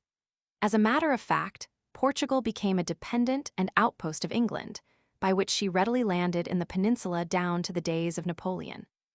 Indeed, if independent of Spain, she is too weak not to be under the control of the power that rules the sea and so has readiest access to her. Louis continued to support her against Spain and secured her independence. He also interfered with the Dutch and compelled them to restore Brazil, which they had taken from the Portuguese. On the other hand, Louis obtained from Charles Roman II the cession of Dunkirk on the Channel, which had been seized and used by Cromwell. This surrender was made for money and was inexcusable from the maritime point of view. Dunkirk was for the English a bridgehead into France. To France it became a haven for privateers, the bane of England's commerce in the Channel and the North Sea. As the French sea power waned, England in treaty after treaty exacted the dismantling of the works of Dunkirk, which it may be said in passing was the home port of the celebrated Jean Bart and other great French privateersmen. Meanwhile, the greatest and wisest of Louis' ministers, Colbert, was diligently building up that system of administration, which, by increasing and solidly basing the wealth of the state, should bring a surer greatness and prosperity than the king's more showy enterprises. With those details that concern the internal development of the kingdom, this history has no concern, beyond the incidental mention that production, both agricultural and manufacturing, received his careful attention. But upon the sea, a policy of skillful aggression upon the shipping and commerce of the Dutch and English quickly began, and was instantly resented. Great trading companies were formed, directing French enterprise to the Baltic, to the Levant, to the East and West Indies. Customs regulations were amended to encourage French manufactures and to allow goods to be stored in bond in the great ports, by which means it was hoped to make France take Holland's place as the great warehouse for Europe, a function for which her geographical position eminently fitted her. While tonnage duties on foreign shipping, direct premiums on home-built ships, and careful, rigorous colonial decrees giving French vessels the monopoly of trade to and from the colonies, combined to encourage the growth of her mercantile marine. England retaliated at once. The Dutch, more seriously threatened because their carrying trade was greater and their home resources smaller, only remonstrated for a time. But after 3 years they also made reprisals. Colbert, relying on the great superiority of France as an actual, and still more as a possible producer, feared not to move steadily on the grasping path marked out, which, in building up a great merchant shipping, would lay the broad base for the military shipping, which was being yet more rapidly forced on by the measures of the state. Prosperity grew apace. At the end of 12 years, everything was flourishing, everything rich in the state, which was in utter confusion when he took charge of the finances and marine. Under him, says a French historian, France grew by peace as she had grown by war. The warfare of tariffs and premiums skillfully conducted by him tended to reduce within just limits the exorbitant growth of commercial and maritime power, which Holland had arrogated at the expense of other nations, and to restrain England, which was burning to wrest this supremacy from Holland in order to use it in a manner much more dangerous to Europe. The interest of France seemed to be peace in Europe and America. A mysterious voice, at once the voice of the past and of the future, called for her warlike activity on other shores. This voice found expression through the mouth of Leibniz, one of the world's great men, who pointed out to Louis that to turn the arms of France against Egypt would give her, in the dominion of the Mediterranean and the control of Eastern trade, a victory over Holland greater than the most successful campaign on land, and while ensuring a much-needed peace within his kingdom, would build up a power on the sea that would ensure preponderance in Europe. This memorial called Louis from the pursuit of glory on the land to seek the durable grandeur of France in the possession of a great sea power, the elements of which, thanks to the genius of Colbert, he had in his hands.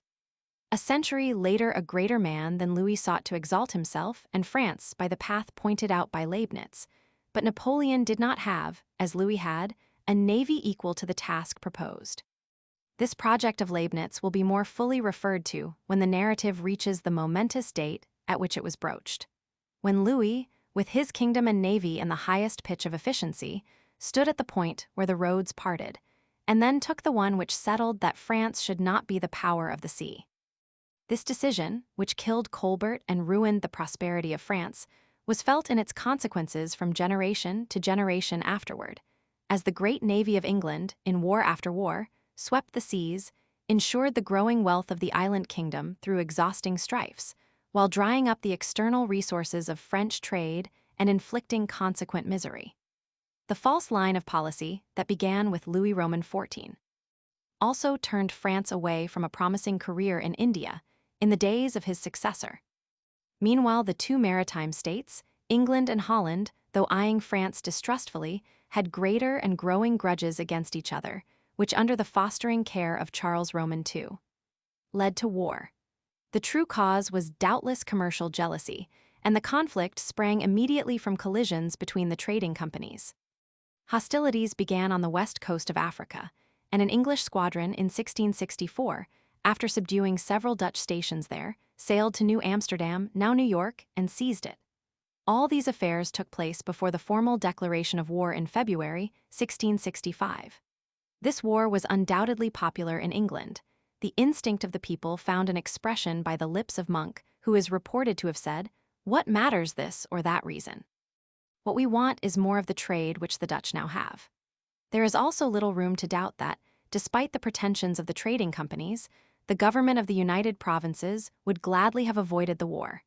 The able man who was at their head saw too clearly the delicate position in which they stood between England and France. They claimed, however, the support of the latter in virtue of a defensive treaty made in 1662. Louis allowed the claim, but unwillingly, and the still young navy of France gave practically no help. The war between the two sea states was wholly maritime and had the general characteristics of all such wars.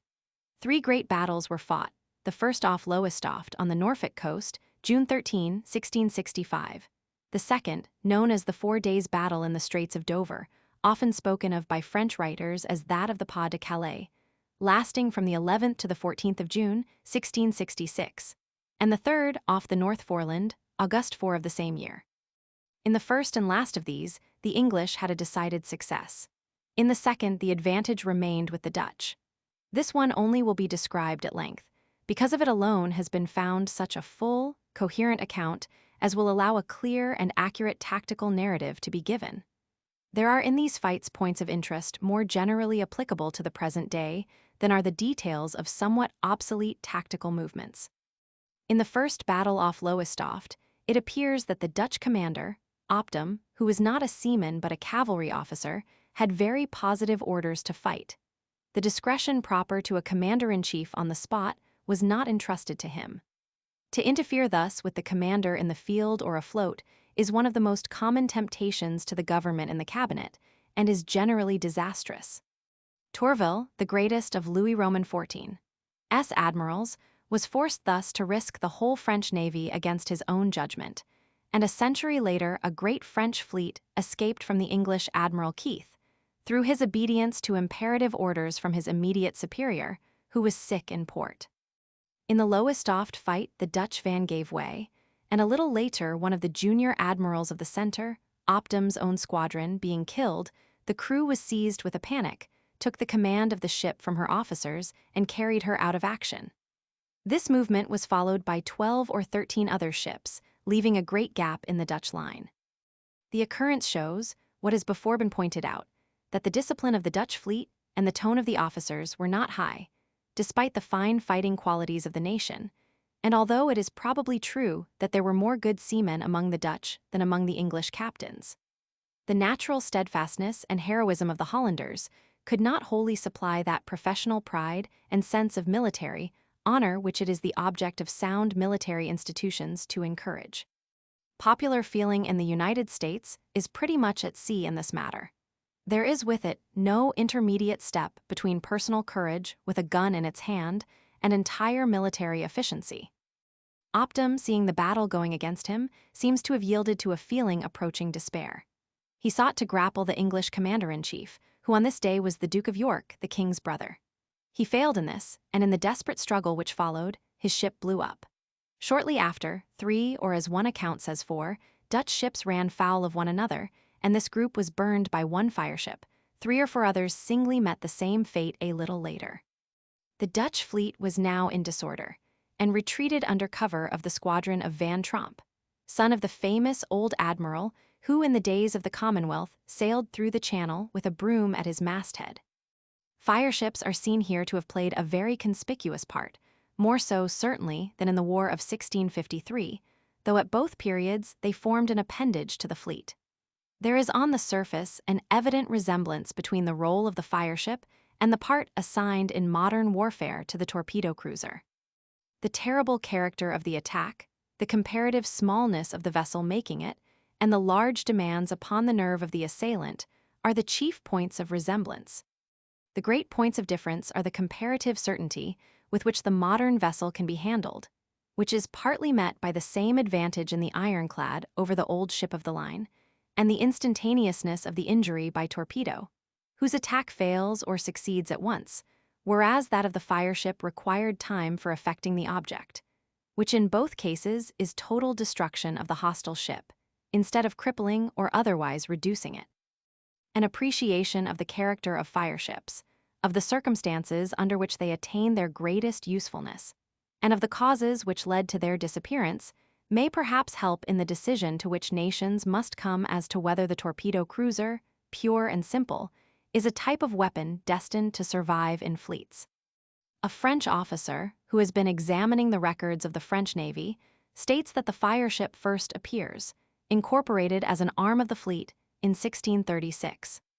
Whether specially built for the purpose, or whether altered from other purposes to be fitted for their particular end, they received a special equipment. The command was given to officers not noble, with the grade of captain of fireship. 5 subordinate officers and 25 seamen made up the crew. Easily known by grappling irons which were always fitted to their yards, the fireship saw its role growing less in the early years of the 18th century. It was finally to disappear from the fleets whose speed it delayed and whose evolutions were by it complicated. As the ships of war grew larger, their action in concert with fireships became daily more difficult. On the other hand, there had already been abandoned the idea of combining them with the fighting ships to form a few groups, each provided with all the means of attack and defense. The formation of the close-hauled line of battle, by assigning the fireships a place in a second line placed half a league on the side farthest from the enemy, made them more and more unfitted to fulfill their office. The official plan of the Battle of Malaga, 1704, drawn up immediately after the battle, shows the fireship in this position as laid down by Paul Host. Finally, the use of shells, enabling ships to be set on fire more surely and quickly, and introduced on board at the period of which we are now treating, though the general use did not obtain until much later, was the last blow to the fireship. Those who are familiar with the theories and discussions of our own day on the subject of fleet tactics and weapons will recognize in this short notice of a long obsolete type certain ideas which are not obsolete. The fireship disappeared from fleets whose speed it delayed. In heavy weather, small bulk must always mean comparatively small speed. In a moderate sea, we are now told, the speed of the torpedo boat falls from 20 knots to 15 or less, and the 17 to 19 knot cruiser can either run away from the pursuing boats or else hold them at a distance under fire of machine and heavy guns. These boats are seagoing, and it is thought can keep the sea in all weathers, but to be on board a 110-foot torpedo boat, when the sea is lively, is said to be far from agreeable. Heat, noise, and rapid vibrations of the engines are intense. Cooking seems to be out of the question, and it is said that if food were well cooked, few would be able to appreciate it. To obtain necessary rest under these conditions, added to the rapid motions of the boat, is most difficult. Larger boats are to be built, but the factor of loss of speed in rough weather will remain unless the size of the torpedo cruiser is increased to a point that will certainly lead to fitting them with something more than torpedoes. Like fireships, small torpedo cruisers will delay the speed and complicate the evolutions of the fleet with which they are associated. The disappearance of the fireship was also hastened, we are told, by the introduction of shell firing or incendiary projectiles, and it is not improbable that for deep-sea fighting the transfer of the torpedo to a class of larger ships will put an end to the mere torpedo cruiser. The fireship continued to be used against fleets at anchor down to the days of the American Civil War, and the torpedo boat will always be useful within an easy distance of its port. A third phase of naval practice 200 years ago, mentioned in the extract quoted, involves an idea very familiar to modern discussions, namely, the group formation. The idea of combining fireships with the fighting ships to form a few groups, each provided with all the means of attack and defense, was for a time embraced, for we are told that it was later on abandoned. The combining of the ships of a fleet into groups of 2, 3, or 4 meant to act specially together is now largely favored in England, less so in France, where it meets strong opposition. No question of this sort, ably advocated on either side, is to be settled by one man's judgment, nor until time and experience have applied their infallible tests. It may be remarked, however, that in a well-organized fleet there are 2 degrees of command which are in themselves both natural and necessary, that can be neither done away nor ignored. These are the command of the whole fleet as one unit, and the command of each ship as a unit in itself. When a fleet becomes too large to be handled by one man, it must be subdivided, and in the heat of action become practically 2 fleets acting to one common end. As Nelson, in his noble order at Trafalgar, said, The second in command will, after my intentions are made known to him, mark the force of the after, which so well protects the functions both of the commander-in-chief and the second, have the entire direction of his line to make the attack upon the enemy and to follow up the blow until they are captured or destroyed. The size and cost of the individual ironclad of the present day makes it unlikely that fleets will be so numerous as to require subdivision, but whether they are or not does not affect the decision of the group question. Looking simply to the principle underlying the theory, and disregarding the seeming tactical clumsiness of the special groups proposed, the question is, shall there be introduced between the natural commands of the admiral and of the captains of individual ships a third artificial contrivance, which on the one hand will in effect partly supersede the supreme authority, and on the other will partly fetter the discretion of commanders of ships? A further difficulty springing from the narrow principle of support specially due to particular ships, on which the group system rests, is this: that when signals can no longer be seen, the duty of the captain to his own ship and to the fleet at large will be complicated by his duty to observe certain relations to particular ships, which particular ships must in time come to have undue prominence in his views. The group formation had its day of trial in old times and disappeared before the test of experience. Whether in its restored form it will survive, time will show. It may be said, before quitting the subject, that as an order of sailing, corresponding to the route step of an army in march, a loose group formation has some advantages, maintaining some order without requiring that rigid exactness of position, to observe which by day and night must be a severe strain on captain and deck officers. Such a route order should not, however, be permitted until a fleet has reached high tactical precision. To return to the question of fireships and torpedo boats, the role of the latter, it is often said, is to be found in that melee which is always to succeed a couple of headlong passes between the opposing fleets. In the smoke and confusion of that hour is the opportunity of the torpedo boat. This certainly sounds plausible, and the torpedo vessel certainly has a power of movement not possessed by the fireship. A melee of the two fleets, however, was not the condition most favorable for the fireship. I shall quote here from another French officer, whose discussion of these Anglo-Dutch sea fights in a late periodical is singularly clear and suggestive. He says, "Far from impeding the direct action of the fireship, which was not, or nearly so, during the confused battles of the war of, the regularity and ensemble newly attained in the movements of squadrons seem rather to favor it. The fireships played a very important part at the battles of Lowestoft, Pas de Calais, and the North Foreland. Thanks to the good order preserved by the ships of the line, these incendiary ships can indeed be better protected by the artillery, much more efficiently directed than before toward a distinct and determined end.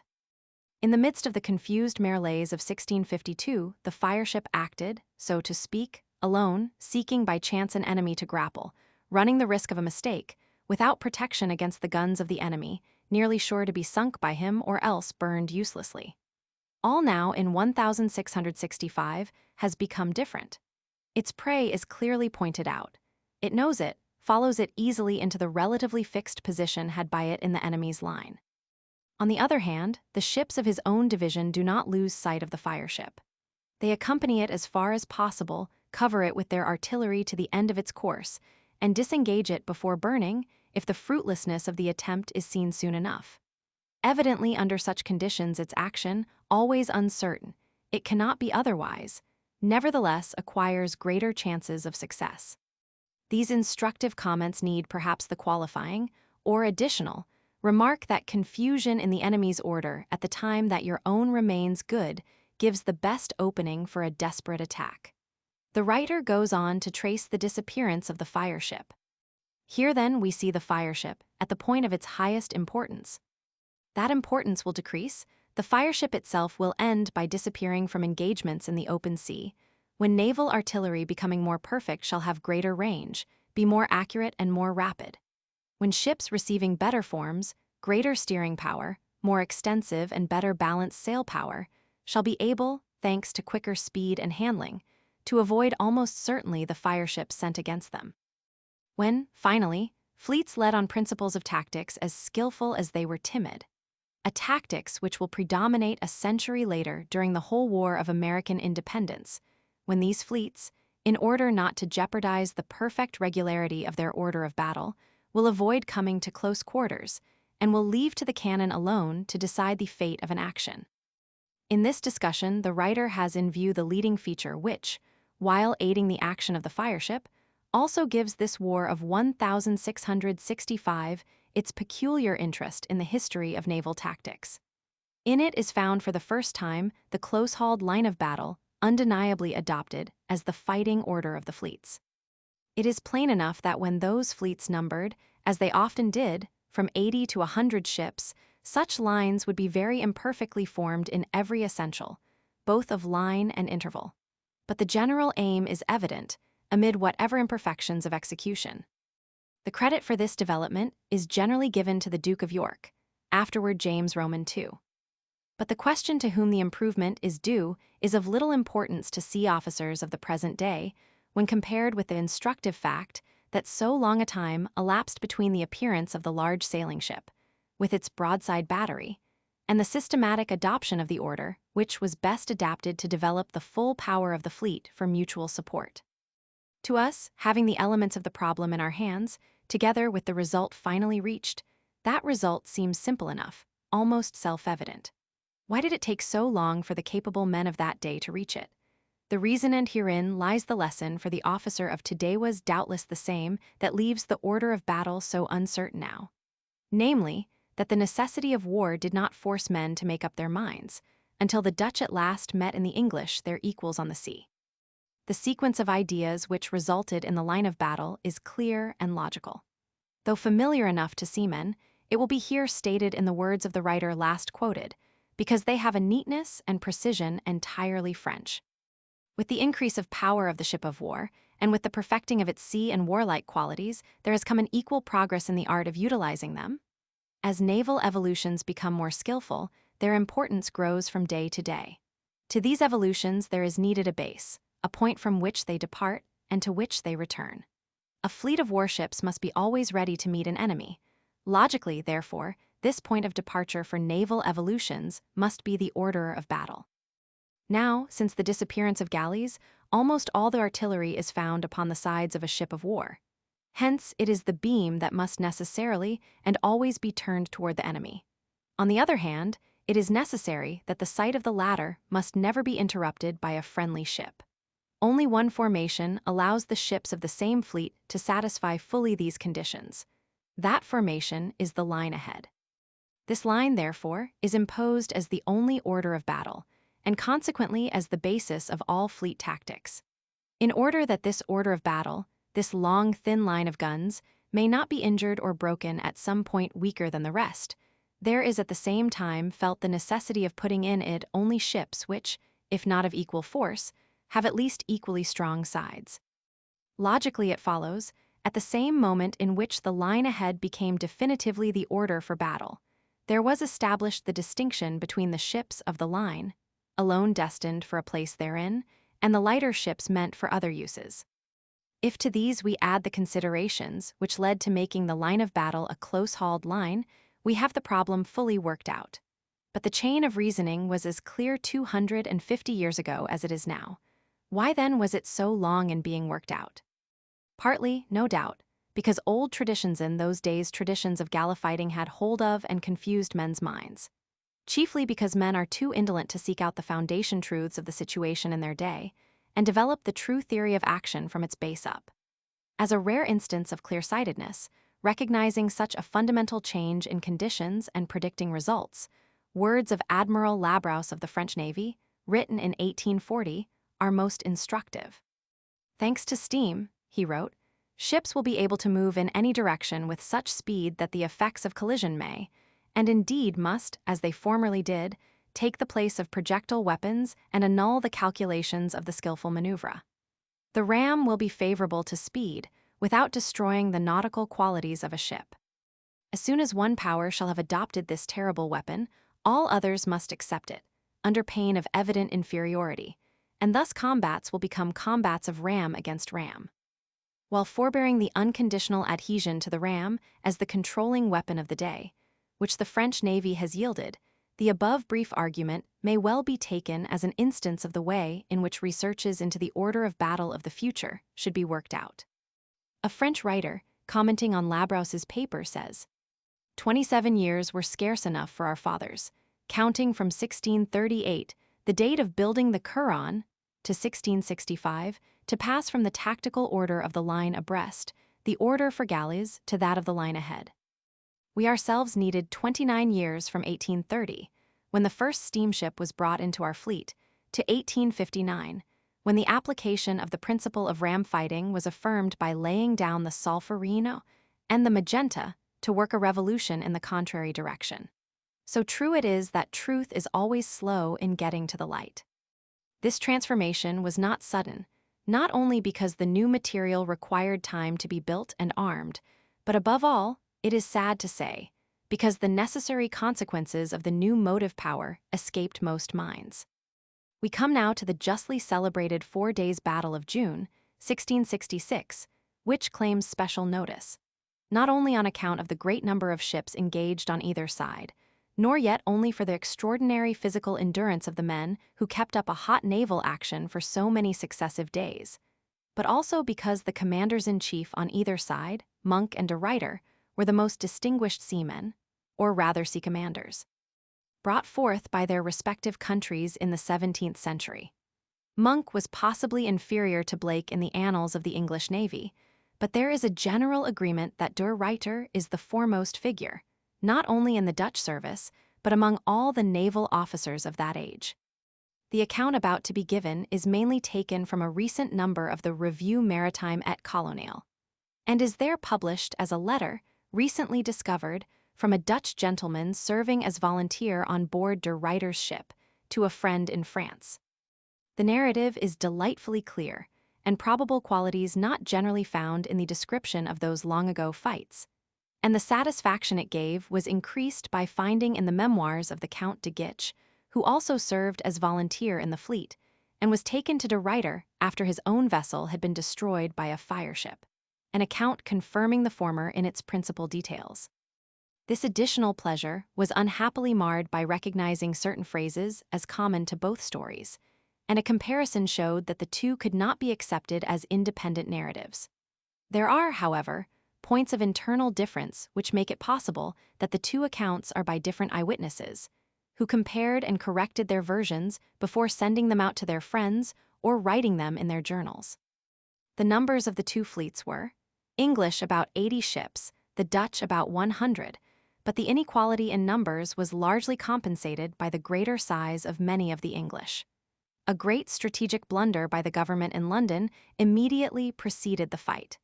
The king was informed that a French squadron was on its way from the Atlantic to join the Dutch. He at once divided his fleet, sending 20 ships under Prince Rupert to the westward to meet the French, while the remainder under Monk were to go east and oppose the Dutch.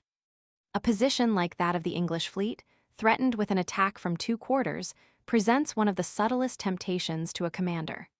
The impulse is very strong to meet both by dividing his own numbers, as Charles did, but unless in possession of overwhelming force, it is an error, exposing both divisions to be beaten separately, which, as we are about to see, actually happened in this case. The result of the first 2 days was disastrous to the larger English division under Monk, which was then obliged to retreat toward Rupert, and probably the opportune return of the latter alone saved the English fleet from a very serious loss, or at the least from being shut up in their own ports. 140 years later, in the exciting game of strategy that was played in the Bay of Biscay before Trafalgar, the English Admiral Cornwallis made precisely the same blunder, dividing his fleet into 2 equal parts out of supporting distance, which Napoleon at the time characterized as a glaring piece of stupidity. The lesson is the same in all ages. The Dutch had sailed for the English coast with a fair easterly wind, but it changed later to southwest with thick weather, and freshened, so that de Ruyter, to avoid being driven too far, came to anchor between Dunkirk and the Downs. The fleet then rode with its head to the south-southwest and the van on the right, while Tromp, who commanded the rear division in the natural order, was on the left. For some cause this left was most to windward, the center squadron under Ruyter being to leeward, and the right, or van, to leeward again of the center. This was the position of the Dutch fleet at daylight of June 11, 1666.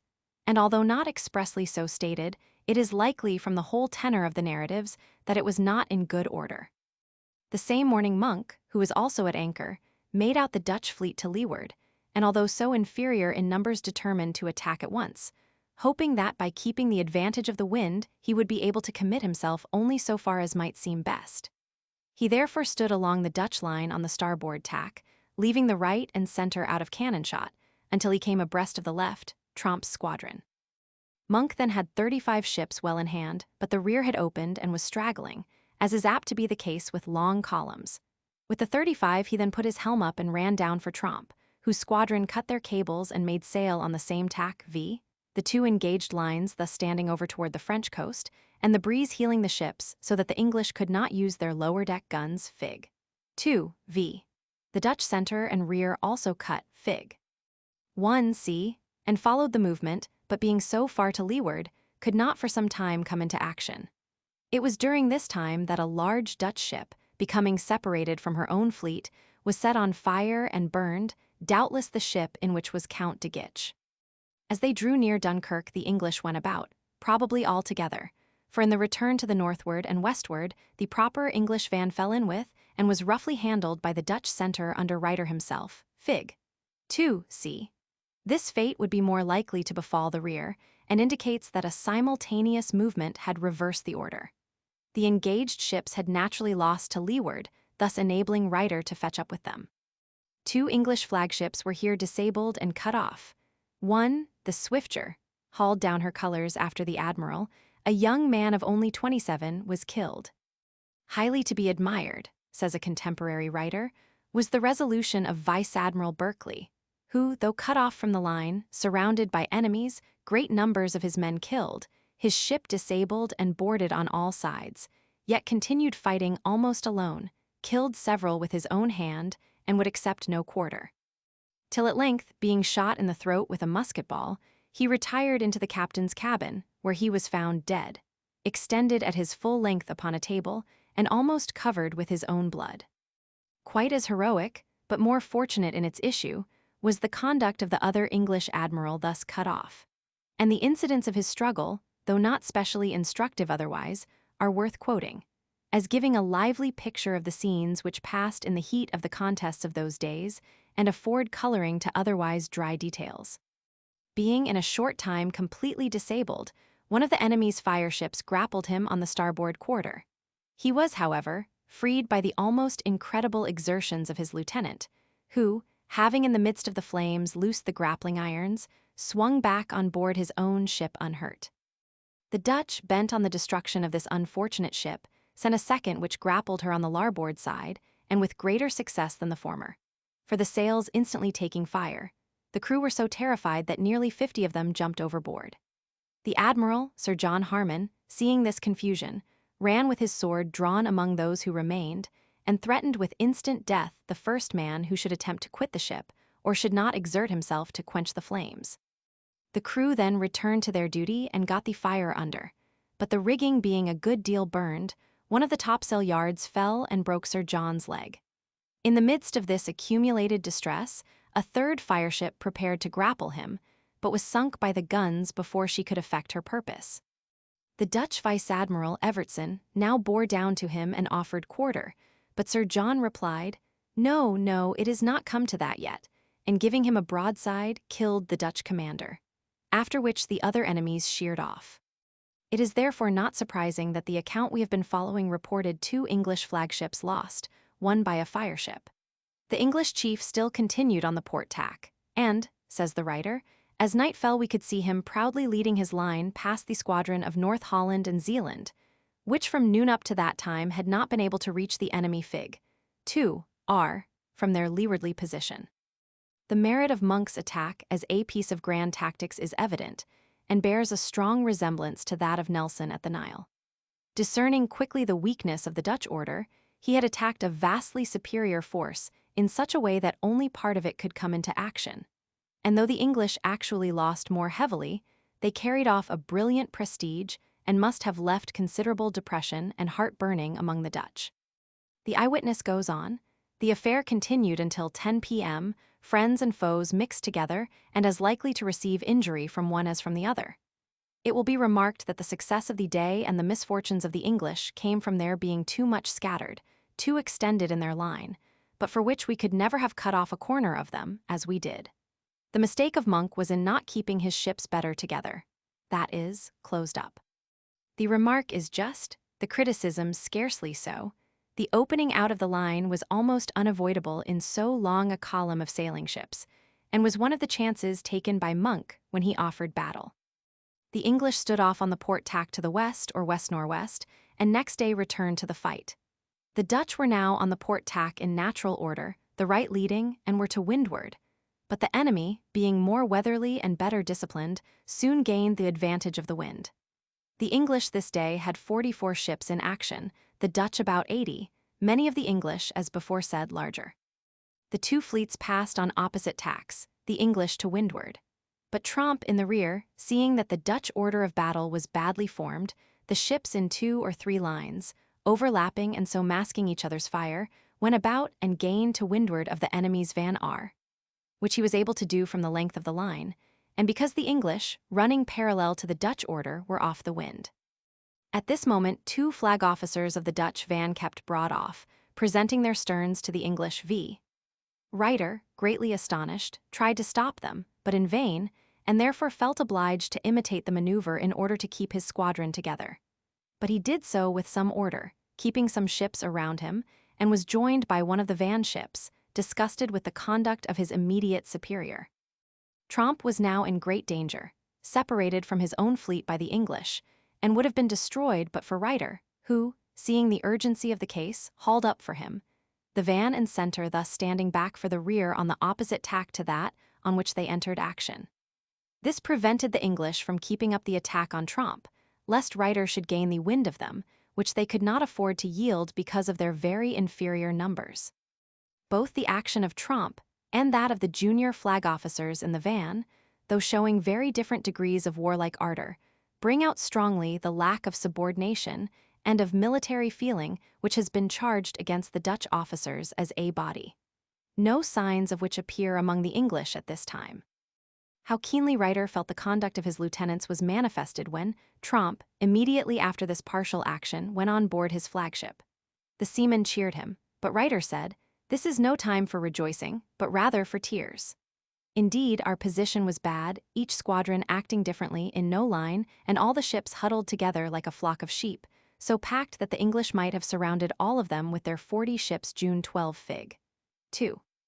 The English were in admirable order, but did not push their advantage as they should, whatever the reason. The reason, no doubt, was the same that often prevented sailing ships from pressing an advantage, disability from crippled spars and rigging, added to the inexpediency of such inferior numbers risking a decisive action. Ryder was thus able to draw his fleet out into line again, although much maltreated by the English, and the two fleets passed again on opposite tacks, the Dutch to leeward, and Ryder's ship the last in his column. As he passed the English rear, he lost his maintopmast and mainyard.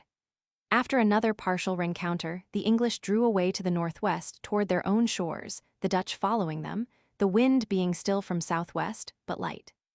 The English were now fairly in retreat, and the pursuit continued all night, Ryder's own ship dropping out of sight in the rear from her crippled state. The third day Monk continued retreating to the westward. He burned, by the English accounts, 3 disabled ships, sent ahead those that were most crippled, and himself brought up the rear with those that were in fighting condition, which are variously stated, again by the English, at 28 and 16 in number, Plate Roman II, June 13. One of the largest and finest of the English fleet, the Royal Prince, of 90 guns, ran aground on the Galloper Shoal and was taken by Tromp, Plate Roman II. But Monk's retreat was so steady and orderly that he was otherwise unmolested. This shows that the Dutch had suffered very severely.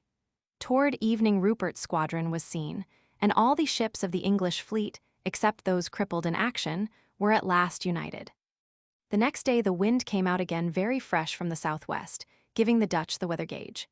The English, instead of attempting to pass upon opposite tacks, came up from astern relying upon the speed and handiness of their ships.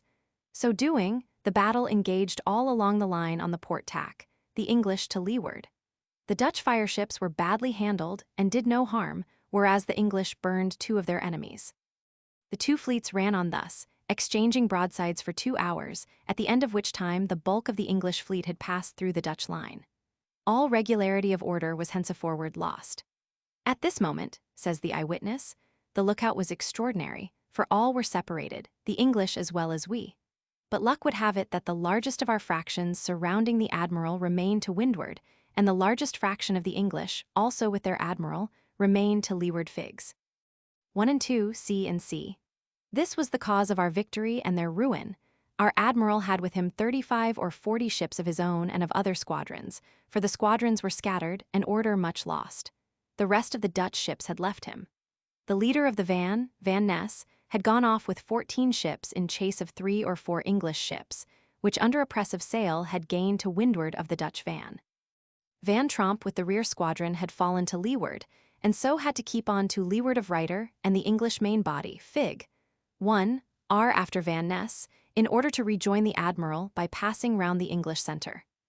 De Ruyter and the English main body kept up a sharp action, beating to windward all the time.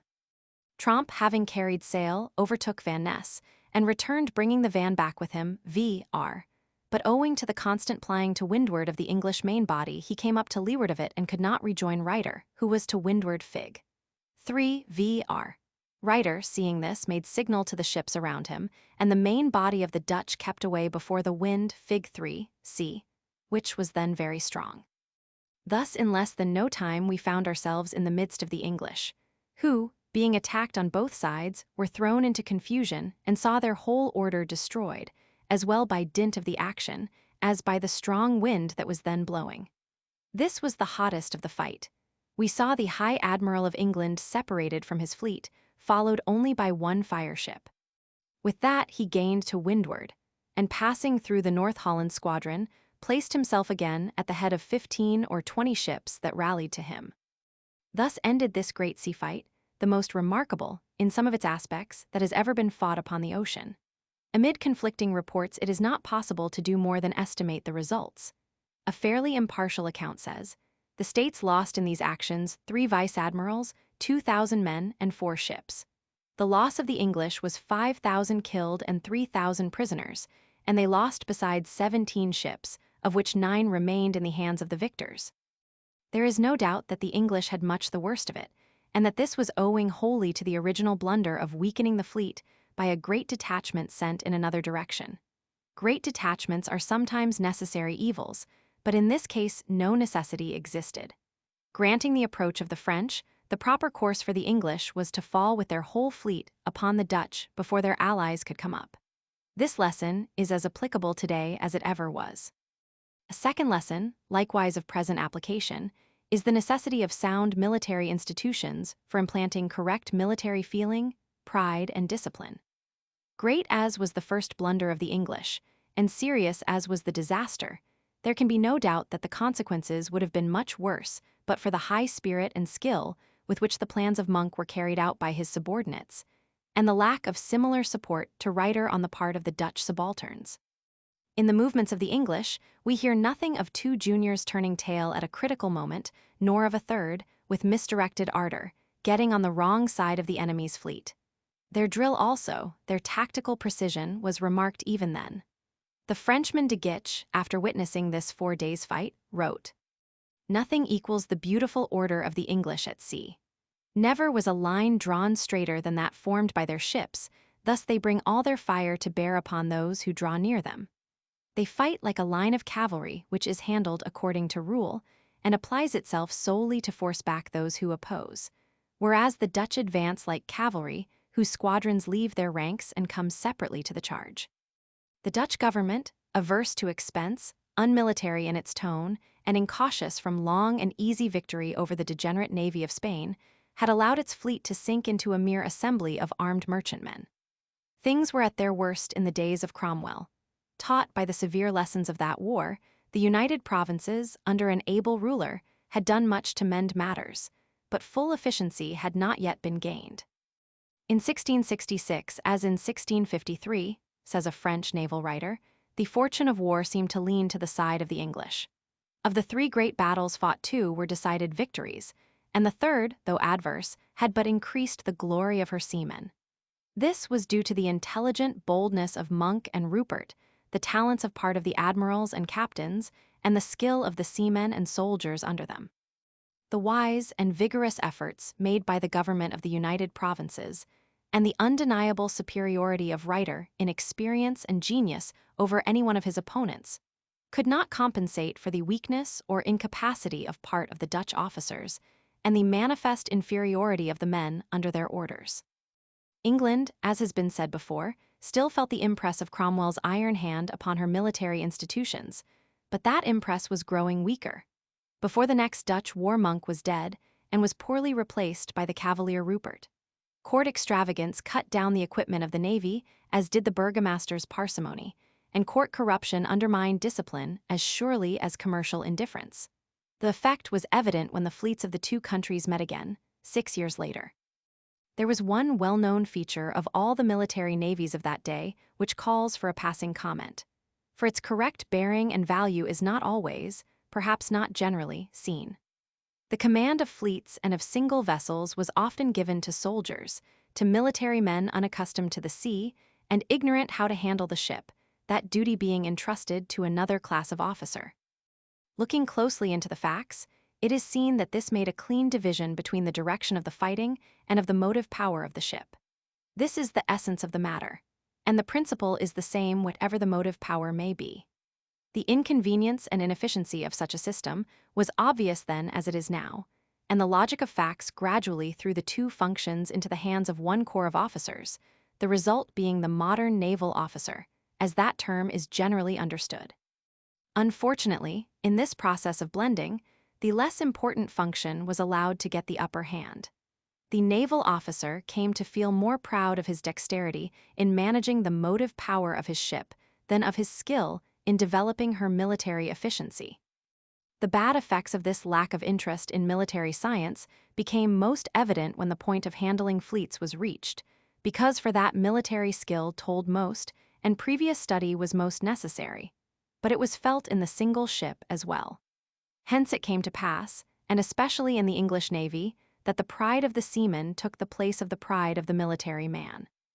The English naval officer thought more of that which likened him to the merchant captain than of that which made him akin to the soldier. In the French Navy, this result was less general, owing probably to the more military spirit of the government and especially of the nobility, to whom the rank of officer was reserved. It was not possible that men whose whole association was military, all of whose friends looked upon arms as the one career for a gentleman, could think more of the sails and rigging than of the guns or the fleet. The English corps of officers was of different origin. There was more than the writer thought in Macaulay's well-known saying, "There were seamen and there were gentlemen in the navy of Charles Roman II. But the seamen were not gentlemen, and the gentlemen were not seamen."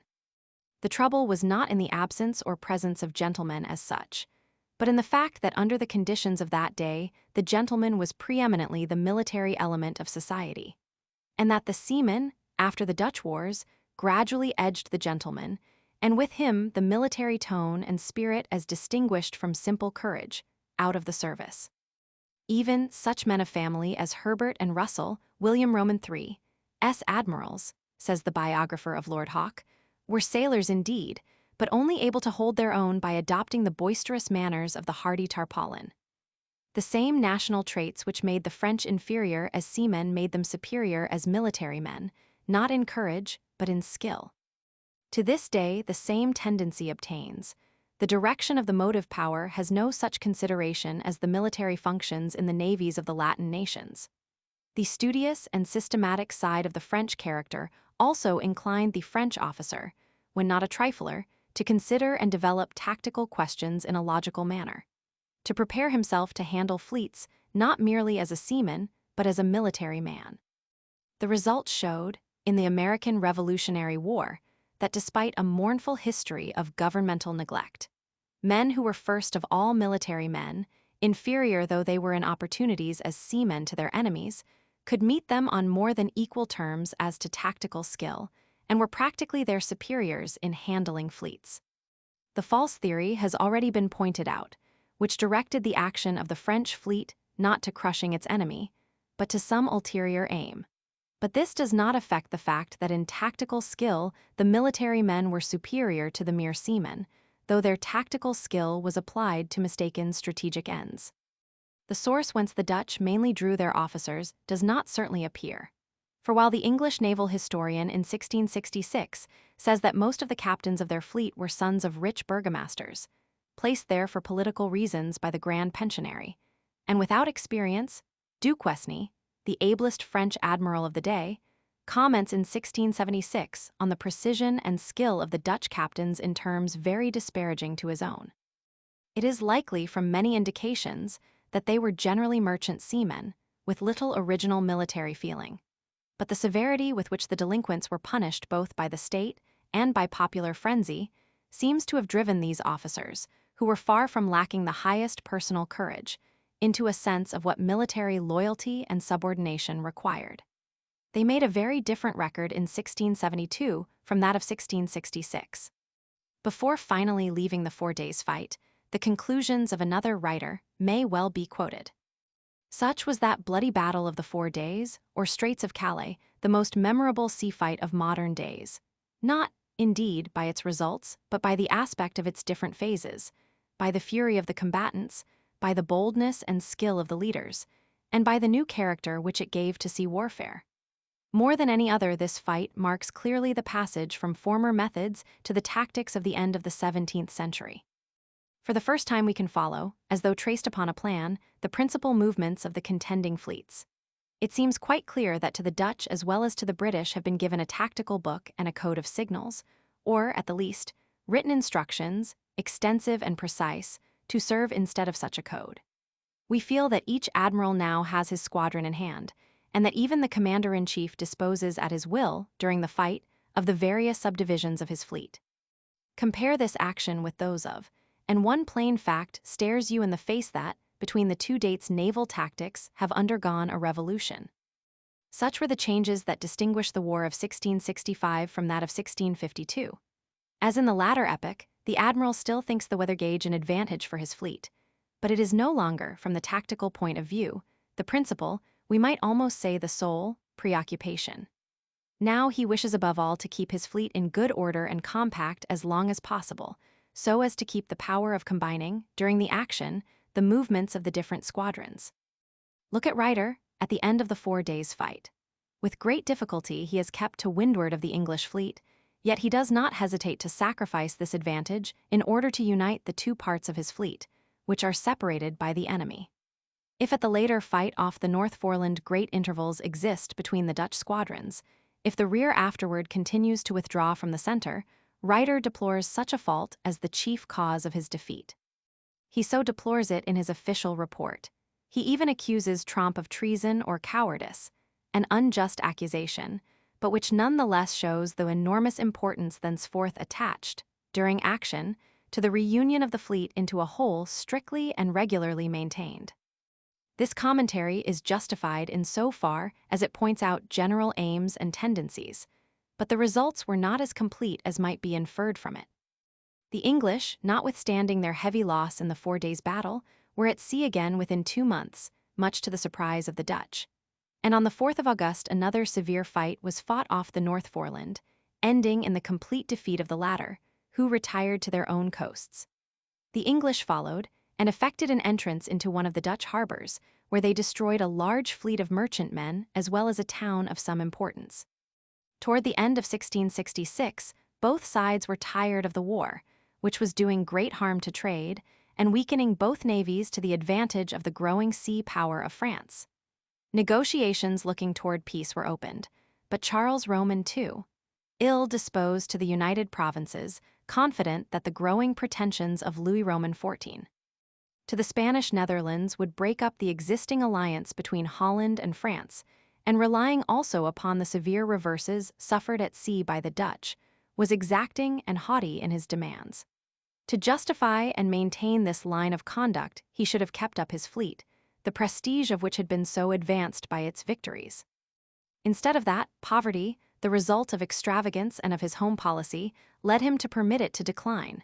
Ships in large numbers were laid up, and he readily adopted an opinion which chimed in with his penury, and which, as it has had advocates at all periods of sea history, should be noted and condemned here.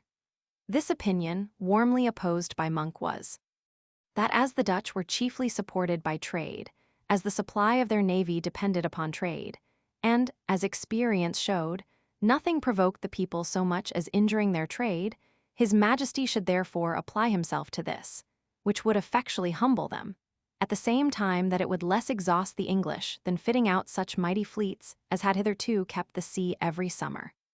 Upon these motives, the king took a fatal resolution of laying up his great ships and keeping only a few frigates on the cruise. In consequence of this economical theory of carrying on a war, the Grand Pensionary of Holland, De Witt, who had the year before caused soundings of the Thames to be made, sent into the river, under De Ruyter, a force of 60 or 70 ships of the line, which on the 14th of June, 1667, went up as high as Gravesend, destroying ships at Chatham and in the Medway, and taking possession of Sheerness. The light of the fires could be seen from London, and the Dutch fleet remained in possession of the mouth of the river until the end of the month. Under this blow, following as it did upon the Great Plague and the Great Fire of London, Charles consented to peace, which was signed July 31, 1667, and is known as the Peace of Breda. The most lasting result of the war was the transfer of New York and New Jersey to England, thus joining her northern and southern colonies in North America. Before going on again with the general course of the history of the times, it will be well to consider for a moment the theory which worked so disastrously for England in 1667. That, namely, of maintaining a sea war mainly by preying upon the enemy's commerce. This plan, which involves only the maintenance of a few swift cruisers, and can be backed by the spirit of greed in a nation, fitting out privateers without direct expense to the state, possesses the specious attractions which economy always presents. The great injury done to the wealth and prosperity of the enemy is also undeniable.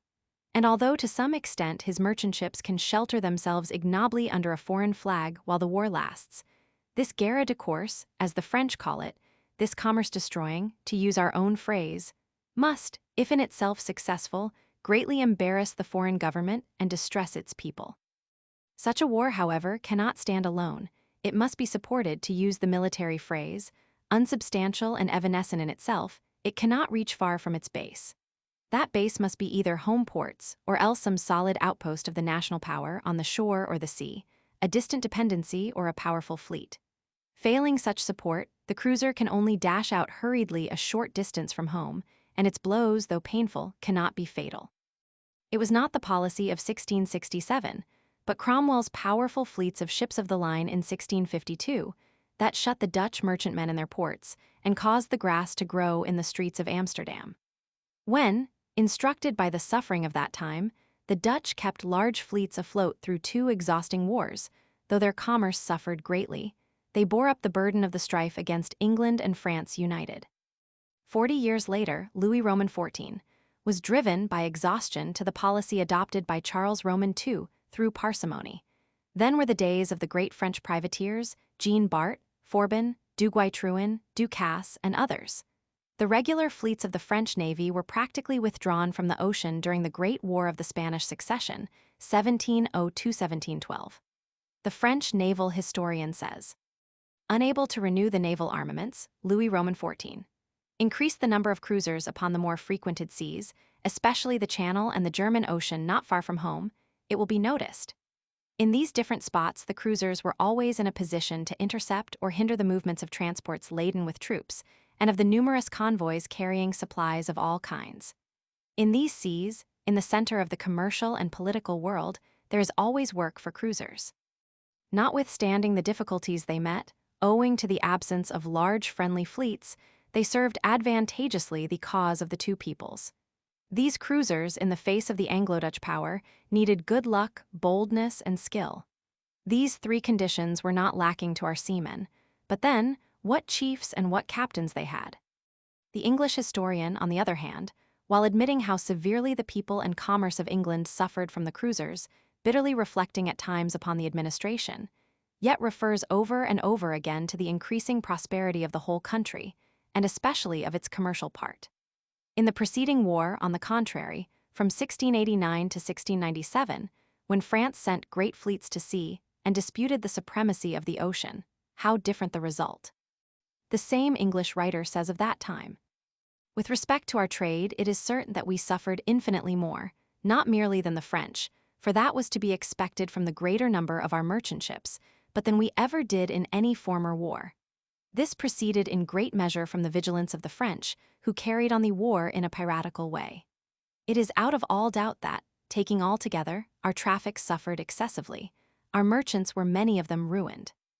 Macaulay says of this period, "During many months of 1693, the English trade with the Mediterranean had been interrupted almost entirely.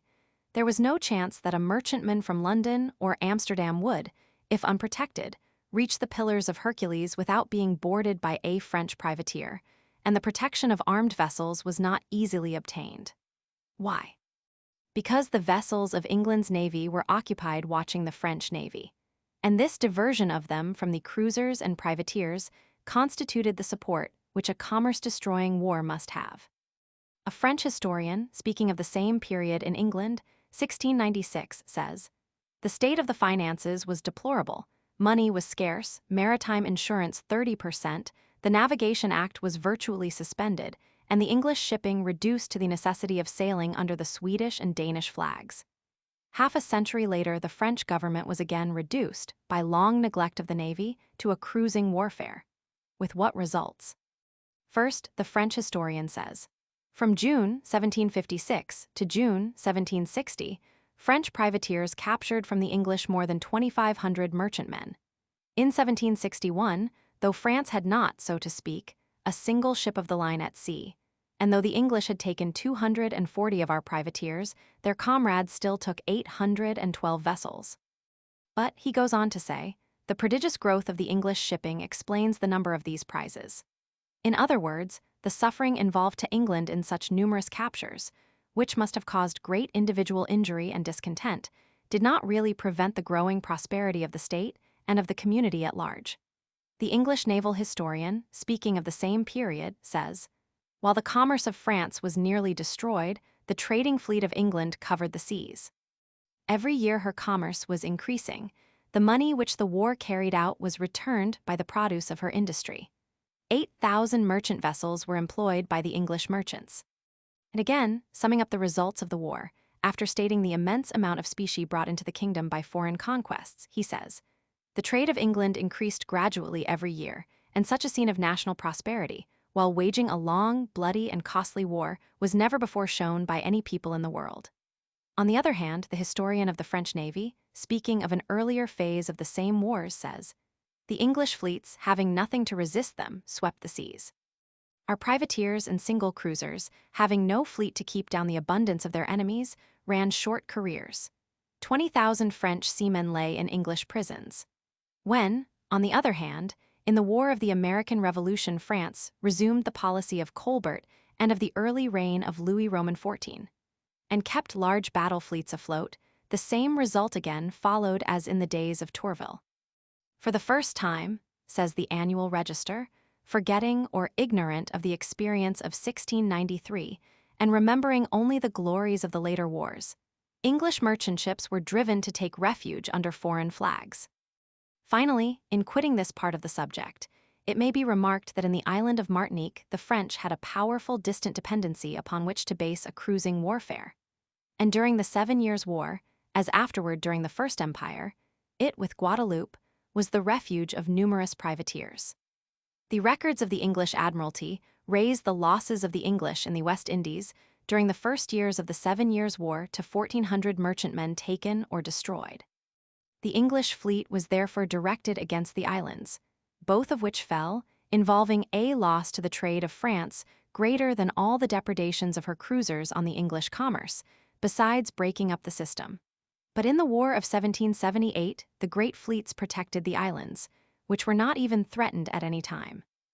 So far we have been viewing the effect of a purely cruising warfare, not based upon powerful squadrons, only upon that particular part of the enemy's strength against which it is theoretically directed, upon his commerce and general wealth, upon the sinews of war. The evidence seems to show that even for its own special ends, such a mode of war is inconclusive, worrying but not deadly. It might almost be said that it causes needless suffering. What, however, is the effect of this policy upon the general ends of the war, to which it is one of the means, and to which it is subsidiary? How, again, does it react upon the people that practice it? As the historical evidences will come up in detail from time to time, it need here only be summarized. The result to England in the days of Charles Roman II has been seen her coast insulted, her shipping burned almost within sight of her capital. In the War of the Spanish Succession, when the control of Spain was the military object, while the French depended upon a cruising war against commerce, the navies of England and Holland, unopposed, guarded the coasts of the peninsula, blocked the port of Toulon, forced the French succors to cross the Pyrenees, and by keeping open the sea highway, neutralized the geographical nearness of France to the seat of war. Their fleets seized Gibraltar, Barcelona, and Minorca, and cooperating with the Austrian army failed by little of reducing Toulon. In the 7 Years' War, the English fleet seized, or aided in seizing, all the most valuable colonies of France and Spain, and made frequent descents on the French coast. The War of the American Revolution affords no lesson, the fleets being nearly equal. The next most striking instance to Americans is the War of 1812. Everybody knows how our privateers swarmed over the seas, and that from the smallness of our navy, the war was essentially, indeed solely, a cruising war. Except upon the lakes, it is doubtful if more than 2 of our ships at any time acted together. The injury done to English commerce, thus unexpectedly attacked by a distant foe which had been undervalued, may be fully conceded. But on the one hand, the American cruisers were powerfully supported by the French fleet, which being assembled in larger or smaller bodies in the many ports under the Emperor's control from Antwerp to Venice, tied the fleets of England to blockade duty. And on the other hand, when the fall of the Emperor released them, our coasts were insulted in every direction. The Chesapeake entered and controlled, its shores wasted, the Potomac ascended, and Washington burned. The northern frontier was kept in a state of alarm, though their squadrons, absolutely weak but relatively strong, sustained the general defense, while in the south the Mississippi was entered unopposed and New Orleans barely saved. When negotiations for peace were opened, the bearing of the English toward the American envoys was not that of men who felt their country to be threatened with an unbearable evil. The late Civil War, with the cruises of the Alabama and Sumter and their consorts, revived the tradition of commerce destroying. In so far as this is one means to a general end, and is based upon a navy otherwise powerful, it is well, but we need not expect to see the feats of those ships repeated in the face of a great sea power. In the first place, those cruises were powerfully supported by the determination of the United States to blockade, not only the chief centers of southern trade, but every inlet of the coast, thus leaving few ships available for pursuit. In the second place, had there been 10 of those cruisers where there was one, they would not have stopped the incursion in southern waters of the Union fleet, which penetrated to every point accessible from the sea.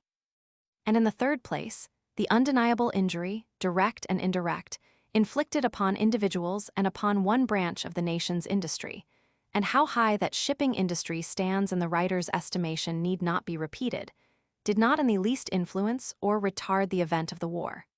Such injuries, unaccompanied by others, are more irritating than weakening. On the other hand, will any refuse to admit that the work of the great Union fleets powerfully modified and hastened an end which was probably inevitable in any case? As a sea power, the South then occupied the place of France in the wars we have been considering, while the situation of the North resembled that of England.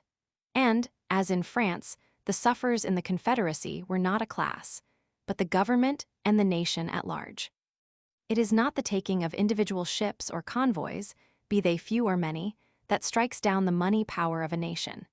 It is the possession of that overbearing power on the sea which drives the enemy's flag from it, or allows it to appear only as a fugitive, and which, by controlling the great common, closes the highways by which commerce moves to and from the enemy's shores. This overbearing power can only be exercised by great navies, and by them on the broad sea. Less efficiently now than in the days when the neutral flag had not its present immunity. It is not unlikely that, in the event of a war between maritime nations, An attempt may be made by the one having a great sea power and wishing to break down its enemy's commerce, to interpret the phrase, effective blockade, in the manner that best suits its interests at the time. To assert that the speed and disposal of its ships make the blockade effective at much greater distances and with fewer ships than formerly. The determination of such a question will depend, not upon the weaker belligerent, but upon neutral powers. It will raise the issue between belligerent and neutral rights. And if the belligerent have a vastly overpowering navy, he may carry his point, just as England, when possessing the mastery of the seas, long refused to admit the doctrine of the neutral flag covering the goods. Footnotes: Davies, History of Holland. République d'Angleterre. Lefebvre-Pontalis, Jean de Witt. Martin, History of France. Gauguierd, Marine de Guerre. Since the above was written, the experience of the English autumn maneuvers of 1888 has verified this statement. Not indeed that any such experiment was needed to establish a self-evident fact. Chabot Arnault, Revue Mar, et Col 1885. The recent development of rapid firing and machine guns, with the great increase of their caliber and consequent range and penetration, reproduces this same step in the cycle of progress. Gauguierd, Marine de Guerre. Volume LXXI, p. 137. Mémoires du Citier, de Gitch, Alanders chez P. Changuyen, 1743 pp. 230-4264. See Map of English Channel and North Sea, page 107. Plate I, June 11, 1666 Fig. 1v Van, C. Center, R. Rear. In this part of the action, the Dutch order was inverted so that the actual van was the proper rear. The great number of ships engaged in the fleet actions of these Anglo-Dutch wars make it impossible to represent each ship and at the same time preserve clearness in the plans. Each figure of a ship therefore represents a group more or less numerous. Campbell, Lives of the Admirals. Plate I, June 12 Fig. 1 VCR. Plate Roman II, June 14 Fig. 1 ED. Fig. 1 VC. This result was probably due simply to the greater weatherliness of the English ships. It would perhaps be more accurate to say that the Dutch had sagged to leeward so that they drifted through the English line. Lefebvre-Pontalis, Jean de Witt. Mémoires pp. 249, 251, 266, 267. Chabot Arnault, Revue Mar, et Col 1885. The true significance of this change has often been misunderstood, and hence erroneous inferences as to the future have been drawn. It was not a case of the new displacing the old, but of the military element in a military organization asserting its necessary and inevitable control over all other functions.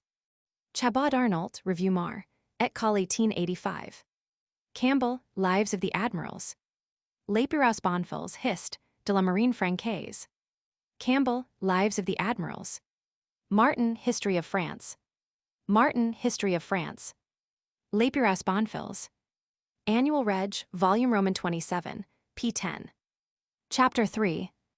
War of England and France, in alliance against the United Provinces, 1672-1674 finally, of France against combined Europe, 1674-1678 sea battles of Solebay, the Texel, and Stromboli. Shortly before the conclusion of the Peace of Breda, Louis Roman XIV made his first step toward seizing parts of the Spanish Netherlands and Franche-Comté. At the same time that his armies moved forward, he sent out a state paper setting forth his claims upon the territories in question. This paper showed unmistakably the ambitious character of the young king, roused the anxiety of Europe, and doubtless increased the strength of the peace party in England. Under the leadership of Holland, but with the hearty cooperation of the English minister, an alliance was formed between the two countries and Sweden, hitherto the friend of France, to check Louis' advance before his power became too great. The attack first on the Netherlands in 1667 and then on Franche-Comté in 1668 showed the hopeless weakness of Spain to defend her possessions. They fell almost without a blow. The policy of the United Provinces, relative to the claims of Louis at this time, was summed up in the phrase that France was good as a friend, but not as a neighbor. They were unwilling to break their traditional alliance, but still more unwilling to have her on their border. The policy of the English people, though not of their king, turned toward the Dutch. In the increased greatness of Louis, they saw danger to all Europe, to themselves more especially if, by a settled preponderance on the continent, his hands were free to develop his sea power. Flanders once in the power of Louis Roman XIV.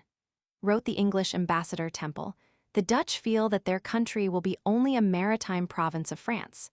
And sharing that opinion, he advocated the policy of resistance to the latter country, whose domination in the Low Countries he considered as a threatened subjection of all Europe. He never ceased to represent to his government how dangerous to England would be the conquest of the sea provinces by France, and he urgently pointed out the need of a prompt understanding with the Dutch. "This would be the best revenge," said he, "for the trick France has played us in involving us in the last war with the United Provinces." These considerations brought the two countries together in that triple alliance with Sweden which has been mentioned, and which for a time checked the onward movement of Louis. But the wars between the two sea nations were too recent, the humiliation of England in the Thames too bitter, and the rivalries that still existed too real, too deeply seated in the nature of things, to make that alliance durable. It needed the dangerous power of Louis, and his persistence in a course threatening to both, to weld the union of these natural antagonists. This was not to be done without another bloody encounter. Louis was deeply angered at the Triple Alliance, and his wrath was turned mainly upon Holland, in which from the necessities of her position he recognized his most steadfast opponent. For the time, however, he seemed to yield, the more readily because of the probable approaching failure of the Spanish royal line, and the ambition he had of getting more than merely the territory lying to the east of France, when the throne became vacant. But though he dissembled and yielded, from that time he set his mind upon the destruction of the Republic. This policy was directly contrary to that laid down by Richelieu, and to the true welfare of France. It was to England's interest, at least just then, that the United Provinces should not be trodden down by France, but it was much more to the interest of France that they should not be subjected to England. England, free from the continent, might stand alone upon the seas contending with France, but France, hampered by her continental politics, could not hope to wrest the control of the seas from England without an ally. This ally Louis proposed to destroy, and he asked England to help him. The final result is already known, but the outlines of the contest must now be followed. Before the royal purpose had passed into action, and while there was still time to turn the energies of France into another channel, a different course was proposed to the king. This was the project of Leibniz, before spoken of, which has special interest for our subject because, in proposing to reverse the lines which Louis then laid down, to make continental expansion secondary and growth beyond the sea the primary object of France, the tendency avowedly and necessarily was to base the greatness of the country upon the control of the sea and of commerce. The immediate object offered to the France of that day, with the attainment of which, however, she could not have stopped short, was the conquest of Egypt. That country which, facing both the Mediterranean and Eastern seas, gave control of the great commercial route which in our own day has been completed by the Suez Canal.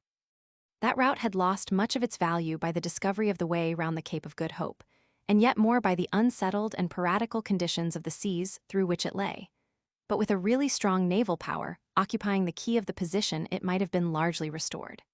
Such a power posted in Egypt would, in the already decaying condition of the Ottoman Empire, have controlled the trade not only of India and the Far East, but also of the Levant. But the enterprise could not have stopped there. The necessity of mastering the Mediterranean and opening the Red Sea, closed to Christian vessels by Mohammedan bigotry, would have compelled the occupation of stations on either side of Egypt. And France would have been led step by step, as England has been led by the possession of India, to the seizure of points like Malta, Cyprus, Aden, in short, to a great sea power. That is clear now, but it will be interesting to hear the arguments by which Leibniz sought to convince the French king 200 years ago. After pointing out the weakness of the Turkish Empire, and the readiness with which it might be further embarrassed by stirring up Austria and Poland, the latter the traditional ally of France.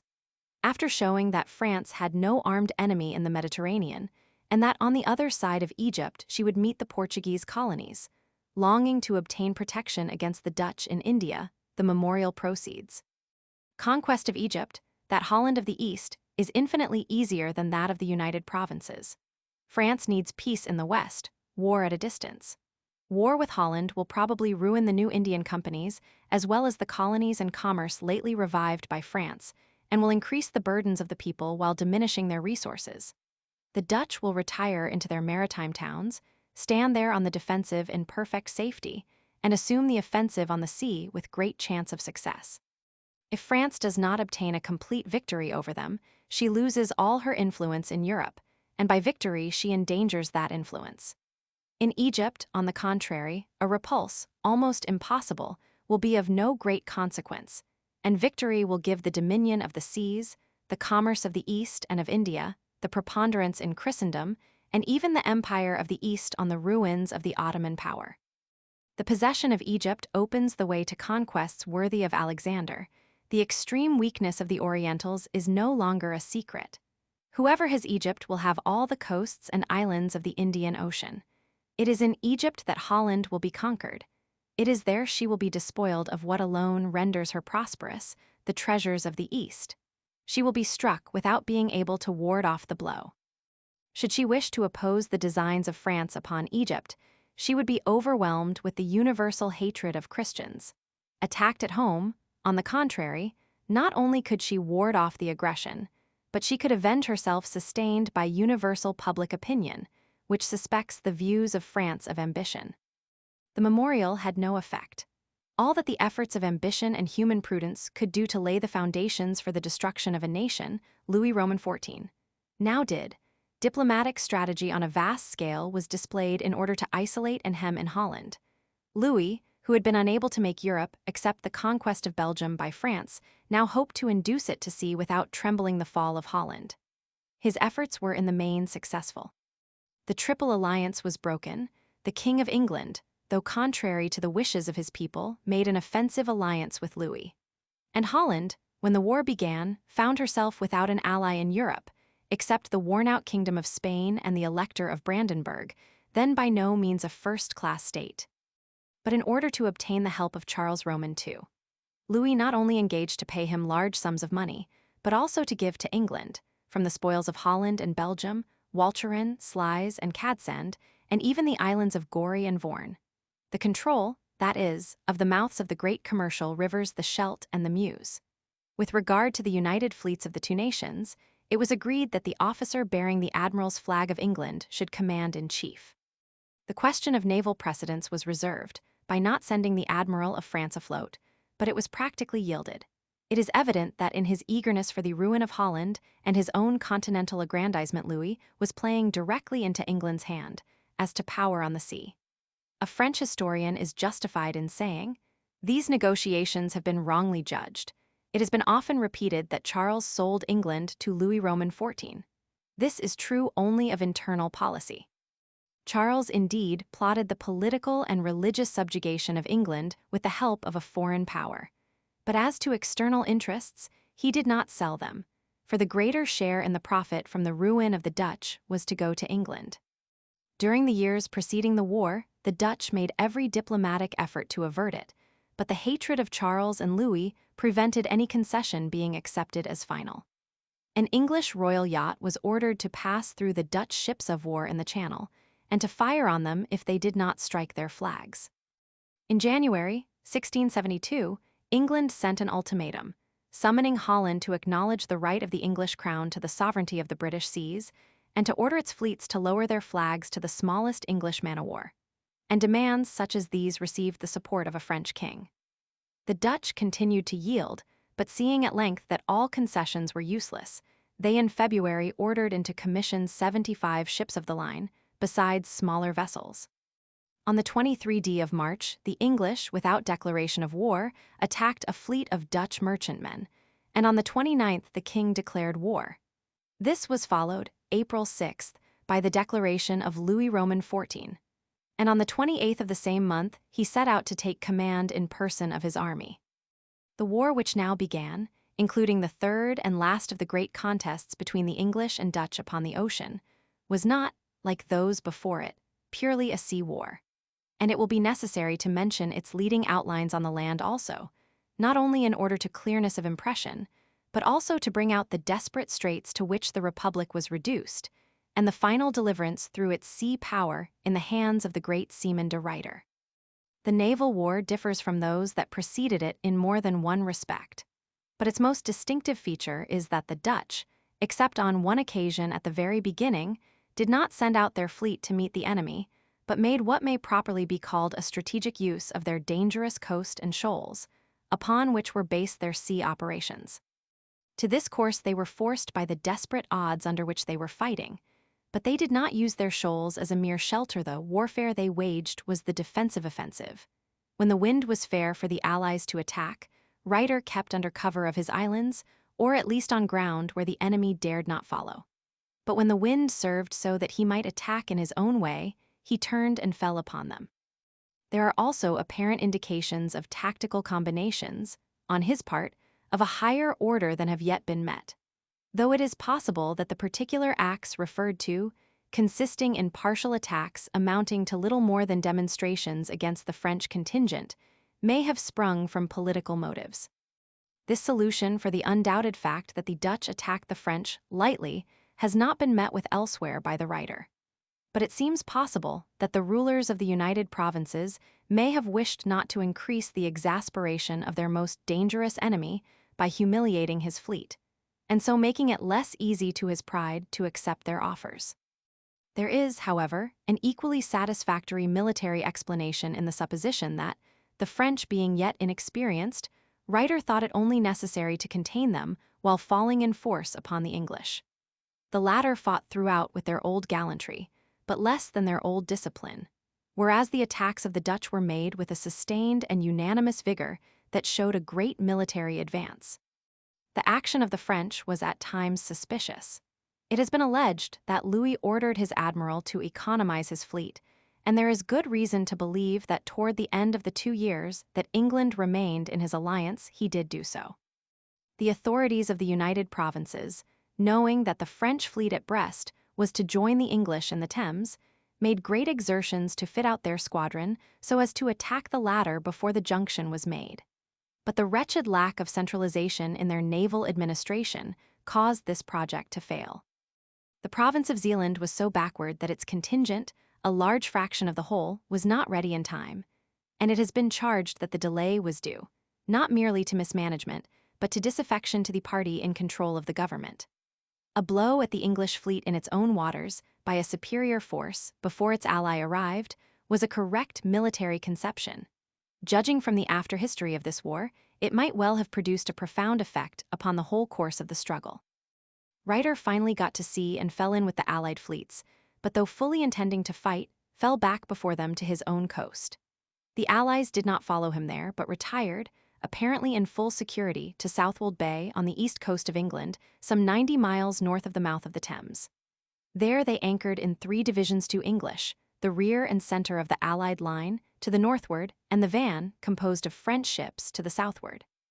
Ruyter followed them, and on the early morning of June 7, 1672, the Dutch fleet was signaled by a French lookout frigate in the northward and eastward, standing down before a northeast wind for the Allied fleet, from which a large number of boats and men were ashore in watering parties. The Dutch order of battle was in 2 lines, the advanced one containing 18 ships with fireships, Plate Roman III. A. Their total force was 91 ships of the line, that of the Allies 101. The wind was blowing toward the coast, which here trends nearly north and south, and the Allies were in an awkward position. They had first to get under way, and they could not fall back to gain time or room to establish their order. Most of the ships cut their cables, and the English made sail on the starboard tack, heading about nor-northwest, a course which forced them soon to go about, whereas the French took the other tack, Plate Roman III. B. The battle began therefore by the separation of the Allied fleet. Ruyter sent one division to attack the French, or rather to contain them, for these opponents exchanged only a distant cannonade, although the Dutch, being to windward, had the choice of closer action if they wished it. As their commander, Bankert, was not censured, it may be supposed he acted under orders, and he was certainly in command a year later, and acting with great judgment and gallantry at the Battle of the Texel.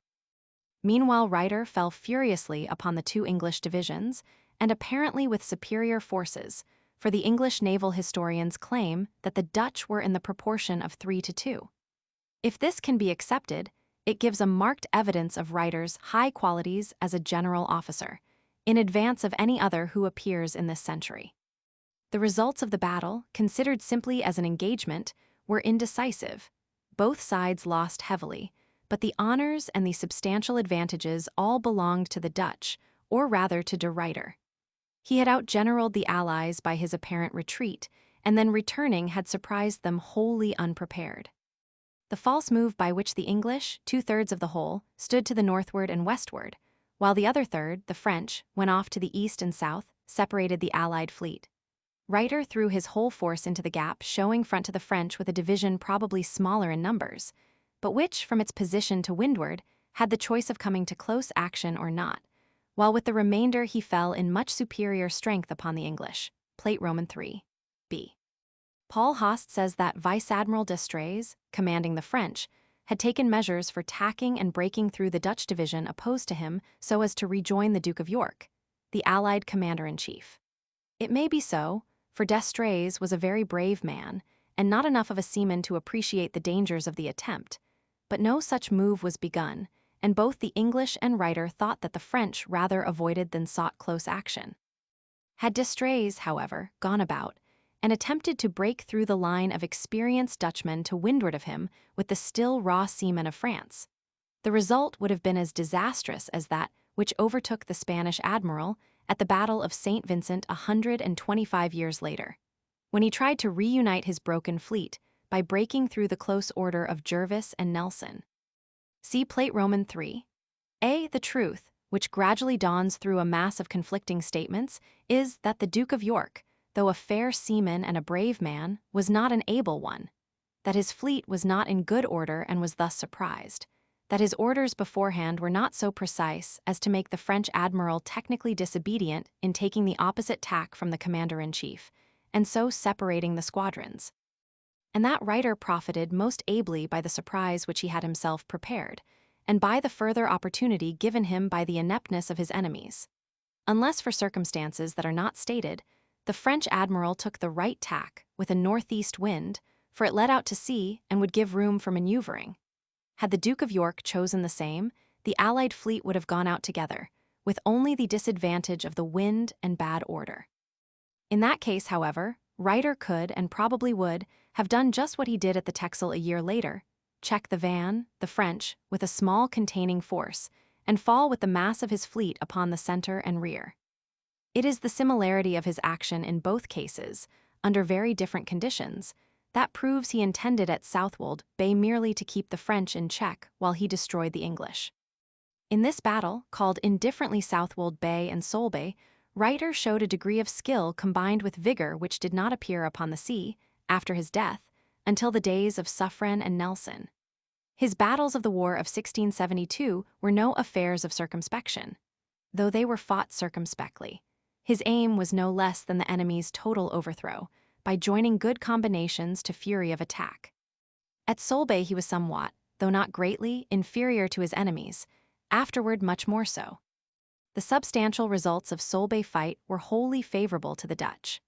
The Allied fleets were to have assisted the operations of the French army by making a descent upon the coast of Zealand.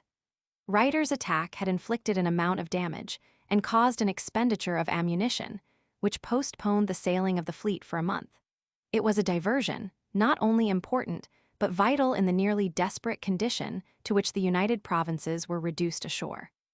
It may be added, as an instructive comment on the theory of commerce destroying, that after this staggering check to the enemy's superior forces, Ryder met and convoyed safely to port a fleet of Dutch merchantmen.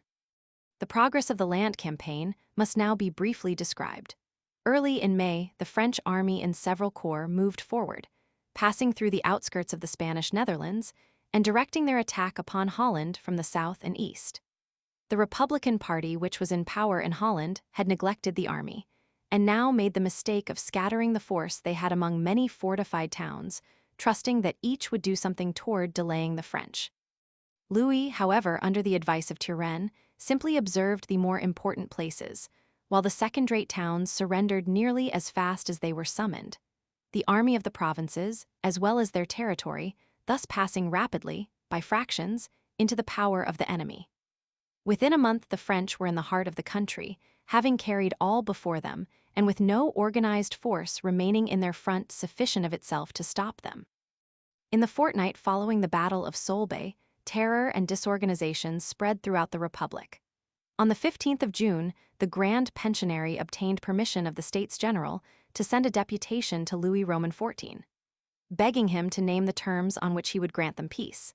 Any humiliation to the foreigner was better in the eyes of the politician than to see the opposite party, the House of Orange, come into power on his downfall. While negotiations were pending, the Dutch towns continued to surrender, and on the 20th of June a few French soldiers entered Maiden, the key to Amsterdam. They were only stragglers, though the large body to which they belonged was near at hand, and the burghers, who had admitted them under the influence of the panic prevailing throughout the land, seeing that they were alone, soon made them drunk and put them out. The nobler feeling that animated Amsterdam now made itself felt in Maiden. A body of troops hurried up from the capital, and the smaller city was saved. Situated on the Zuider Zee, 2 hours distant from Amsterdam, at the junction of a number of rivers and canals, Maiden not only held the key of the principal dikes, by which Amsterdam could surround herself with a protecting inundation, it also held the key of the harbor of this great city. All the ships which went from the North Sea to Amsterdam, by the Zuider Zee being obliged to pass under its guns. Maiden saved and its dikes open, Amsterdam had time to breathe, and remained free to break off her communications by land and to maintain them by sea. It was the turning point of the invasion, but what would have been the effect upon the spirit of the Dutch, oppressed by defeat and distracted in council, if in that fateful fortnight which went before, the Allied fleet had attacked their coasts? From this they were saved by the Battle of Solebay. Negotiations continued. The burgomasters, the party representing wealth and commerce-favored submission, they shrank from the destruction of their property and trade. New advances were made, but while the envoys were still in the camp of Louis, the populace and the Orange party rose, and with them the spirit of resistance. On the 25th of June, Amsterdam opened the dikes, and her example was followed by the other cities of Holland. Immense loss was entailed, but the flooded country and the cities contained therein, standing like islands amid the waters, were safe from attack by land forces until freezing weather. The revolution continued. William of Orange, afterward William Roman III, of England, was on the 8th of July made stadtholder and head of the army and navy, and the 2 De Witts, the heads of the Republican Party, were murdered by a mob a few weeks later. The resistance, born of popular enthusiasm and pride of country, was strengthened by the excessive demands of Louis Roman XIV. It was plain that the provinces must conquer or be destroyed. Meanwhile, the other states of Europe were waking up to the danger, and the Emperor of Germany, the Elector of Brandenburg, and the King of Spain declared for Holland, while Sweden, though nominally in alliance with France, was unwilling to see the destruction of the provinces, because that would be to the advantage of England's sea power. Nevertheless, the next year, 1673, opened with promise for France, and the English king was prepared to fulfill his part of the compact on the seas. But the Dutch, under the firm leadership of William of Orange, and with their hold on the sea unshaken, now refused to accept conditions of peace which had been offered by themselves the year before. 3 naval battles were fought in 1673, all near the coast of the United Provinces. The first 2, June 7 and June 14, off Schoonveld, from which place they have taken their name. The third, known as the Battle of the Texel, August 21. In all 3 Ryder attacked, choosing his own time and retiring when it suited him to the protection of his own shores. For the Allies to carry out their objects and make any diversion upon the seaboard, or on the other hand to cripple the sea resources of the hard-pressed provinces, it was necessary first to deal successfully with Ryder's fleet. The great admiral and his government both felt this, and took the resolution that the fleet should be posted in the passage of Schoonveld, or a little farther south toward Ostend, to observe the enemy, and if attacked, or seeing the enemy's fleet disposed to make a descent upon the shores of the United Provinces, should resist vigorously by opposing his designs and destroying his ships. From this position, with good lookouts, any movement of the Allies would be known. The English and French put to sea about the 1st of June, under the command of Prince Rupert, first cousin to the king, the Duke of York having been obliged to resign his office on account of the passage of the Test Act, directed against persons of the Roman Catholic faith holding any public employment. The French were under Vice Admiral d'Estrées, the same who had commanded them at Solebay. A force of 6,000 English troops at Yarmouth was ready to embark if de Ruyter was worsted. On the 7th of June, the Dutch were made out, riding within the sands at Schoonveld. A detached squadron was sent to draw them out, but Ruyter needed no invitation. The wind served, and he followed the detached squadron with such impetuosity as to attack before the Allied line was fairly formed.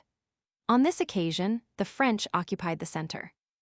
The affair was indecisive, if a battle can be called so in which an inferior force attacks a superior, inflicts an equal loss, and frustrates the main object of the enemy. A week later Ruyter again attacked, with results which, though indecisive as before as to the particular action, forced the Allied fleet to return to the English coast to refit, and for supplies. The Dutch in these encounters had 55 ships of the line, their enemies 81, 54 of which were English.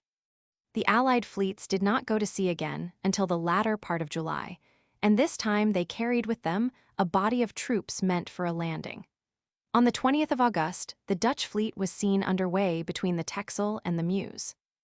Rupert at once got ready to fight, but as the wind was from the northward and westward, giving the Allies the weather gauge, and with it the choice of the method of attack, Ruyter availed himself of his local knowledge, keeping so close to the beach that the enemy dared not approach them more so as it was late in the day. During the night, the wind shifted to east-southeast off the land, and at daybreak, to use the words of a French official narrative, the Dutch made all sail and stood down boldly into action. The Allied fleet was to leeward on the port tack, heading about south, the French in the van, Rupert in the center, and Sir Edward Spragge commanding the rear. De Ruyter divided his fleet into 3 squadrons, the leading one of which, of 10 or 12 ships only, he sent against the French, while with the rest of his force he attacked the English in the center and rear, Plate Roman 4. A. If we accept the English estimate of the forces, which gives the English 60 ships, the French 30, and the Dutch 70, Ruyter's plan of attack, by simply holding the French in check as at Solebay, allowed him to engage the English on equal terms. The battle took on several distinct phases, which it is instructive to follow. M. de Martel, commanding the van of the French, and consequently the leading subdivision of the Allied fleet, was ordered to stretch ahead, go about and gain to windward of the Dutch van, so as to place it between 2 fires. This he did but as soon as Bankert the same, who had maneuvered so judiciously at Solebay the year before saw the danger, he put his helm up and ran through the remaining 20 ships of d'Estrées' squadron with his own 12 A feet as creditable to him as it was discreditable to the French, and then wearing round stood down to de Ruyter, who was hotly engaged with Rupert He was not followed by d'Estrées, who suffered him to carry this important reinforcement to the Dutch main attack undisturbed. This practically ended the French share in the fight. Rupert, during his action with de Ruyter, kept off continually, with the object of drawing the Dutch farther away from their coast, so that if the wind shifted they might not be able to regain its shelter. De Ruyter followed him, and the consequent separation of the center from the van B was one of the reasons alleged by d'Estrées for his delay. It does not, however, seem to have prevented Bankert from joining his chief. In the rear, an extraordinary action on the part of Sir Edward Spragge increased the confusion in the Allied fleet. For some reason this officer considered Tromp, who commanded the Dutch rear, as his personal antagonist, and in order to facilitate the latter's getting into action, he stopped the whole English rear to wait for him. This ill-timed point of honor on Spragge's part seems to have sprung from a promise he had made to the king that he would bring back Tromp alive or dead, or else lose his own life. The stoppage, which recalls the irresponsible and insubordinate action of the junior Dutch flag officers in the former war, of course separated the rear A, B, C, which also drifted rapidly to leeward, Spragge and Tromp carrying on a hot private action on their own account. These two junior admirals sought each other personally, and the battle between their flags was so severe that Spragg twice had to shift his own to another ship. On the second occasion, the boat in which he was embarked was sunk by a shot, and he himself drowned. Rupert, thus forsaken by his van and rear, found himself alone with Writer B, who, reinforced by his van, had the address further to cut off the rear subdivision of the Allied center, and to surround the remaining 20 ships with probably 30 or 40 of his own sea. It is not creditable to the gunnery of the day that more substantial results did not follow, but it is to be remembered that all Writer's skill could secure, except for probably a very short time, was an action on equal terms with the English. His total inferiority in numbers could not be quite overcome. The damage to the English and Dutch may therefore have been great, and was probably nearly equal. Rupert finally disengaged himself, and seeing that the English rear C was not replying well to its immediate opponents, ran down toward it, Writer following him. The two opposing centers steering parallel courses and within cannon shot, but by mutual consent, induced perhaps by ammunition running short, refraining from firing. At 4 p.m. the centers and rears united, and toward 5 a fresh engagement began, which continued till 7, when Writer withdrew, probably because of the approach of the French, who, by their own accounts, rejoined Rupert about that time. This ended the battle, which, like all that preceded it in this war, may be called a drawn fight, but as to which the verdict of the English naval historian is doubtless correct. The consequences which the Dutch, through the prudence of their admiral, drew from this battle were exceedingly great, for they opened their ports, which were entirely blocked up, and put an end to all thoughts by removing the possibility of an invasion. The military features of the action have sufficiently appeared in the account that has been given the skill of de Ruyter. The firmness and promptness of Bankert, first in checking and then in passing through the French division, the apparent disloyalty, or, at the best, inefficiency of the latter, the insubordination and military blundering of Spragg, the seeming lack of everything but hard fighting on Rupert's part. The Allies indulged in bitter mutual recriminations. Rupert blamed both D'Estrées and Spragg. D'Estrées found fault with Rupert for running to leeward, and D'Estrées' own second, Martel, roundly called his chief a coward, in a letter which earned him an imprisonment in the Bastille. The French king ordered an inquiry by the intendant of the navy at Brest, who made a report upon which the account here given has mainly rested, and which leaves little doubt of the dishonor of the French arms in this battle. D'Estrées gave it to be understood, says the French naval historian, that the king wished his fleet spared, and that the English should not be trusted. Was he wrong in not relying upon the sincerity of the English alliance, when he was receiving from all quarters warnings that the people and the nobles were murmuring against it, and Charles Roman too? Was perhaps alone in his kingdom in wishing it? Possibly not, but he was surely wrong if he wished any military man or body of men to play the equivocal part assigned to the French admiral on this day. The loss of the fleet would have been a lighter disaster. So evident to eyewitnesses was the bad faith or cowardice, and the latter supposition is not admissible, that one of the Dutch seamen, as they discussed among themselves why the French did not come down, said, "You fools! They have hired the English to fight for them, and all their business here is to see that they earn their wages." A more sober-minded and significant utterance is that with which the intendant at Brest ends the official report before mentioned. It would appear in all these sea fights Writer has never cared to attack the French squadron, and that in this last action he had detached 10 ships of the Zealand squadron to keep it in play. No stronger testimony is needed to Writer's opinion of the inefficiency or faithlessness of that contingent to the Allied forces. Another chapter in the history of maritime coalitions was closed on the 21st of August, 1673, by the Battle of the Texel. In it, as in others, were amply justified the words with which a modern French naval officer has stamped them. United by momentary political interests, but at bottom divided to the verge of hatred, never following the same path in counsel or in action, they have never produced good results, or at least results proportioned to the efforts of the powers allied against a common enemy. The navies of France, Spain, and Holland seem, at several distinct times, to have joined only to make more complete the triumph of the British arms. When to this well-ascertained tendency of coalitions, is added the equally well-known jealousy of every country over the increasing power of a neighbor, and the consequent unwillingness to see such increase obtained by crushing another member of the family of nations, an approach is made to the measure of naval strength required by a state. It is not necessary to be able to meet all others combined, as some Englishmen have seemed to think. It is necessary only to be able to meet the strongest on favorable terms, sure that the others will not join in destroying a factor in the political equilibrium, even if they hold aloof. England and Spain were allies in Toulon in 1793, when the excesses of revolutionary France seemed to threaten the social order of Europe.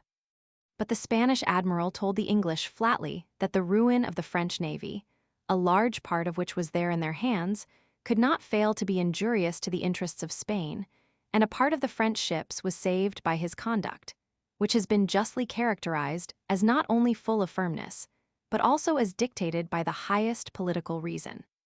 The Battle of the Texel, closing the long series of wars in which the Dutch and English contended on equal terms for the mastery of the seas, saw the Dutch navy in its highest efficiency, and its greatest ornament, de Ruyter, at the summit of his glory. Long since old in years, for he was now 66, he had lost none of his martial vigor. His attack was as furious as 8 years before, and his judgment apparently had ripened rapidly through the experience of the last war, for there is far more evidence of plan and military insight than before. To him, under the government of the great pensionary De Witt, with whom he was in close sympathy, the increase of discipline and sound military tone now apparent in the Dutch navy must have been largely due. He went to this final strife of the two great sea peoples in the fullness of his own genius, with an admirably tempered instrument in his hands, and with the glorious disadvantage of numbers to save his country. The mission was fulfilled not by courage alone, but by courage, forethought, and skill. The attack at the Texel was, in its general lines, the same as that at Trafalgar, the enemy's van being neglected to fall on the center and rear, and as at Trafalgar the van, by failing to do its duty, more than justified the conception. But as the odds against de Ruyter were greater than those against Nelson, so was his success less.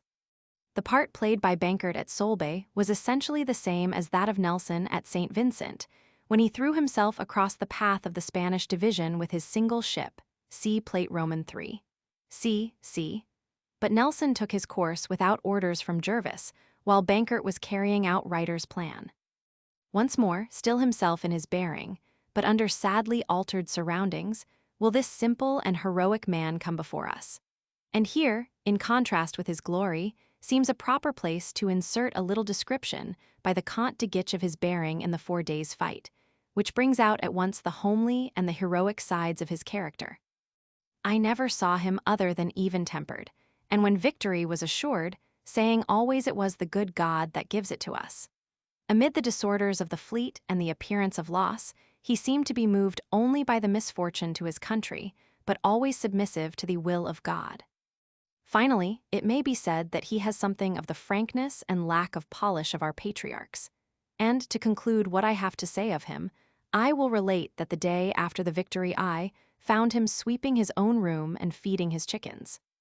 9 days after the Battle of the Texel, on the 30th of August, 1673, a formal alliance was made between Holland on the one hand, and Spain-Lorraine and the Emperor of Germany on the other, and the French ambassador was dismissed from Vienna. Louis almost immediately offered Holland comparatively moderate terms, but the United Provinces, with their new allies by their sides, and with their backs borne firmly upon the sea which had favored and supported them, set their face steadily against him. In England, the clamor of the people and Parliament became louder. The Protestant feeling and the old enmity to France were daily growing, as was the national distrust of the king. Charles, though he had himself lost none of his hatred of the Republic, had to give way. Louis, seeing the gathering storm, made up his mind, by the Council of Turenne, to withdraw from his dangerously advanced position by evacuating Holland, and to try to make peace with the provinces separately while continuing the war with the House of Austria in Spain and Germany. Thus he returned to Richelieu's policy, and Holland was saved. February 19, 1674, peace was signed between England and the provinces. The latter recognized the absolute supremacy of the English flag from Cape Finisterre in Spain to Norway and paid a war indemnity. The withdrawal of England, which remained neutral during the remaining 4 years of the war, necessarily made it less maritime. The King of France did not think his navy, either in numbers or efficiency, able to contend alone with that of Holland. He therefore withdrew it from the ocean and confined his sea enterprises to the Mediterranean, with 1 or 2 half-privateering expeditions to the West Indies. The United Provinces, for their part, being freed from danger on the side of the sea, and not having, except for a short time, any serious idea of operating against the French coast, diminished their own fleets. The war became more and more continental and drew in more and more the other powers of Europe. Gradually, the German states cast their lot with Austria, and on May 28, 1674, the Diet proclaimed war against France. The great work of French policy in the last generations was undone. Austria had resumed her supremacy in Germany, and Holland had not been destroyed.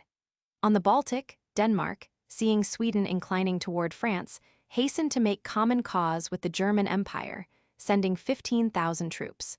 There remained in Germany only Bavaria, Hanover, and Württemberg faithful still to their French alliance.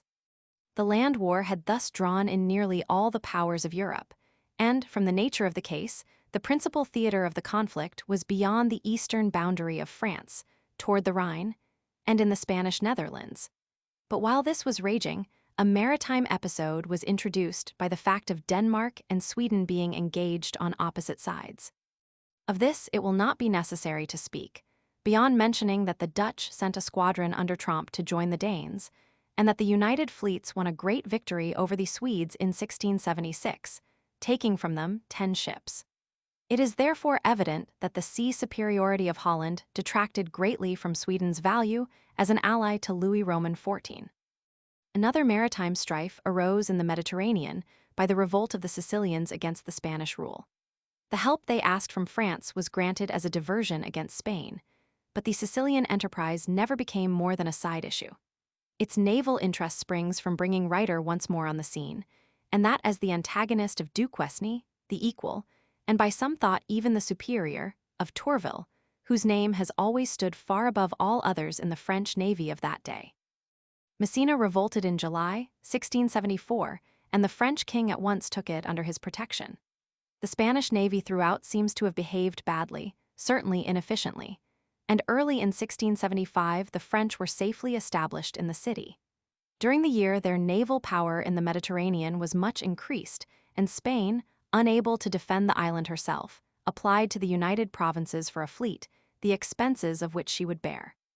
The provinces, fatigued by the war, involved in debt, suffering cruelly in their commerce, exhausted by the necessity of paying the emperor and all the German princes, could no longer fit out the enormous fleets which they had once opposed to France and England. They however hearkened to Spain and sent de Ruyter, with a squadron of only 18 ships and 4 fireships. The admiral, who had noted the growth of the French navy, said the force was too small, and departed oppressed in spirit, but with the calm resignation which was habitual to him. He reached Cadiz in September, and in the meantime the French had further strengthened themselves by the capture of Agosta, a port commanding the southeast of Sicily. De Ruyter was again delayed by the Spanish government, and did not reach the north coast of the island until the end of December, when headwinds kept him from entering the Straits of Messina. He cruised between Messina and the Lipari Islands in a position to intercept the French fleet convoying troops and supplies, which was expected under Duquesne. On the 7th of January, 1676, the French came in sight, 20 ships of the line and 6 fireships. The Dutch had but 19 ships, one of which was a Spaniard, and 4 fireships. And it must be remembered that, although there is no detailed account of the Dutch ships in this action, they were as a rule inferior to those of England, and yet more to those of France. The first day was spent in maneuvering, the Dutch having the weather gauge. But during that night, which was squally and drove the Spanish galleys accompanying the Dutch to take refuge under Lipari, the wind shifted, and coming out at west-southwest, gave the French the weather gauge and the power to attack.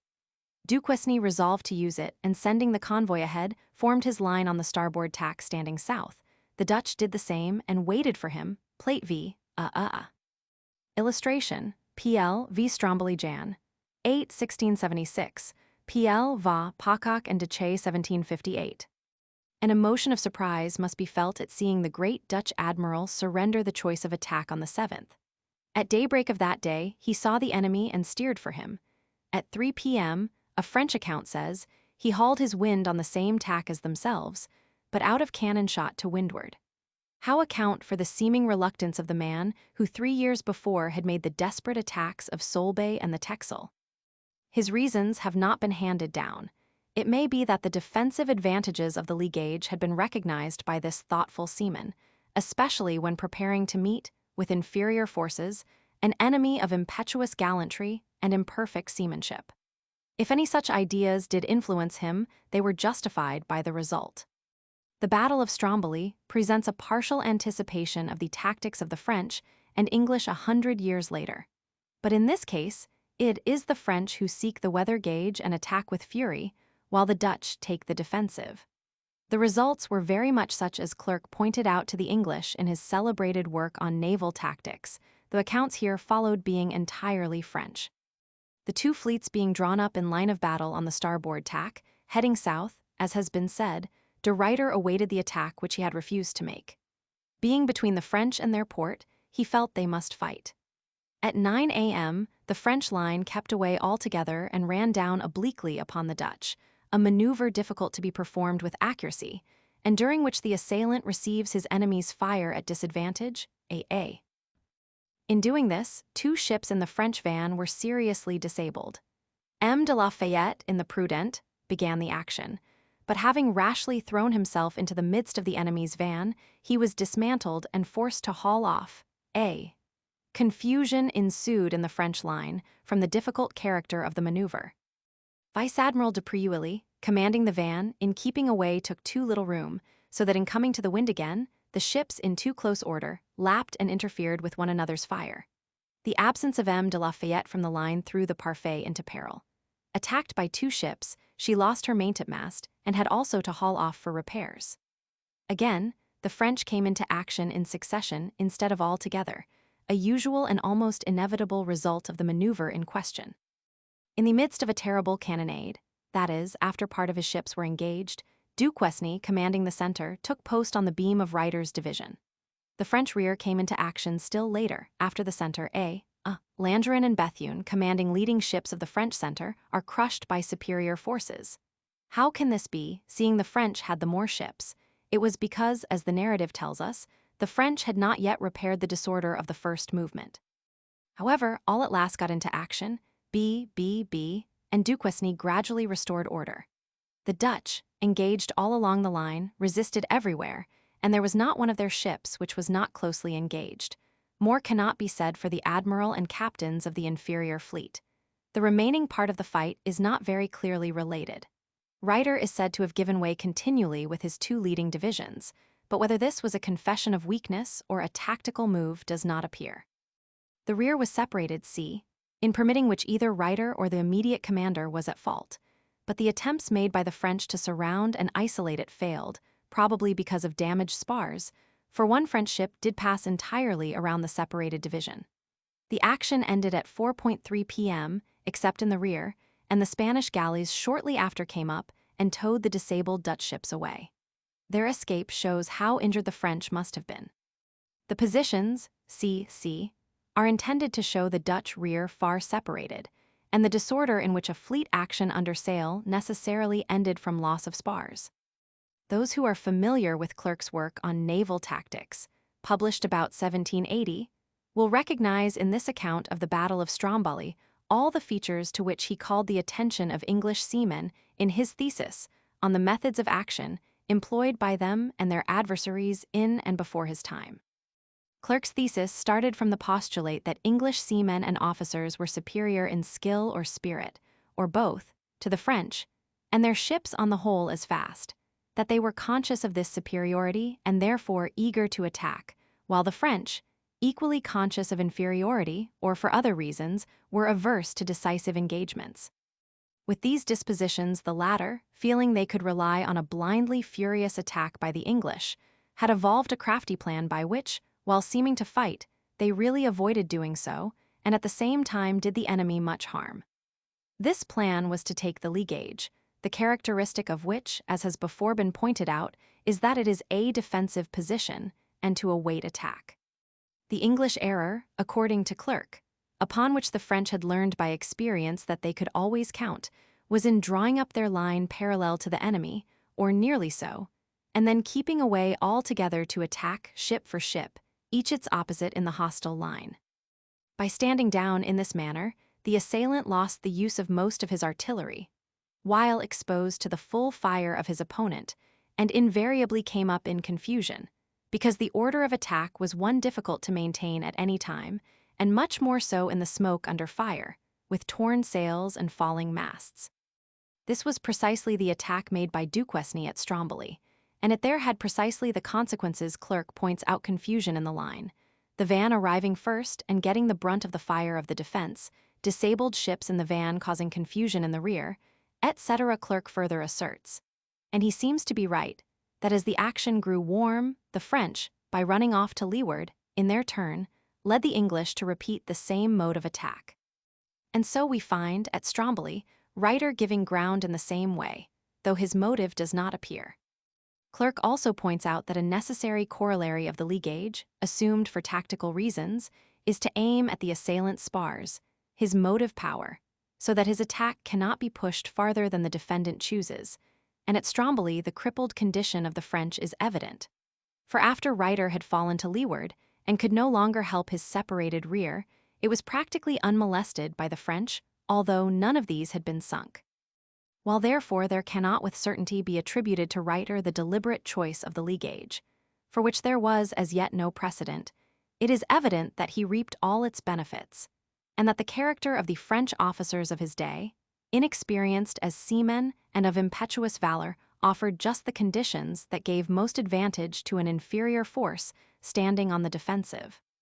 The qualities and characteristics of the enemy are among the principal factors which a man of genius considers, and it was to this as much as to any other one trait that Nelson owed his dazzling successes. On the other hand, the French admiral attacked in a wholly unscientific manner, ship against ship, without an attempt to concentrate on a part of the enemy, or even trying to keep him in play until the French squadron of 8 ships of the line in Messina, nearby, could join.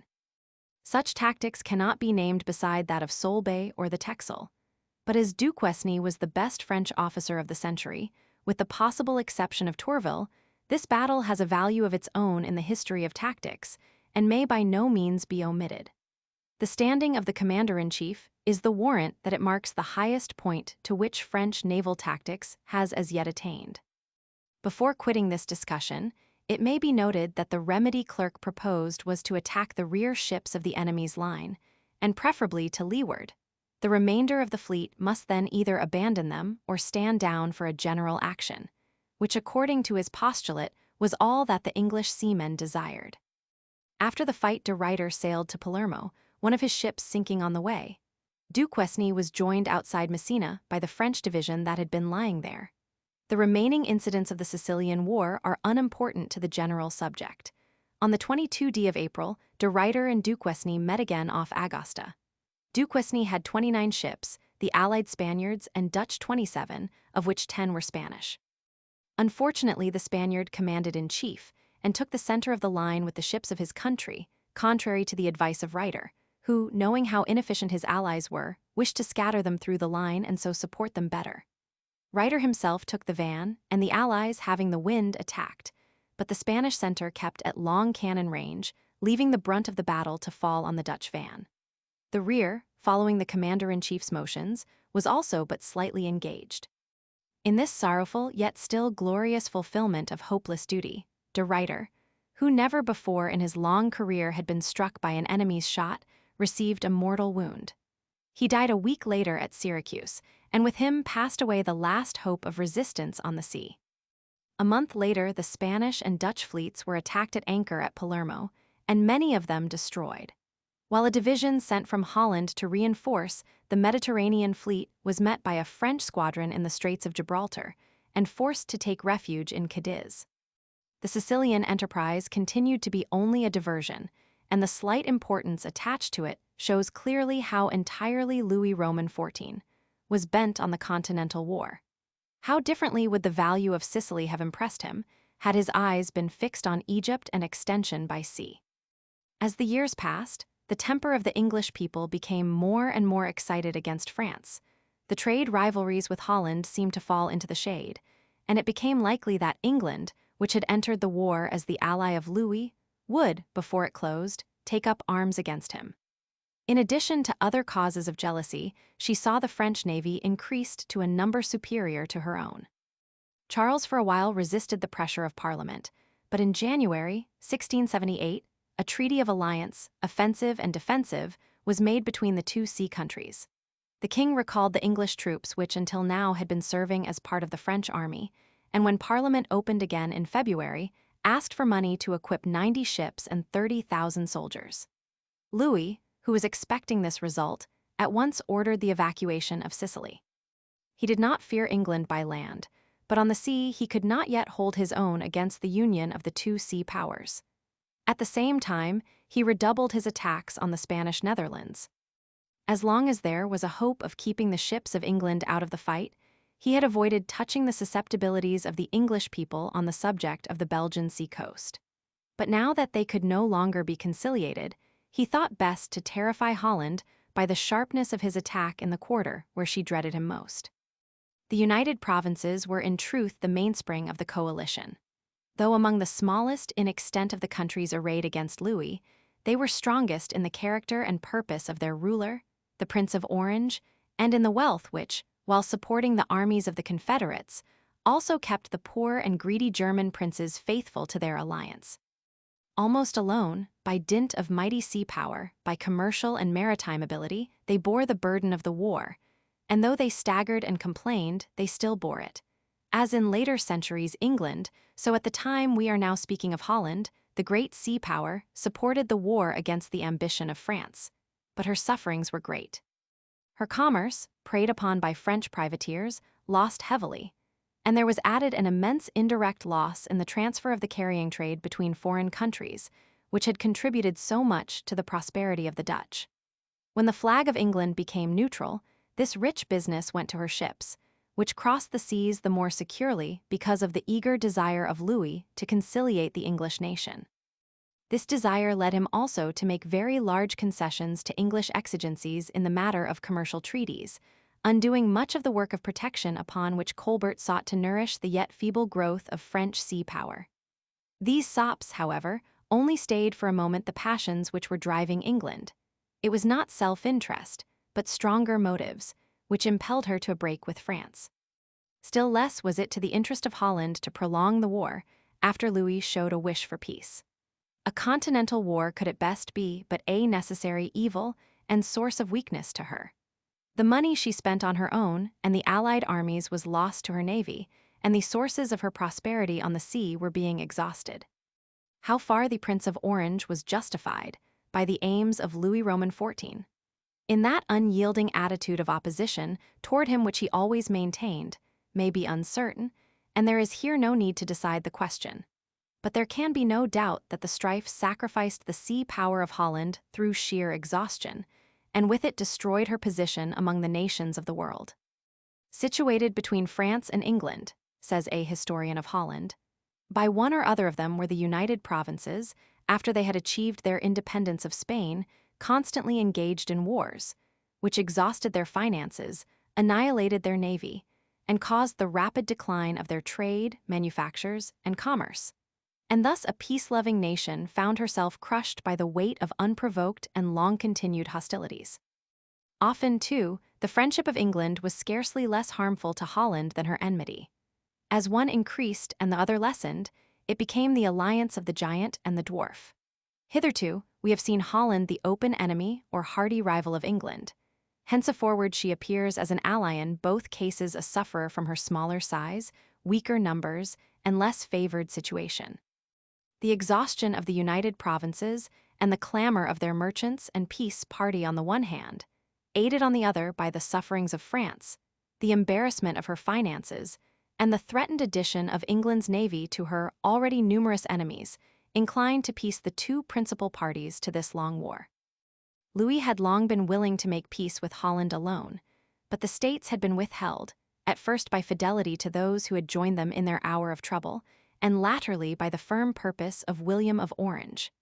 Difficulties were gradually smoothed away, and the Peace of Nijmegen between the United Provinces and France was signed August 11, 1678. The other powers shortly afterward acceded to it.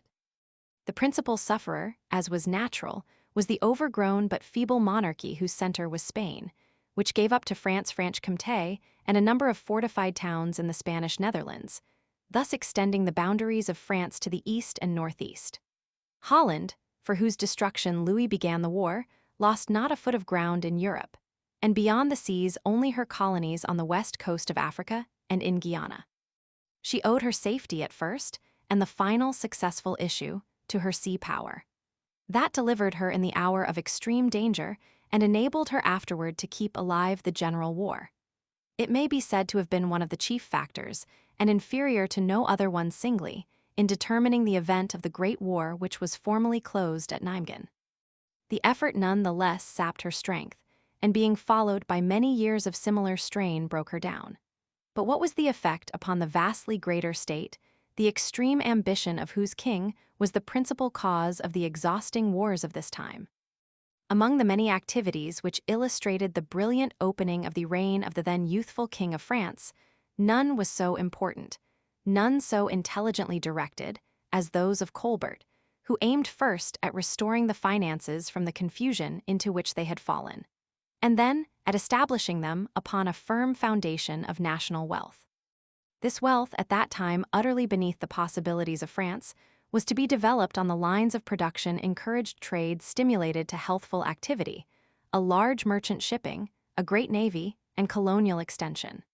Some of these are sources, others the actual constituents, of sea power, which indeed may be said in a seaboard nation to be the invariable accompaniment, if it be not the chief source, of its strength. For nearly 12 years all went well. The development of the greatness of France in all these directions went forward rapidly, if not in all with equal strides, and the king's revenues increased by bounds. Then came the hour in which he had to decide whether the exertions which his ambition naturally, perhaps properly, prompted should take the direction which, while imposing great efforts, did nothing to sustain, but rather hindered the natural activities of his people, and broke down commerce by making control of the sea uncertain. Or whether he should launch out in pursuits which, while involving expense, would keep peace on his borders, lead to the control of the sea, and by the impulse given to trade, and all upon which trade depends, would bring in money nearly if not quite equal to that which the state spent. This is not a fanciful picture. By his attitude toward Holland and its consequences, Louis gave the first impulse to England upon the path which realized to her, within his own day, the results which Colbert and Leibniz had hoped for France. He drove the Dutch carrying trade into the ships of England, allowed her to settle peacefully Pennsylvania and Carolina, and to seize New York and New Jersey, and he sacrificed, to gain her neutrality, the growing commerce of France. Not all at once, but very rapidly, England pressed into the front place as a sea power. And however great her sufferings and the sufferings of individual Englishmen, it remained true of her that even in war her prosperity was great. Doubtless France could not forget her continental position, nor wholly keep free from continental wars. But it may be believed that if she had chosen the path of sea power, she might both have escaped many conflicts and borne those that were unavoidable with greater ease. At the Peace of Nijmegen the injuries were not irreparable, but the agricultural classes, commerce, manufactures, and the colonies had alike been smitten by the war. And the conditions of peace, so advantageous to the territorial and military power of France, were much less so to manufactures, the protective tariffs having been lowered in favor of England and Holland, the two sea powers. The merchant shipping was stricken, and the splendid growth of the Royal Navy, that excited the jealousy of England, was like a tree without roots. It soon withered away under the blast of war. Before finally quitting this war with Holland, a short notice of the Comte d'Estrées, to whom Louis committed the charge of the French contingent of the Allied fleet, and who commanded it at Solebay and the Texel, will throw some light upon the qualifications of the French naval officers of the day before experience had made seamen of many of them. D'Estrées went to sea for the first time in 1667, being then a man of mature years. but in 1672 we find him in the chief command of an important squadron, having under him Duquesne, who was a seaman, and had been so for nearly 40 years. In 1677, D'Estrées obtained from the king a body of 8 ships, which he undertook to maintain at his own expense, upon the condition of receiving half the prizes made. With this squadron, he made an attack upon the then Dutch island of Tobago, with a recklessness which showed that no lack of courage prompted his equivocal conduct at the Texel. The next year he went out again and contrived to run the whole squadron ashore on the Aves Islands. The account given by the flag captain of this transaction is amusing as well as instructive. In his report he says, "The day that the squadron was lost, the sun having been taken by the pilots, the vice-admiral as usual had them put down the position in his cabin. As I was entering to learn what was going on, I met the third pilot, Bertelau, who was going out crying. I asked him what the matter was, and he answered, 'Because I find more drift than the other pilots, the admiral is threatening me and abusing me, as usual, yet I am only a poor lad who does the best he can.' When I had entered the cabin, the admiral, who was very angry, said to me, 'That scoundrel of a Bertelau is always coming to me with some nonsense or other. I will drive him out of the ship. He makes us to be running a course, the devil knows where, I don't.' As I did not know which was right," says the captain of the ship, rather naively, "I did not dare to say anything for fear of bringing down a like storm on my own head." Some hours after this scene, which, as the French officer from whom the extract is taken says, appears now almost grotesque, but which is only an exact portrayal of the sea manners of the day, the whole squadron was lost on a group of rocks known as the Aves Islands. Such were the officers. The flag captain, in another part of his report, says, "The shipwreck resulted from the general line of conduct held by Vice-Admiral D'Estrées. It was always the opinion of his servants, or others than the proper officers of the ship, which prevailed. This manner of acting may be understood in the Comte d'Estrées, who, without the necessary knowledge of a profession he had embraced so late, always had with him obscure counselors, in order to appropriate the opinions they gave him so as to blind the ship's company as to his capacity." D'Estrées had been made vice-admiral 2 years after he first went aboard ship. Footnotes: Martin, History of France. Martin, History of France. Ledyard Vol. Roman II. p. 599, Campbell, Lives of the Admirals. See also Letter of Sir Richard Haddock, Naval Chronicle, Volume Roman 17, p. 121. Haast, Naval Tactics. See Map, p. 107. Martin, History of France. Brandt, Life of de Ruyter. Campbell, Lives of the Admirals. Troude, Battles Navals de la France, year 1673. Ibid. Troude, Battles Navals de la France, year 1673. Chabot d'Arnault, Revue Mar. École July, 1885. Jurien de la Gravière, Guerres Maritimes. Mémoires. See Map of Mediterranean, p. 15. Lapeyrouse Bonfils, Hist, de la Marine Francaise. This movement, according to Clerk, was not made by the whole of a French line together, but in a way much more scientific and military. A group of 2 or 3 ships withdrew at a time, being covered by the smoke and the continued fire of the rest of their line. In time, a second line was partly formed, which in its turn protected the ships which had remained on the first, as they executed the somewhat exposed movement of falling back. In Plan V, Dutch ships at B, B, B are represented as thus withdrawing. English official reports of the 18th century often speak of French ships acting thus, the English officers attributing to their superior valor a movement which Clerk more plausibly considers a skillful military maneuver, well calculated to give the defense several opportunities of disabling the assailants as they bore down on a course which impeded the use of their artillery. In 1812, the frigate United States, commanded by Decatur, employed the same tactics in her fight with the Macedonian, and the Confederate gunboats at Mobile, by the same means, inflicted on Farragut's flagship the greater part of the heavy loss which she sustained. In its essential features, the same line of action can now be followed by a defendant, having greater speed, when the ardor of the attack or the necessities of the case force the assailant to a direct approach. An indirect cause of a lee line falling farther to leeward has never been noticed. When a ship in that line, as at sea, found itself without an opponent abeam, and its next ahead perhaps heavily engaged, the natural impulse would be to put up the helm so as to bring the broadside to bear. This advantage would be gained by a loss of ground to leeward and consequent disorder in the line, which, if the act were repeated by several ships, could only be restored by the whole line keeping away. Davies, History of Holland.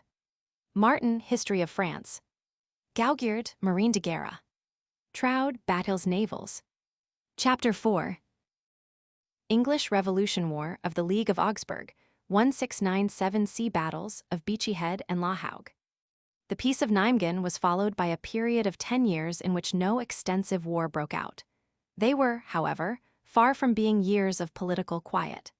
Louis Roman XIV was as intent upon pushing on his frontiers to the eastward in peace as in war, and grasped in quick succession fragments of territory which had not been given him by the peace, claiming this and that in virtue of ancient feudal ties, this and that other as implicitly surrendered by the treaty, because dependent upon something else that had been explicitly surrendered, purchasing at one time, using bare force in other cases, and backing up all the so-called peaceful methods of obtaining his asserted rights by the presence of armed power.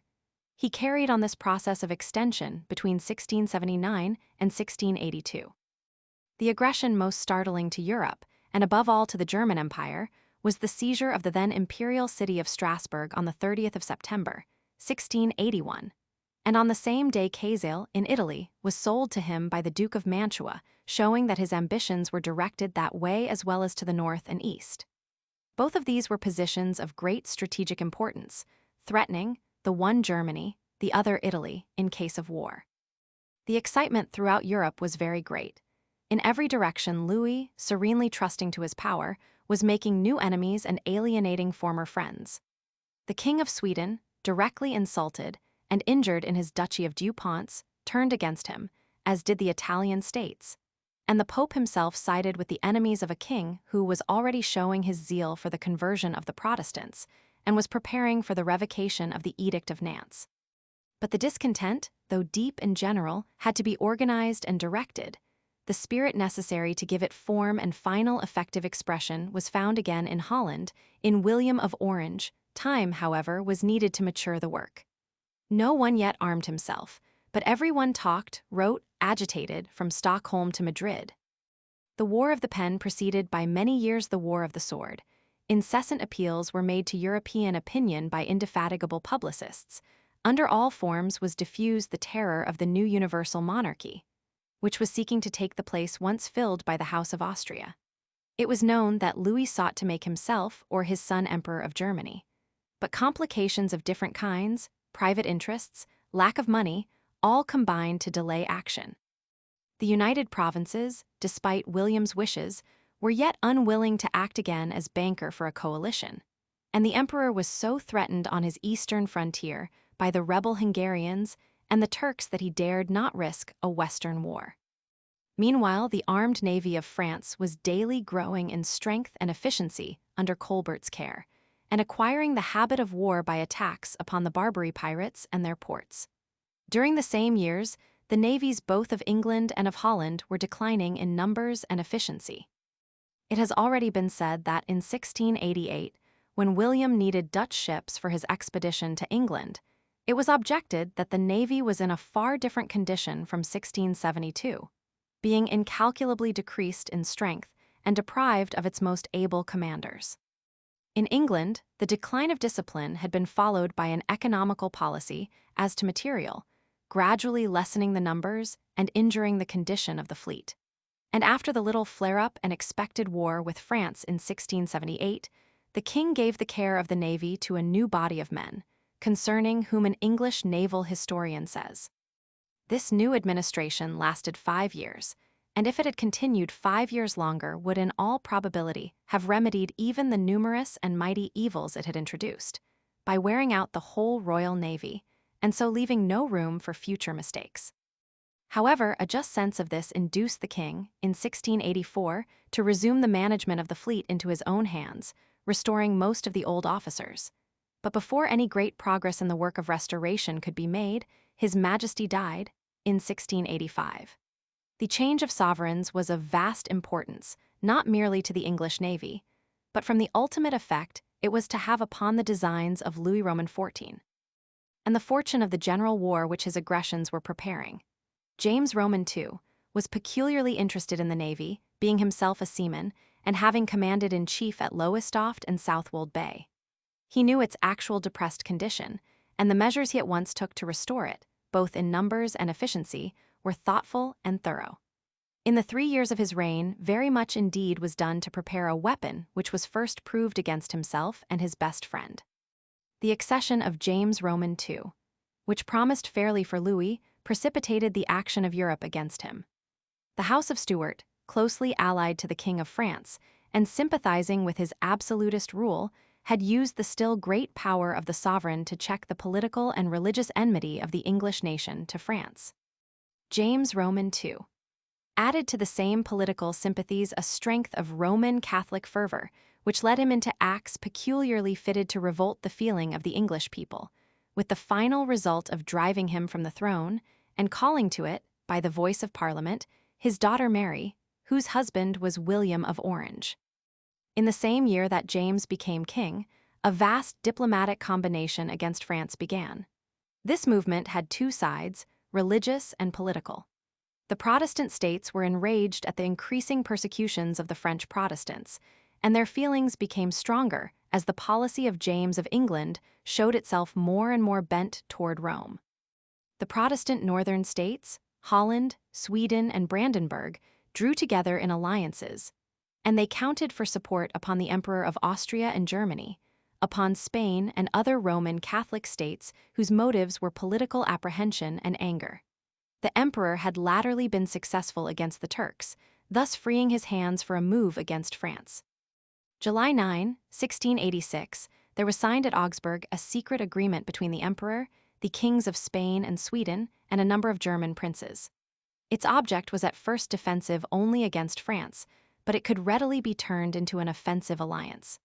This compact took the name of the League of Augsburg, and from it the general war which followed 2 years later was called the War of the League of Augsburg.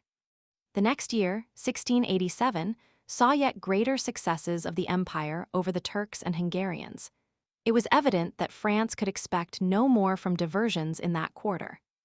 At the same time, the discontent of the English and the ambitions of the Prince of Orange, who hoped from his accession to the throne of England no ordinary personal aggrandizement, but the fulfillment of his strongest political wish and conviction in curbing forever the power of Louis Roman XIV, became more and more plain.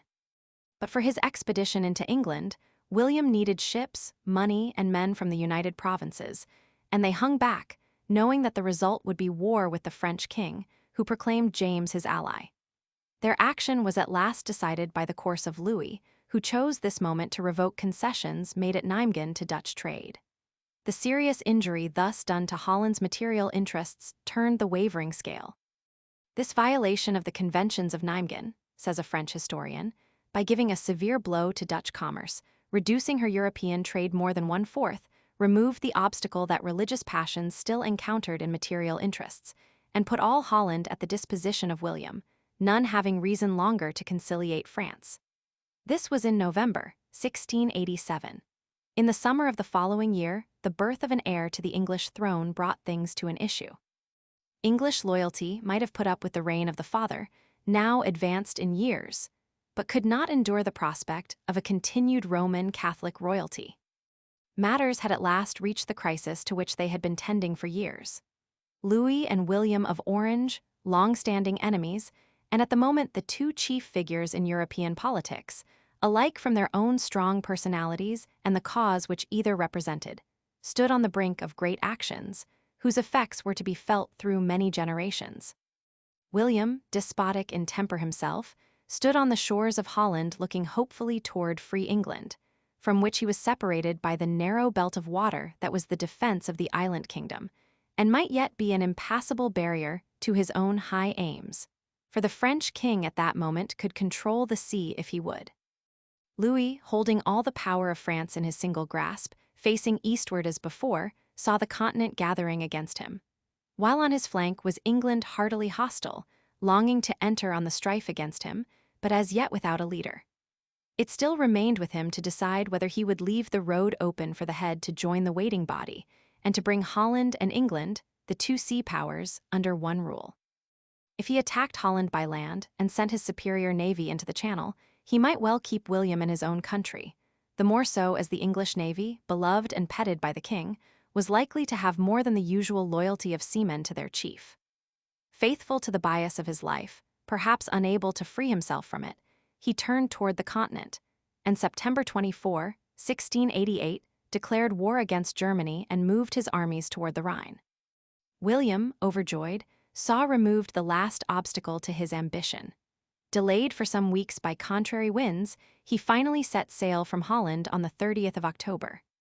More than 500 transports, with 15,000 troops, escorted by 50 men of war, formed the expedition.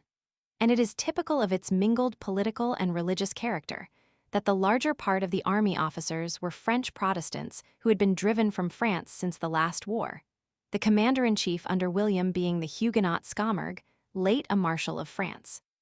The first start was foiled by a violent storm, but sailing again on the 10th of November, a fresh, fair breeze carried the ships through the Straits and the Channel, and William landed on the 15th at Torbay. Before the end of the year, James had fled from his kingdom. On the 21st of the following April, William and Mary were proclaimed sovereigns of Great Britain, and England and Holland were united for the war, which Louis had declared against the United Provinces as soon as he heard of William's invasion. During all the weeks that the expedition was preparing and delayed, the French ambassador at The Hague and the Minister of the Navy were praying the king to stop it with his great sea power. A power so great that the French fleet in the first years of the war outnumbered those of England and Holland combined. But Louis would not. Blindness seems to have struck the kings of England and France alike. For James, amid all his apprehensions, steadily refused any assistance from the French fleet, trusting to the fidelity of the English seamen to his person. Although his attempts to have Mass celebrated on board, the ships had occasioned an uproar, and mutiny which nearly ended in the crews throwing the priests overboard. France thus entered the War of the League of Augsburg without a single ally. What her policy had most feared, what she had long averted, was come to pass. England and Holland were not only allied, but united under the same chief, and England entered the coalition with all the eagerness of passions long restrained by the Stuart policy. As regards the sea war, the different battles have much less tactical value than those of de Ruyter. The chief points of strategic interest are the failure of Louis, having a decided superiority at sea, properly to support James Roman II. In Ireland, which remained faithful to him, and the gradual disappearance from the ocean of the great French fleets, which Louis Roman XIV could no longer maintain, owing to the expense of that continental policy which he had chosen for himself. A third point of rather minor interest is the peculiar character and large proportions taken on by the commerce-destroying and privateering warfare of the French, as their large fleets were disappearing.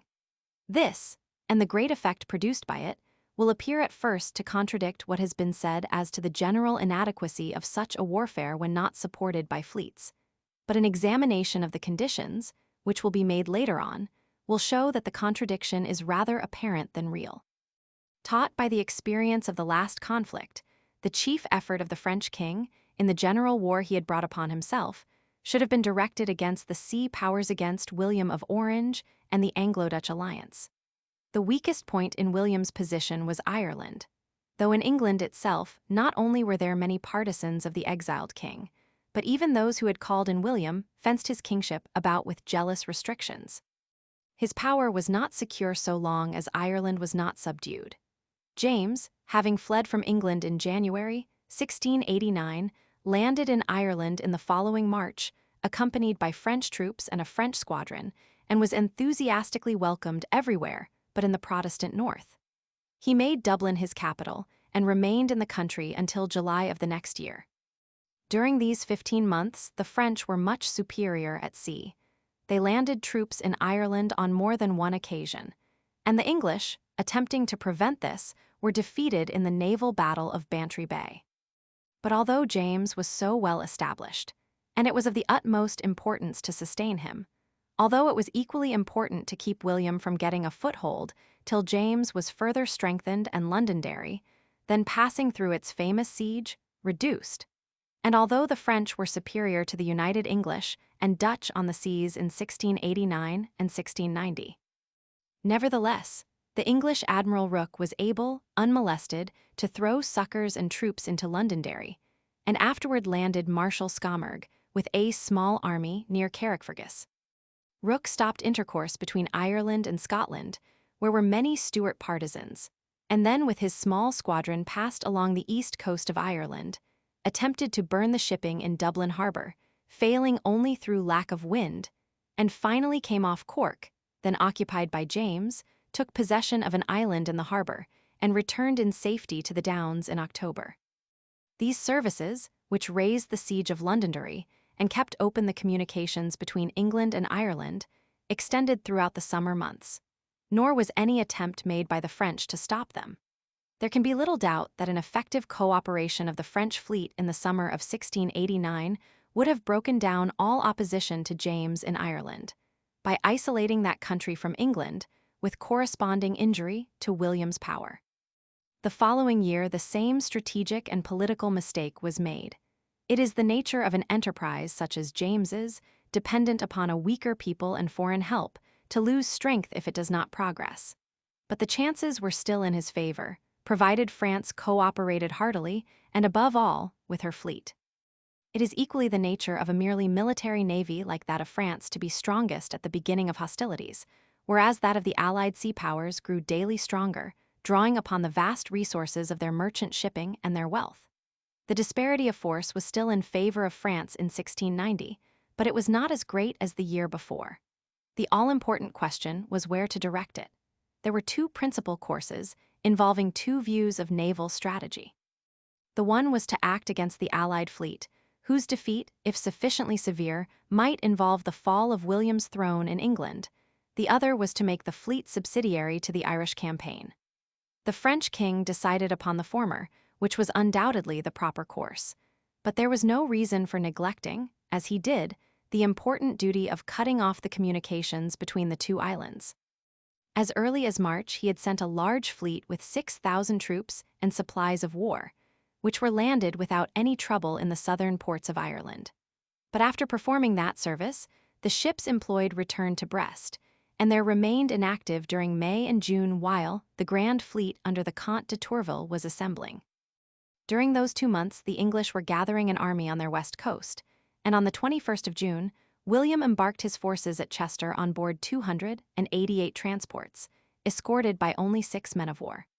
On the 24th, he landed in Carrickfergus, and the ships of war were dismissed to join the English Grand Fleet, which, however, they were not able to do, Tourville's ships having in the meantime got to sea and occupied the channel to the eastward. There is nothing more striking than the carelessness shown by both the contending parties during the time that Ireland was in dispute as to the communications of their opponents with the island. But this was especially strange in the French, as they had the larger forces, and must have received pretty accurate information of what was going on from disaffected persons in England. It appears that a squadron of 25 frigates, to be supported by ships of the line, were told off for duty in St. George's Channel. But they never reached their station, and only 10 of the frigates had got as far as Kinsale by the time James had lost all at the Battle of the Boyne. The English communications were not even threatened for an hour. Tourville's fleet, complete in numbers, having 78 ships, of which 70 were in the line of battle, with 22 fireships, got to sea June 22, the day after William embarked. On the 30th, the French were off the Lizard, to the dismay of the English admiral, who was lying off the Isle of Wight in such an unprepared attitude that he had not even lookout ships to the westward. He got under way, standing offshore to the southeast, and was joined from time to time, during the next 10 days, by other English and Dutch ships. The two fleets continued moving to the eastward, sighting each other from time to time. The political situation in England was critical. The Jacobites were growing more and more open in their demonstrations. Ireland had been in successful revolt for over a year, and William was now there, leaving only the Queen in London. The urgency of the case was such that the council decided the French fleet must be fought, and orders to that effect were sent to the English Admiral, Herbert. In obedience to his instructions, he went out, and on the 10th of July, being to windward with the wind at northeast, formed his line of battle, and then stood down to attack the French, who waited for him with their foretopsails aback on the starboard tack, heading to the northward and westward. The fight that followed is known as the Battle of Beachy Head. The ships engaged were French 70, English and Dutch according to their own account 56, according to the French 60. In the Allied line of battle, the Dutch were in the van, the English, commanded in person by Herbert, in the center, and the rear was made up partly of English and partly of Dutch ships. The stages of the battle were as follows. 1. The Allies, being to windward, bore down together in line abreast.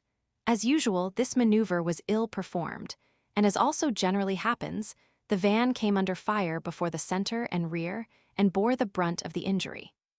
2. Admiral Herbert, though commander-in-chief, failed to attack vigorously with the center, keeping it at long range. The Allied van and rear came to close action, Plate Roman 6. A.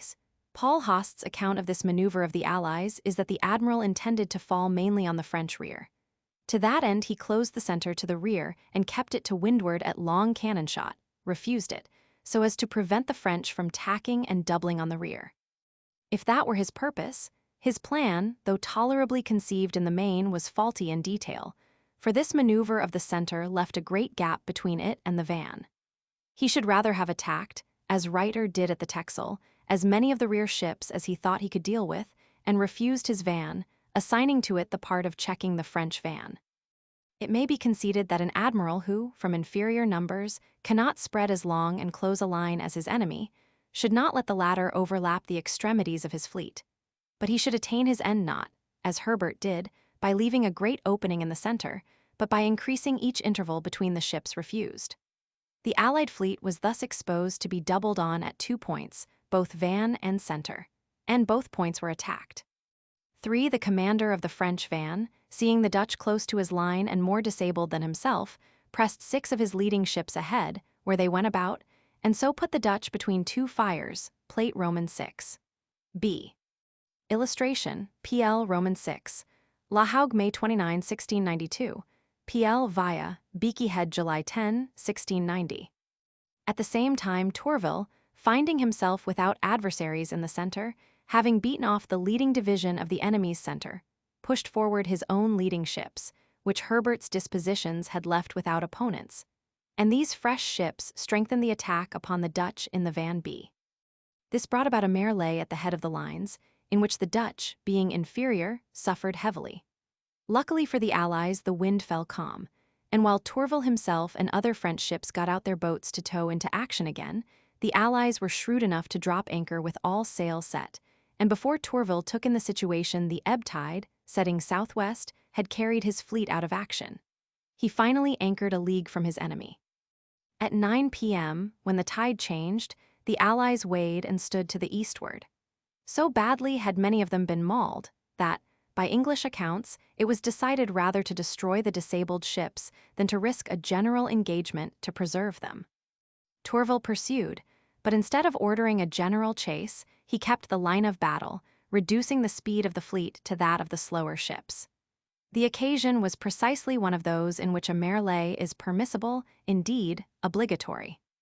An enemy beaten and in flight should be pursued with ardor, and with only so much regard to order as will prevent the chasing vessels from losing mutual support, a condition which by no means implies such relative bearings and distances as are required in the beginning or middle of a well-contested action. The failure to order such general pursuit indicates the side on which Tourville's military character lacked completeness, and the failure showed itself, as is apt to be the case, at the supreme moment of his career. He never had such another opportunity as in this, the first great general action in which he commanded in chief, and which Host, who was on board the flagship, calls the most complete naval victory ever gained. It was so indeed at that time the most complete, but not the most decisive, as it perhaps might have been. The French, according to Host, lost not even a boat, much less a ship, which, if true, makes yet more culpable the sluggishness of the pursuit, while the Allies fled, casting 16 of their ships ashore and burning them in sight of the enemy, who pursued as far as the Downs. The English indeed give the Allied loss as only 8 ships and estimate probably full as much out one way as the French the other. Herbert took his fleet to the Thames and baffled the enemy's further pursuit by removing the buoys. Tourville's is the only great historical name among the seamen of this war, if we accept the renowned privateersman at whose head was Jean Bart. Among the English, extraordinary merit cannot be claimed for any one of the gallant and enterprising men who commanded squadrons. Tourville, who by this time had served afloat for nearly 30 years, was at once a seaman and a military man. With superb courage, of which he had given dazzling examples in his youth, he had seen service wherever the French fleets had fought in the Anglo-Dutch War, in the Mediterranean, and against the Barbary pirates. Reaching the rank of admiral, he commanded in person all the largest fleets sent out during the earlier years of this war, and he brought to the command a scientific knowledge of tactics, based upon both theory and experience, joined to that practical acquaintance with the seaman's business which is necessary in order to apply tactical principles upon the ocean to the best advantage. But with all these high qualities, he seems to have failed, where so many warriors fail, in the ability to assume a great responsibility. The caution in his pursuit of the Allies after Beachy Head, though so different in appearance, came from the same trait which impelled him 2 years later to lead his fleet into almost certain destruction at La Hougue, because he had the king's order in his pocket. He was brave enough to do anything, but not strong enough to bear the heaviest burdens.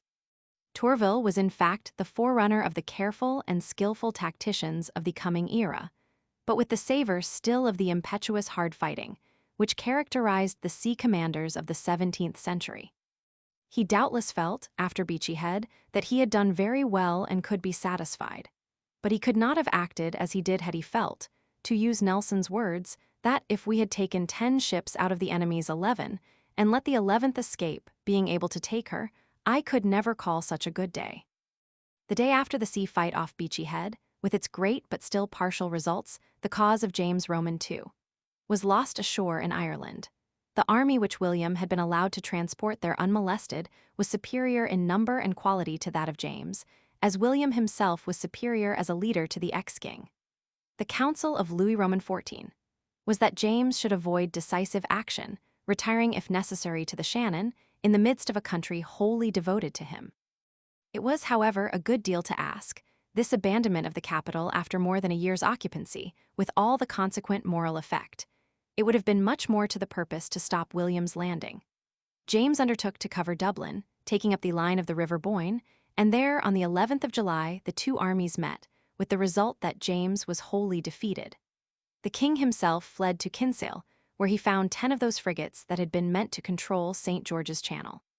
He embarked and again took refuge in France, begging Louis to improve the victory at Beachy Head by landing him with another French army in England itself.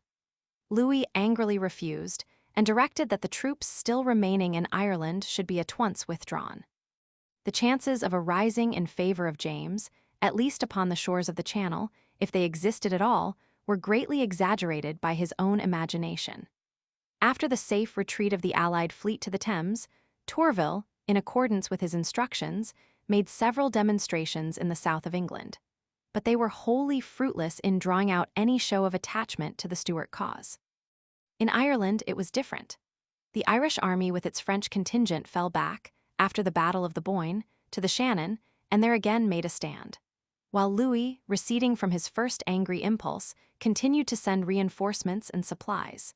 But the increasing urgency of the Continental War kept him from affording enough support, and the war in Ireland came to a close a little over a year later, by the defeat at Aghrim and capitulation of Limerick. The Battle of the Boyne, which from its peculiar religious coloring has obtained a somewhat factitious celebrity, may be taken as the date at which the English crown was firmly fixed on William's head. Yet it would be more accurate to say that the success of William, and with it the success of Europe against Louis Roman XIV, in the War of the League of Augsburg, was due to the mistakes and failure of the French naval campaign in 1690, though in that campaign was won the most conspicuous single success the French have ever gained at sea over the English. As regards the more striking military operations, it is curious to remark that Tourville sailed the day after William left Chester, and won Beachy Head the day before the Battle of the Boyne. But the real failure lay in permitting William to transport that solid body of men without hindrance. It might have been favorable to French policy to let him get into Ireland, but not with such a force at his back. The result of the Irish campaign was to settle William safely on the English throne and establish the Anglo-Dutch alliance. And the union of the two sea peoples under one crown was the pledge, through their commercial and maritime ability, and the wealth they drew from the sea, of the successful prosecution of the war by their allies on the continent. The year 1691 was distinguished by only one great maritime event. This was ever afterward known in France as Tourville's deep sea, or offshore cruise, and the memory of it as a brilliant strategic and tactical display remains to this day in the French Navy. That staying power, which has already been spoken of as distinctive of nations whose sea power is not a mere military institution, but based upon the character and pursuits of the people, had now come into play with the Allies. Notwithstanding the defeat and loss of Beachy Head, the United Fleets took the sea in 1691 with 100 ships of the line under the command of Admiral Russell. Tourville could only gather 72, the same number as the year before. With these, he left Brest June 25. As the enemy had not yet appeared upon the coasts of the Channel, he took up his cruising ground at the entrance, sending lookout ships in all directions. Informed that the Allies had stationed themselves near the Scilly Islands to cover the passage of a convoy expected from the Levant, Tourville did not hesitate to steer for the English coasts, where the approaching arrival of another merchant fleet from Jamaica was equally expected. Deceiving the English cruisers by false courses, he reached the latter fleet, took from it several ships, and dispersed it before Russell could come up to fight him. When at last Tourville was in presence of the Allied fleet, he maneuvered so skillfully, always keeping the weather gauge, that the enemy, drawn far out into the ocean, lost 50 days without finding an opportunity to engage. During this time, French privateers, scattered throughout the Channel, harassed the enemy's commerce and protected convoys sent into Ireland. Worn out by fruitless efforts, Russell steered for the Irish coast. Tourville, after having protected the return of the French convoys, anchored again in Brest Roads. The actual captures made by Tourville's own fleet were insignificant, but its service to the commerce-destroying warfare of the French by occupying the Allies is obvious. Nevertheless, the loss of English commerce was not as great this year as the next. The chief losses of the Allies seem to have been in the Dutch North Sea trade. The two wars, continental and maritime, that were being waged, though simultaneous, were as yet independent of each other.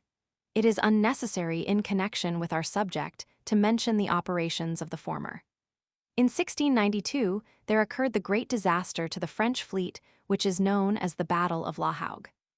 In itself, considered tactically, it possesses little importance, and the actual results have been much exaggerated. But popular report has made it one of the famous sea battles of the world, and therefore it cannot be wholly passed by. Misled by reports from England, and still more by the representations of James, who fondly nursed his belief that the attachment of many English naval officers to his person was greater than their love of country or faithfulness to their trust, Louis Roman XIV, determined to attempt an invasion of the south coast of England, led by James in person. As a first step thereto, Tourville, at the head of between 50 and 60 ships of the line, 13 of which were to come from Toulon, was to engage the English fleet, from which so many desertions were expected as would, with the consequent demoralization, yield the French an easy and total victory. The first hitch was in the failure of the Toulon fleet, delayed by contrary winds, to join. And Tourville went to sea with only 44 ships, but with a peremptory order from the king to fight when he fell in with the enemy, were they few or many, and come what might. On the 29th of May, Tourville saw the Allies to the northward and eastward. They numbered 99 sail of the line.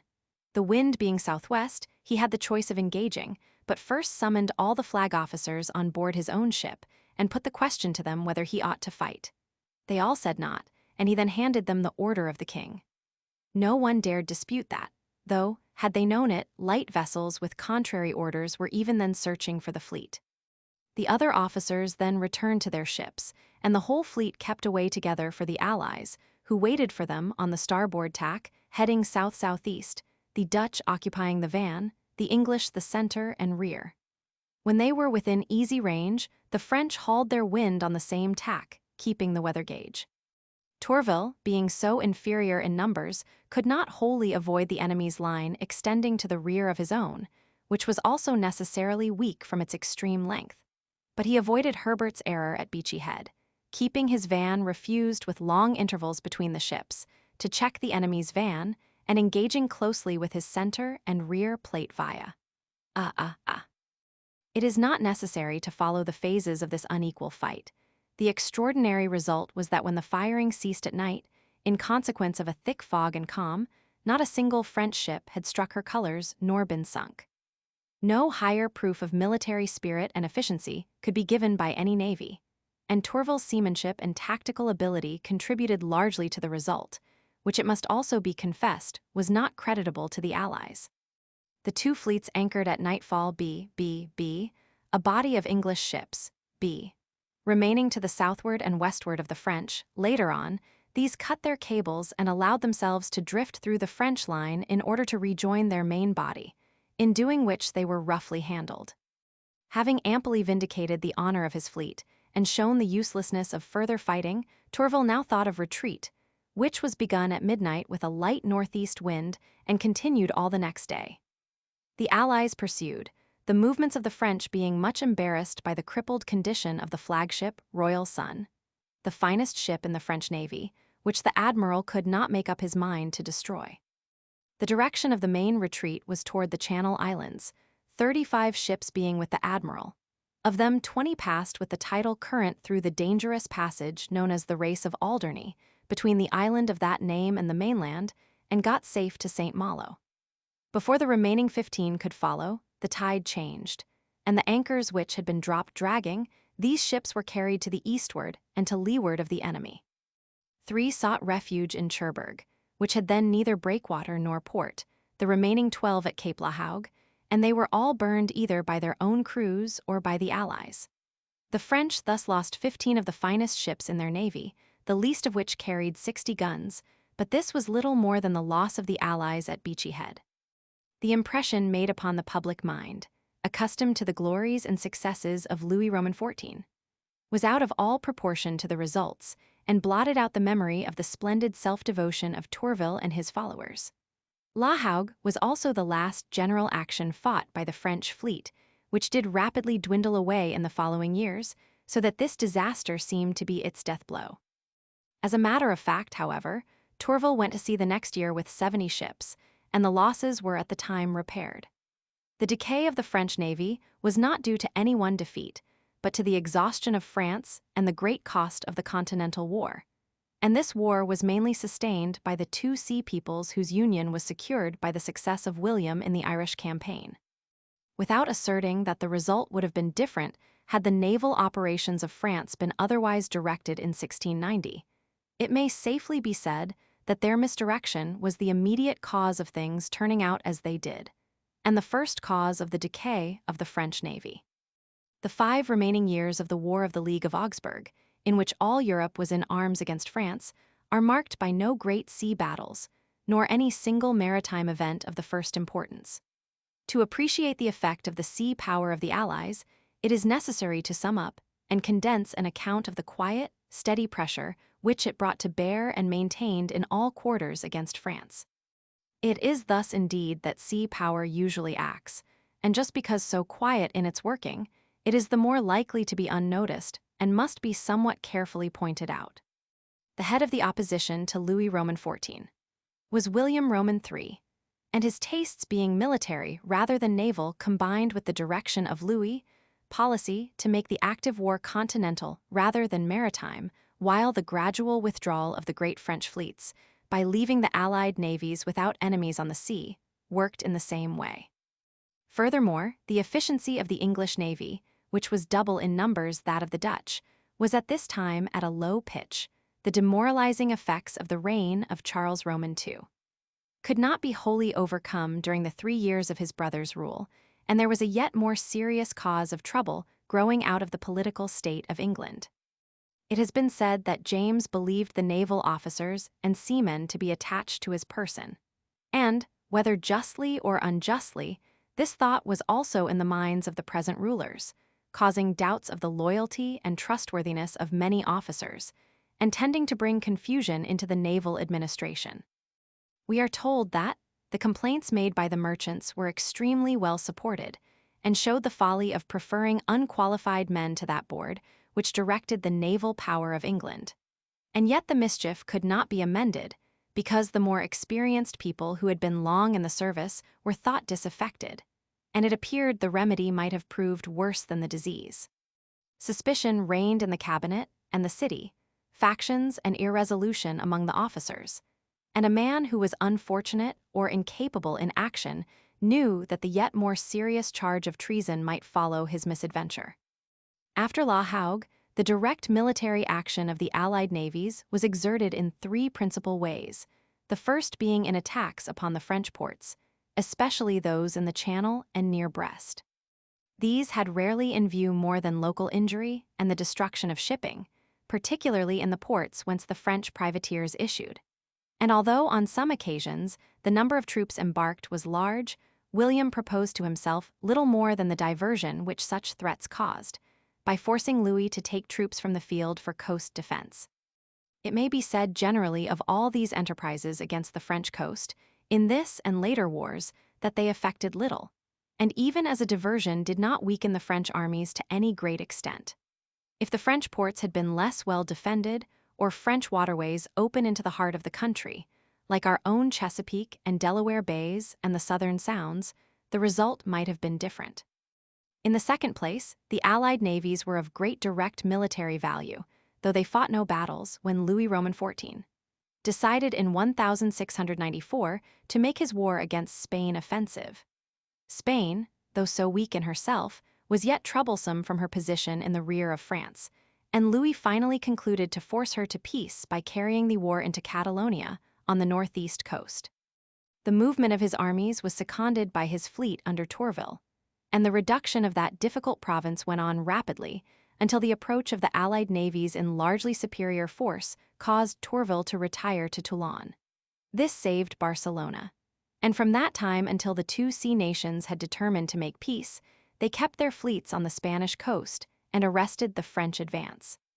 When in 1697, William had become disposed to peace and Spain refused it, Louis again invaded, the Allied fleet did not appear, and Barcelona fell. At the same time, a French naval expedition was successfully directed against Cartagena in South America, and under the two blows, both of which depended upon the control of the sea, Spain yielded. The third military function of the Allied navies was the protection of their sea commerce, and herein, if history may be trusted, they greatly failed. At no time has war against commerce been conducted on a larger scale and with greater results than during this period. And its operations were widest and most devastating at the very time that the great French fleets were disappearing, in the years immediately after La Hougue, apparently contradicting the assertion that such a warfare must be based on powerful fleets or neighboring seaports. A somewhat full discussion is due, inasmuch as the distress to commerce wrought by the privateers was a large factor in bringing the sea nations to wish for peace, just as the subsidies, which their commerce enabled them to pay the continental armies, besides keeping up their own, were the chief means by which the war was prolonged and France brought to terms. The attack and defense of commerce is still a living question. In the first place, it is to be observed that the decay of the French fleet was gradual, and that the moral effect of its appearance in the Channel, its victory at Beachy Head, and gallant conduct at La Hougue remained for some time impressed on the minds of the Allies. This impression caused their ships to be kept together in fleets, instead of scattering in pursuit of the enemy's cruisers, and so brought to the latter a support almost equal to an active warfare on the seas. Again, the efficiency of the English navy, as has been said, was low, and its administration perhaps worse, while treason in England gave the French the advantage of better information. Thus, in the year following La Hougue, the French, having received accurate information of a great convoy sailing for Smyrna, sent out Tourville in May, getting him to sea before the Allies were ready to blockade him in Brest, as they had intended. This delay was due to bad administration, as was also the further misfortune that the English government did not learn of Tourville's departure until after its own fleet had sailed with the trade. Tourville surprised the convoy near the straits, destroyed or captured 100 out of 400 ships, and scattered the rest. This is not a case of simple cruising warfare, for Tourville's fleet was of 71 ships, but it shows the incompetency of the English administration. In truth, it was immediately after La Hougue that the depredations of cruisers became most ruinous, and the reason was twofold. First, the Allied fleet was kept together at Spithead for 2 months and more, gathering troops for a landing on the continent, thus leaving the cruisers unmolested. And in the second place, the French, not being able to send their fleet out again that summer, permitted the seamen to take service in private ships, thus largely increasing the numbers of the latter. The two causes working together gave an impunity and extension to commerce destroying which caused a tremendous outcry in England. "It must be confessed," says the English naval chronicler, "that our commerce suffered far less the year before, when the French were masters at sea, than in this, when their grand fleet was blocked up in port." But the reason was that the French, having little commerce and a comparatively large number of seamen, mainly employed in the fleet, were able, when this lay by, to release them to cruisers.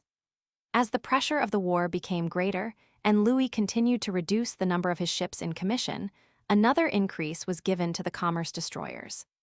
The ships and officers of the Royal Navy were loaned, under certain conditions, to private firms or to companies who wished to undertake privateering enterprises, in which even the cabinet ministers did not disdain to take shares. Indeed, they were urged to do so to please the king. The conditions generally provided that a certain proportion of the profits should go to the king, in return for the use of the ships. Such employment would be demoralizing to any military service, but not necessarily all at once. And the conditions imparted for the time a tone and energy to privateering that it cannot always have. In truth, the public treasury, not being able to maintain the navy, associated with itself private capital, risking only material otherwise useless, and looking for returns to robbing the enemy. The commerce destroying of this war also was no mere business of single cruisers. Squadrons of 3 or 4 up to half a dozen ships acted together under one man, and it is only just to say that under seamen like Jean Bart, Forbin, and Duguay-Trouin, they were even more ready to fight than to pillage. The largest of these private expeditions, and the only one that went far from the French shores, was directed in 1697 against Cartagena, on the Spanish Main. It numbered 7 ships of the line and 6 frigates, besides smaller vessels, and carried 2,800 troops. The chief object was to lay a contribution on the city of Cartagena, but its effect on the policy of Spain was marked and led to peace. Such a temper and concert of action went far to supply the place of supporting fleets, but could not wholly do so. And although the Allies continued to keep their large fleets together, still, as the war went on and efficiency of administration improved, commerce destroying was brought within bounds. At the same time, as an evidence of how much the unsupported cruisers suffered, even under these favorable conditions, it may be mentioned that the English report 59 ships of war captured against 18 admitted by the French during the Warre difference, which a French naval historian attributes, with much probability, to the English failing to distinguish between ships of war properly so called and those loaned to private firms. Captures of actual privateers do not appear in the list quoted from. The commerce destroying of this war, therefore, was marked by the particular characteristics of cruisers acting together in squadron, not far from their base, while the enemy thought best to keep his fleet concentrated elsewhere. Notwithstanding which, and the bad administration of the English navy, the cruisers were more and more controlled as the great French fleets disappeared. The results of the War of 1689–1697 do not therefore vitiate the general conclusion that a cruising, commerce-destroying warfare, to be destructive, must be seconded by a squadron warfare, and by divisions of ships of the line, which, forcing the enemy to unite his forces, permit the cruisers to make fortunate attempts upon his trade. Without such backing, the result will be simply the capture of the cruisers. Toward the end of this war, the real tendency was becoming manifest, and was still more plainly seen in the next, when the French navy had sunk to a yet lower state of weakness. Notwithstanding their losses, the sea nations made good their cause. The war, which began with the French taking the offensive, ended by reducing them everywhere to the defensive, and forced Louis to do violence at once to his strongest prejudices and his most reasonable political wishes, by recognizing as King of England him whom he looked upon as a usurper as well as his own inveterate enemy. On its surface, and taken as a whole, this war will appear almost wholly a land struggle, extending from the Spanish Netherlands down the line of the Rhine to Savoy in Italy and Catalonia in Spain. The sea fights in the Channel, the Irish struggle receding in the distance, look like mere episodes, while the underlying action of trade and commerce is wholly disregarded or noticed only as their outcries tell of their sufferings. Yet trade and shipping not only bore the burden of suffering, but in the main paid the armies that were fighting the French. And this turning of the stream of wealth from both sea nations into the coffers of their allies was perhaps determined, certainly hastened, by the misdirection of that naval supremacy with which France began the war. It was then possible, as it will usually be possible, for a really fine military navy of superior force to strike an overwhelming blow at a less ready rival. But the opportunity was allowed to slip, and the essentially stronger, better-founded sea power of the Allies had time to assert itself. The peace signed at Ryswick in 1697 was most disadvantageous to France. She lost all that had been gained since the Peace of Nijmegen 19 years before, with the single important exception of Strasbourg. All that Louis Roman XIV had gained by trick or force during the years of peace was given up. Immense restitutions were made to Germany and to Spain. In so far as the latter were made in the Netherlands, they were to the immediate advantage of the United Provinces, and indeed of all Europe as well as of Spain. To the two sea nations, the terms of the treaty gave commercial benefits, which tended to the increase of their own sea power and to the consequent injury of that of France. France had made a gigantic struggle, to stand alone as she did then, and as she has since done more than once, against all Europe is a great feat. Yet it may be said that as the United Provinces taught the lesson that a nation, however active and enterprising, cannot rest upon external resources alone, if intrinsically weak in numbers and territory, so France in its measure shows that a nation cannot subsist indefinitely off itself, however powerful in numbers and strong in internal resources. It is said that a friend once found Colbert looking dreamily from his windows, and on questioning him as to the subject of his meditations, received this reply: "In contemplating the fertile fields before my eyes, I recall those which I have seen elsewhere. What a rich country is France!" This conviction supported him amid the many discouragements of his official life, when struggling to meet the financial difficulties arising from the extravagance and wars of the king, and it has been justified by the whole course of the nation's history since his days. France is rich in natural resources as well as in the industry and thrift of her people. But neither individual nations nor men can thrive when severed from natural intercourse with their kind. Whatever the native vigor of constitution, it requires healthful surroundings and freedom to draw to itself from near and from far all that is conducive to its growth and strength and general welfare. Not only must the internal organism work satisfactorily, the processes of decay and renewal, of movement and circulation, go on easily, but, from sources external to themselves, both mind and body must receive healthful and varied nourishment. With all her natural gifts, France wasted away because of the want of that lively intercourse between the different parts of her own body and constant exchange with other people, which is known as commerce, internal or external. To say that war was the cause of these defects is to state at least a partial truth, but it does not exhaust the matter. War, with its many acknowledged sufferings, is above all harmful when it cuts a nation off from others and throws it back upon itself. There may indeed be periods when such rude shocks have a bracing effect, but they are exceptional and of short duration, and they do not invalidate the general statement. Such isolation was the lot of France during the later wars of Louis Roman XIV, and it well nigh destroyed her, whereas to save her from the possibility of such stagnation was the great aim of Colbert's life. War alone could not entail it, if only war could be postponed until the processes of circulation within and without the kingdom were established and in vigorous operation. They did not exist when he took office. They had to be both created and firmly rooted in order to withstand the blast of war. Time was not given to accomplish this great work, nor did Louis Roman XIV. support the schemes of his minister by turning the budding energies of his docile and devoted subjects into paths favorable to it. So when the great strain came upon the powers of the nation, instead of drawing strength from every quarter and through many channels, and laying the whole outside world under contribution by the energy of its merchants and seamen, as England has done in like straits, it was thrown back upon itself, cut off from the world by the navies of England and Holland, and the girdle of enemies which surrounded it upon the continent. The only escape from this process of gradual starvation was by an effectual control of the sea, the creation of a strong sea power which should ensure free play for the wealth of the land and the industry of the people. For this, too, France had great natural advantages in her three seaboards, on the Channel, the Atlantic, and the Mediterranean. And politically she had had the fair opportunity of joining to her own maritime power that of the Dutch in friendly alliance, hostile, or at least wary toward England. In the pride of his strength, conscious of absolute control in his kingdom, Louis cast away this strong reinforcement to his power, and proceeded to rouse Europe against him by repeated aggressions.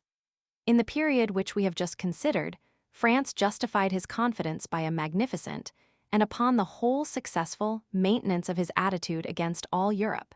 She did not advance, but neither did she greatly recede. But this display of power was exhausting. It ate away the life of the nation, because it drew wholly upon itself and not upon the outside world, with which it could have been kept in contact by the sea. In the war that next followed, the same energy is seen, but not the same vitality, and France was everywhere beaten back and brought to the verge of ruin. The lesson of both is the same. Nations, like men, however strong, decay when cut off from the external activities and resources which at once draw out and support their internal powers. A nation, as we have already shown, cannot live indefinitely off itself, and the easiest way by which it can communicate with other peoples and renew its own strength is the sea. Footnotes: Campbell, Lives of the Admirals. Martin, History of France.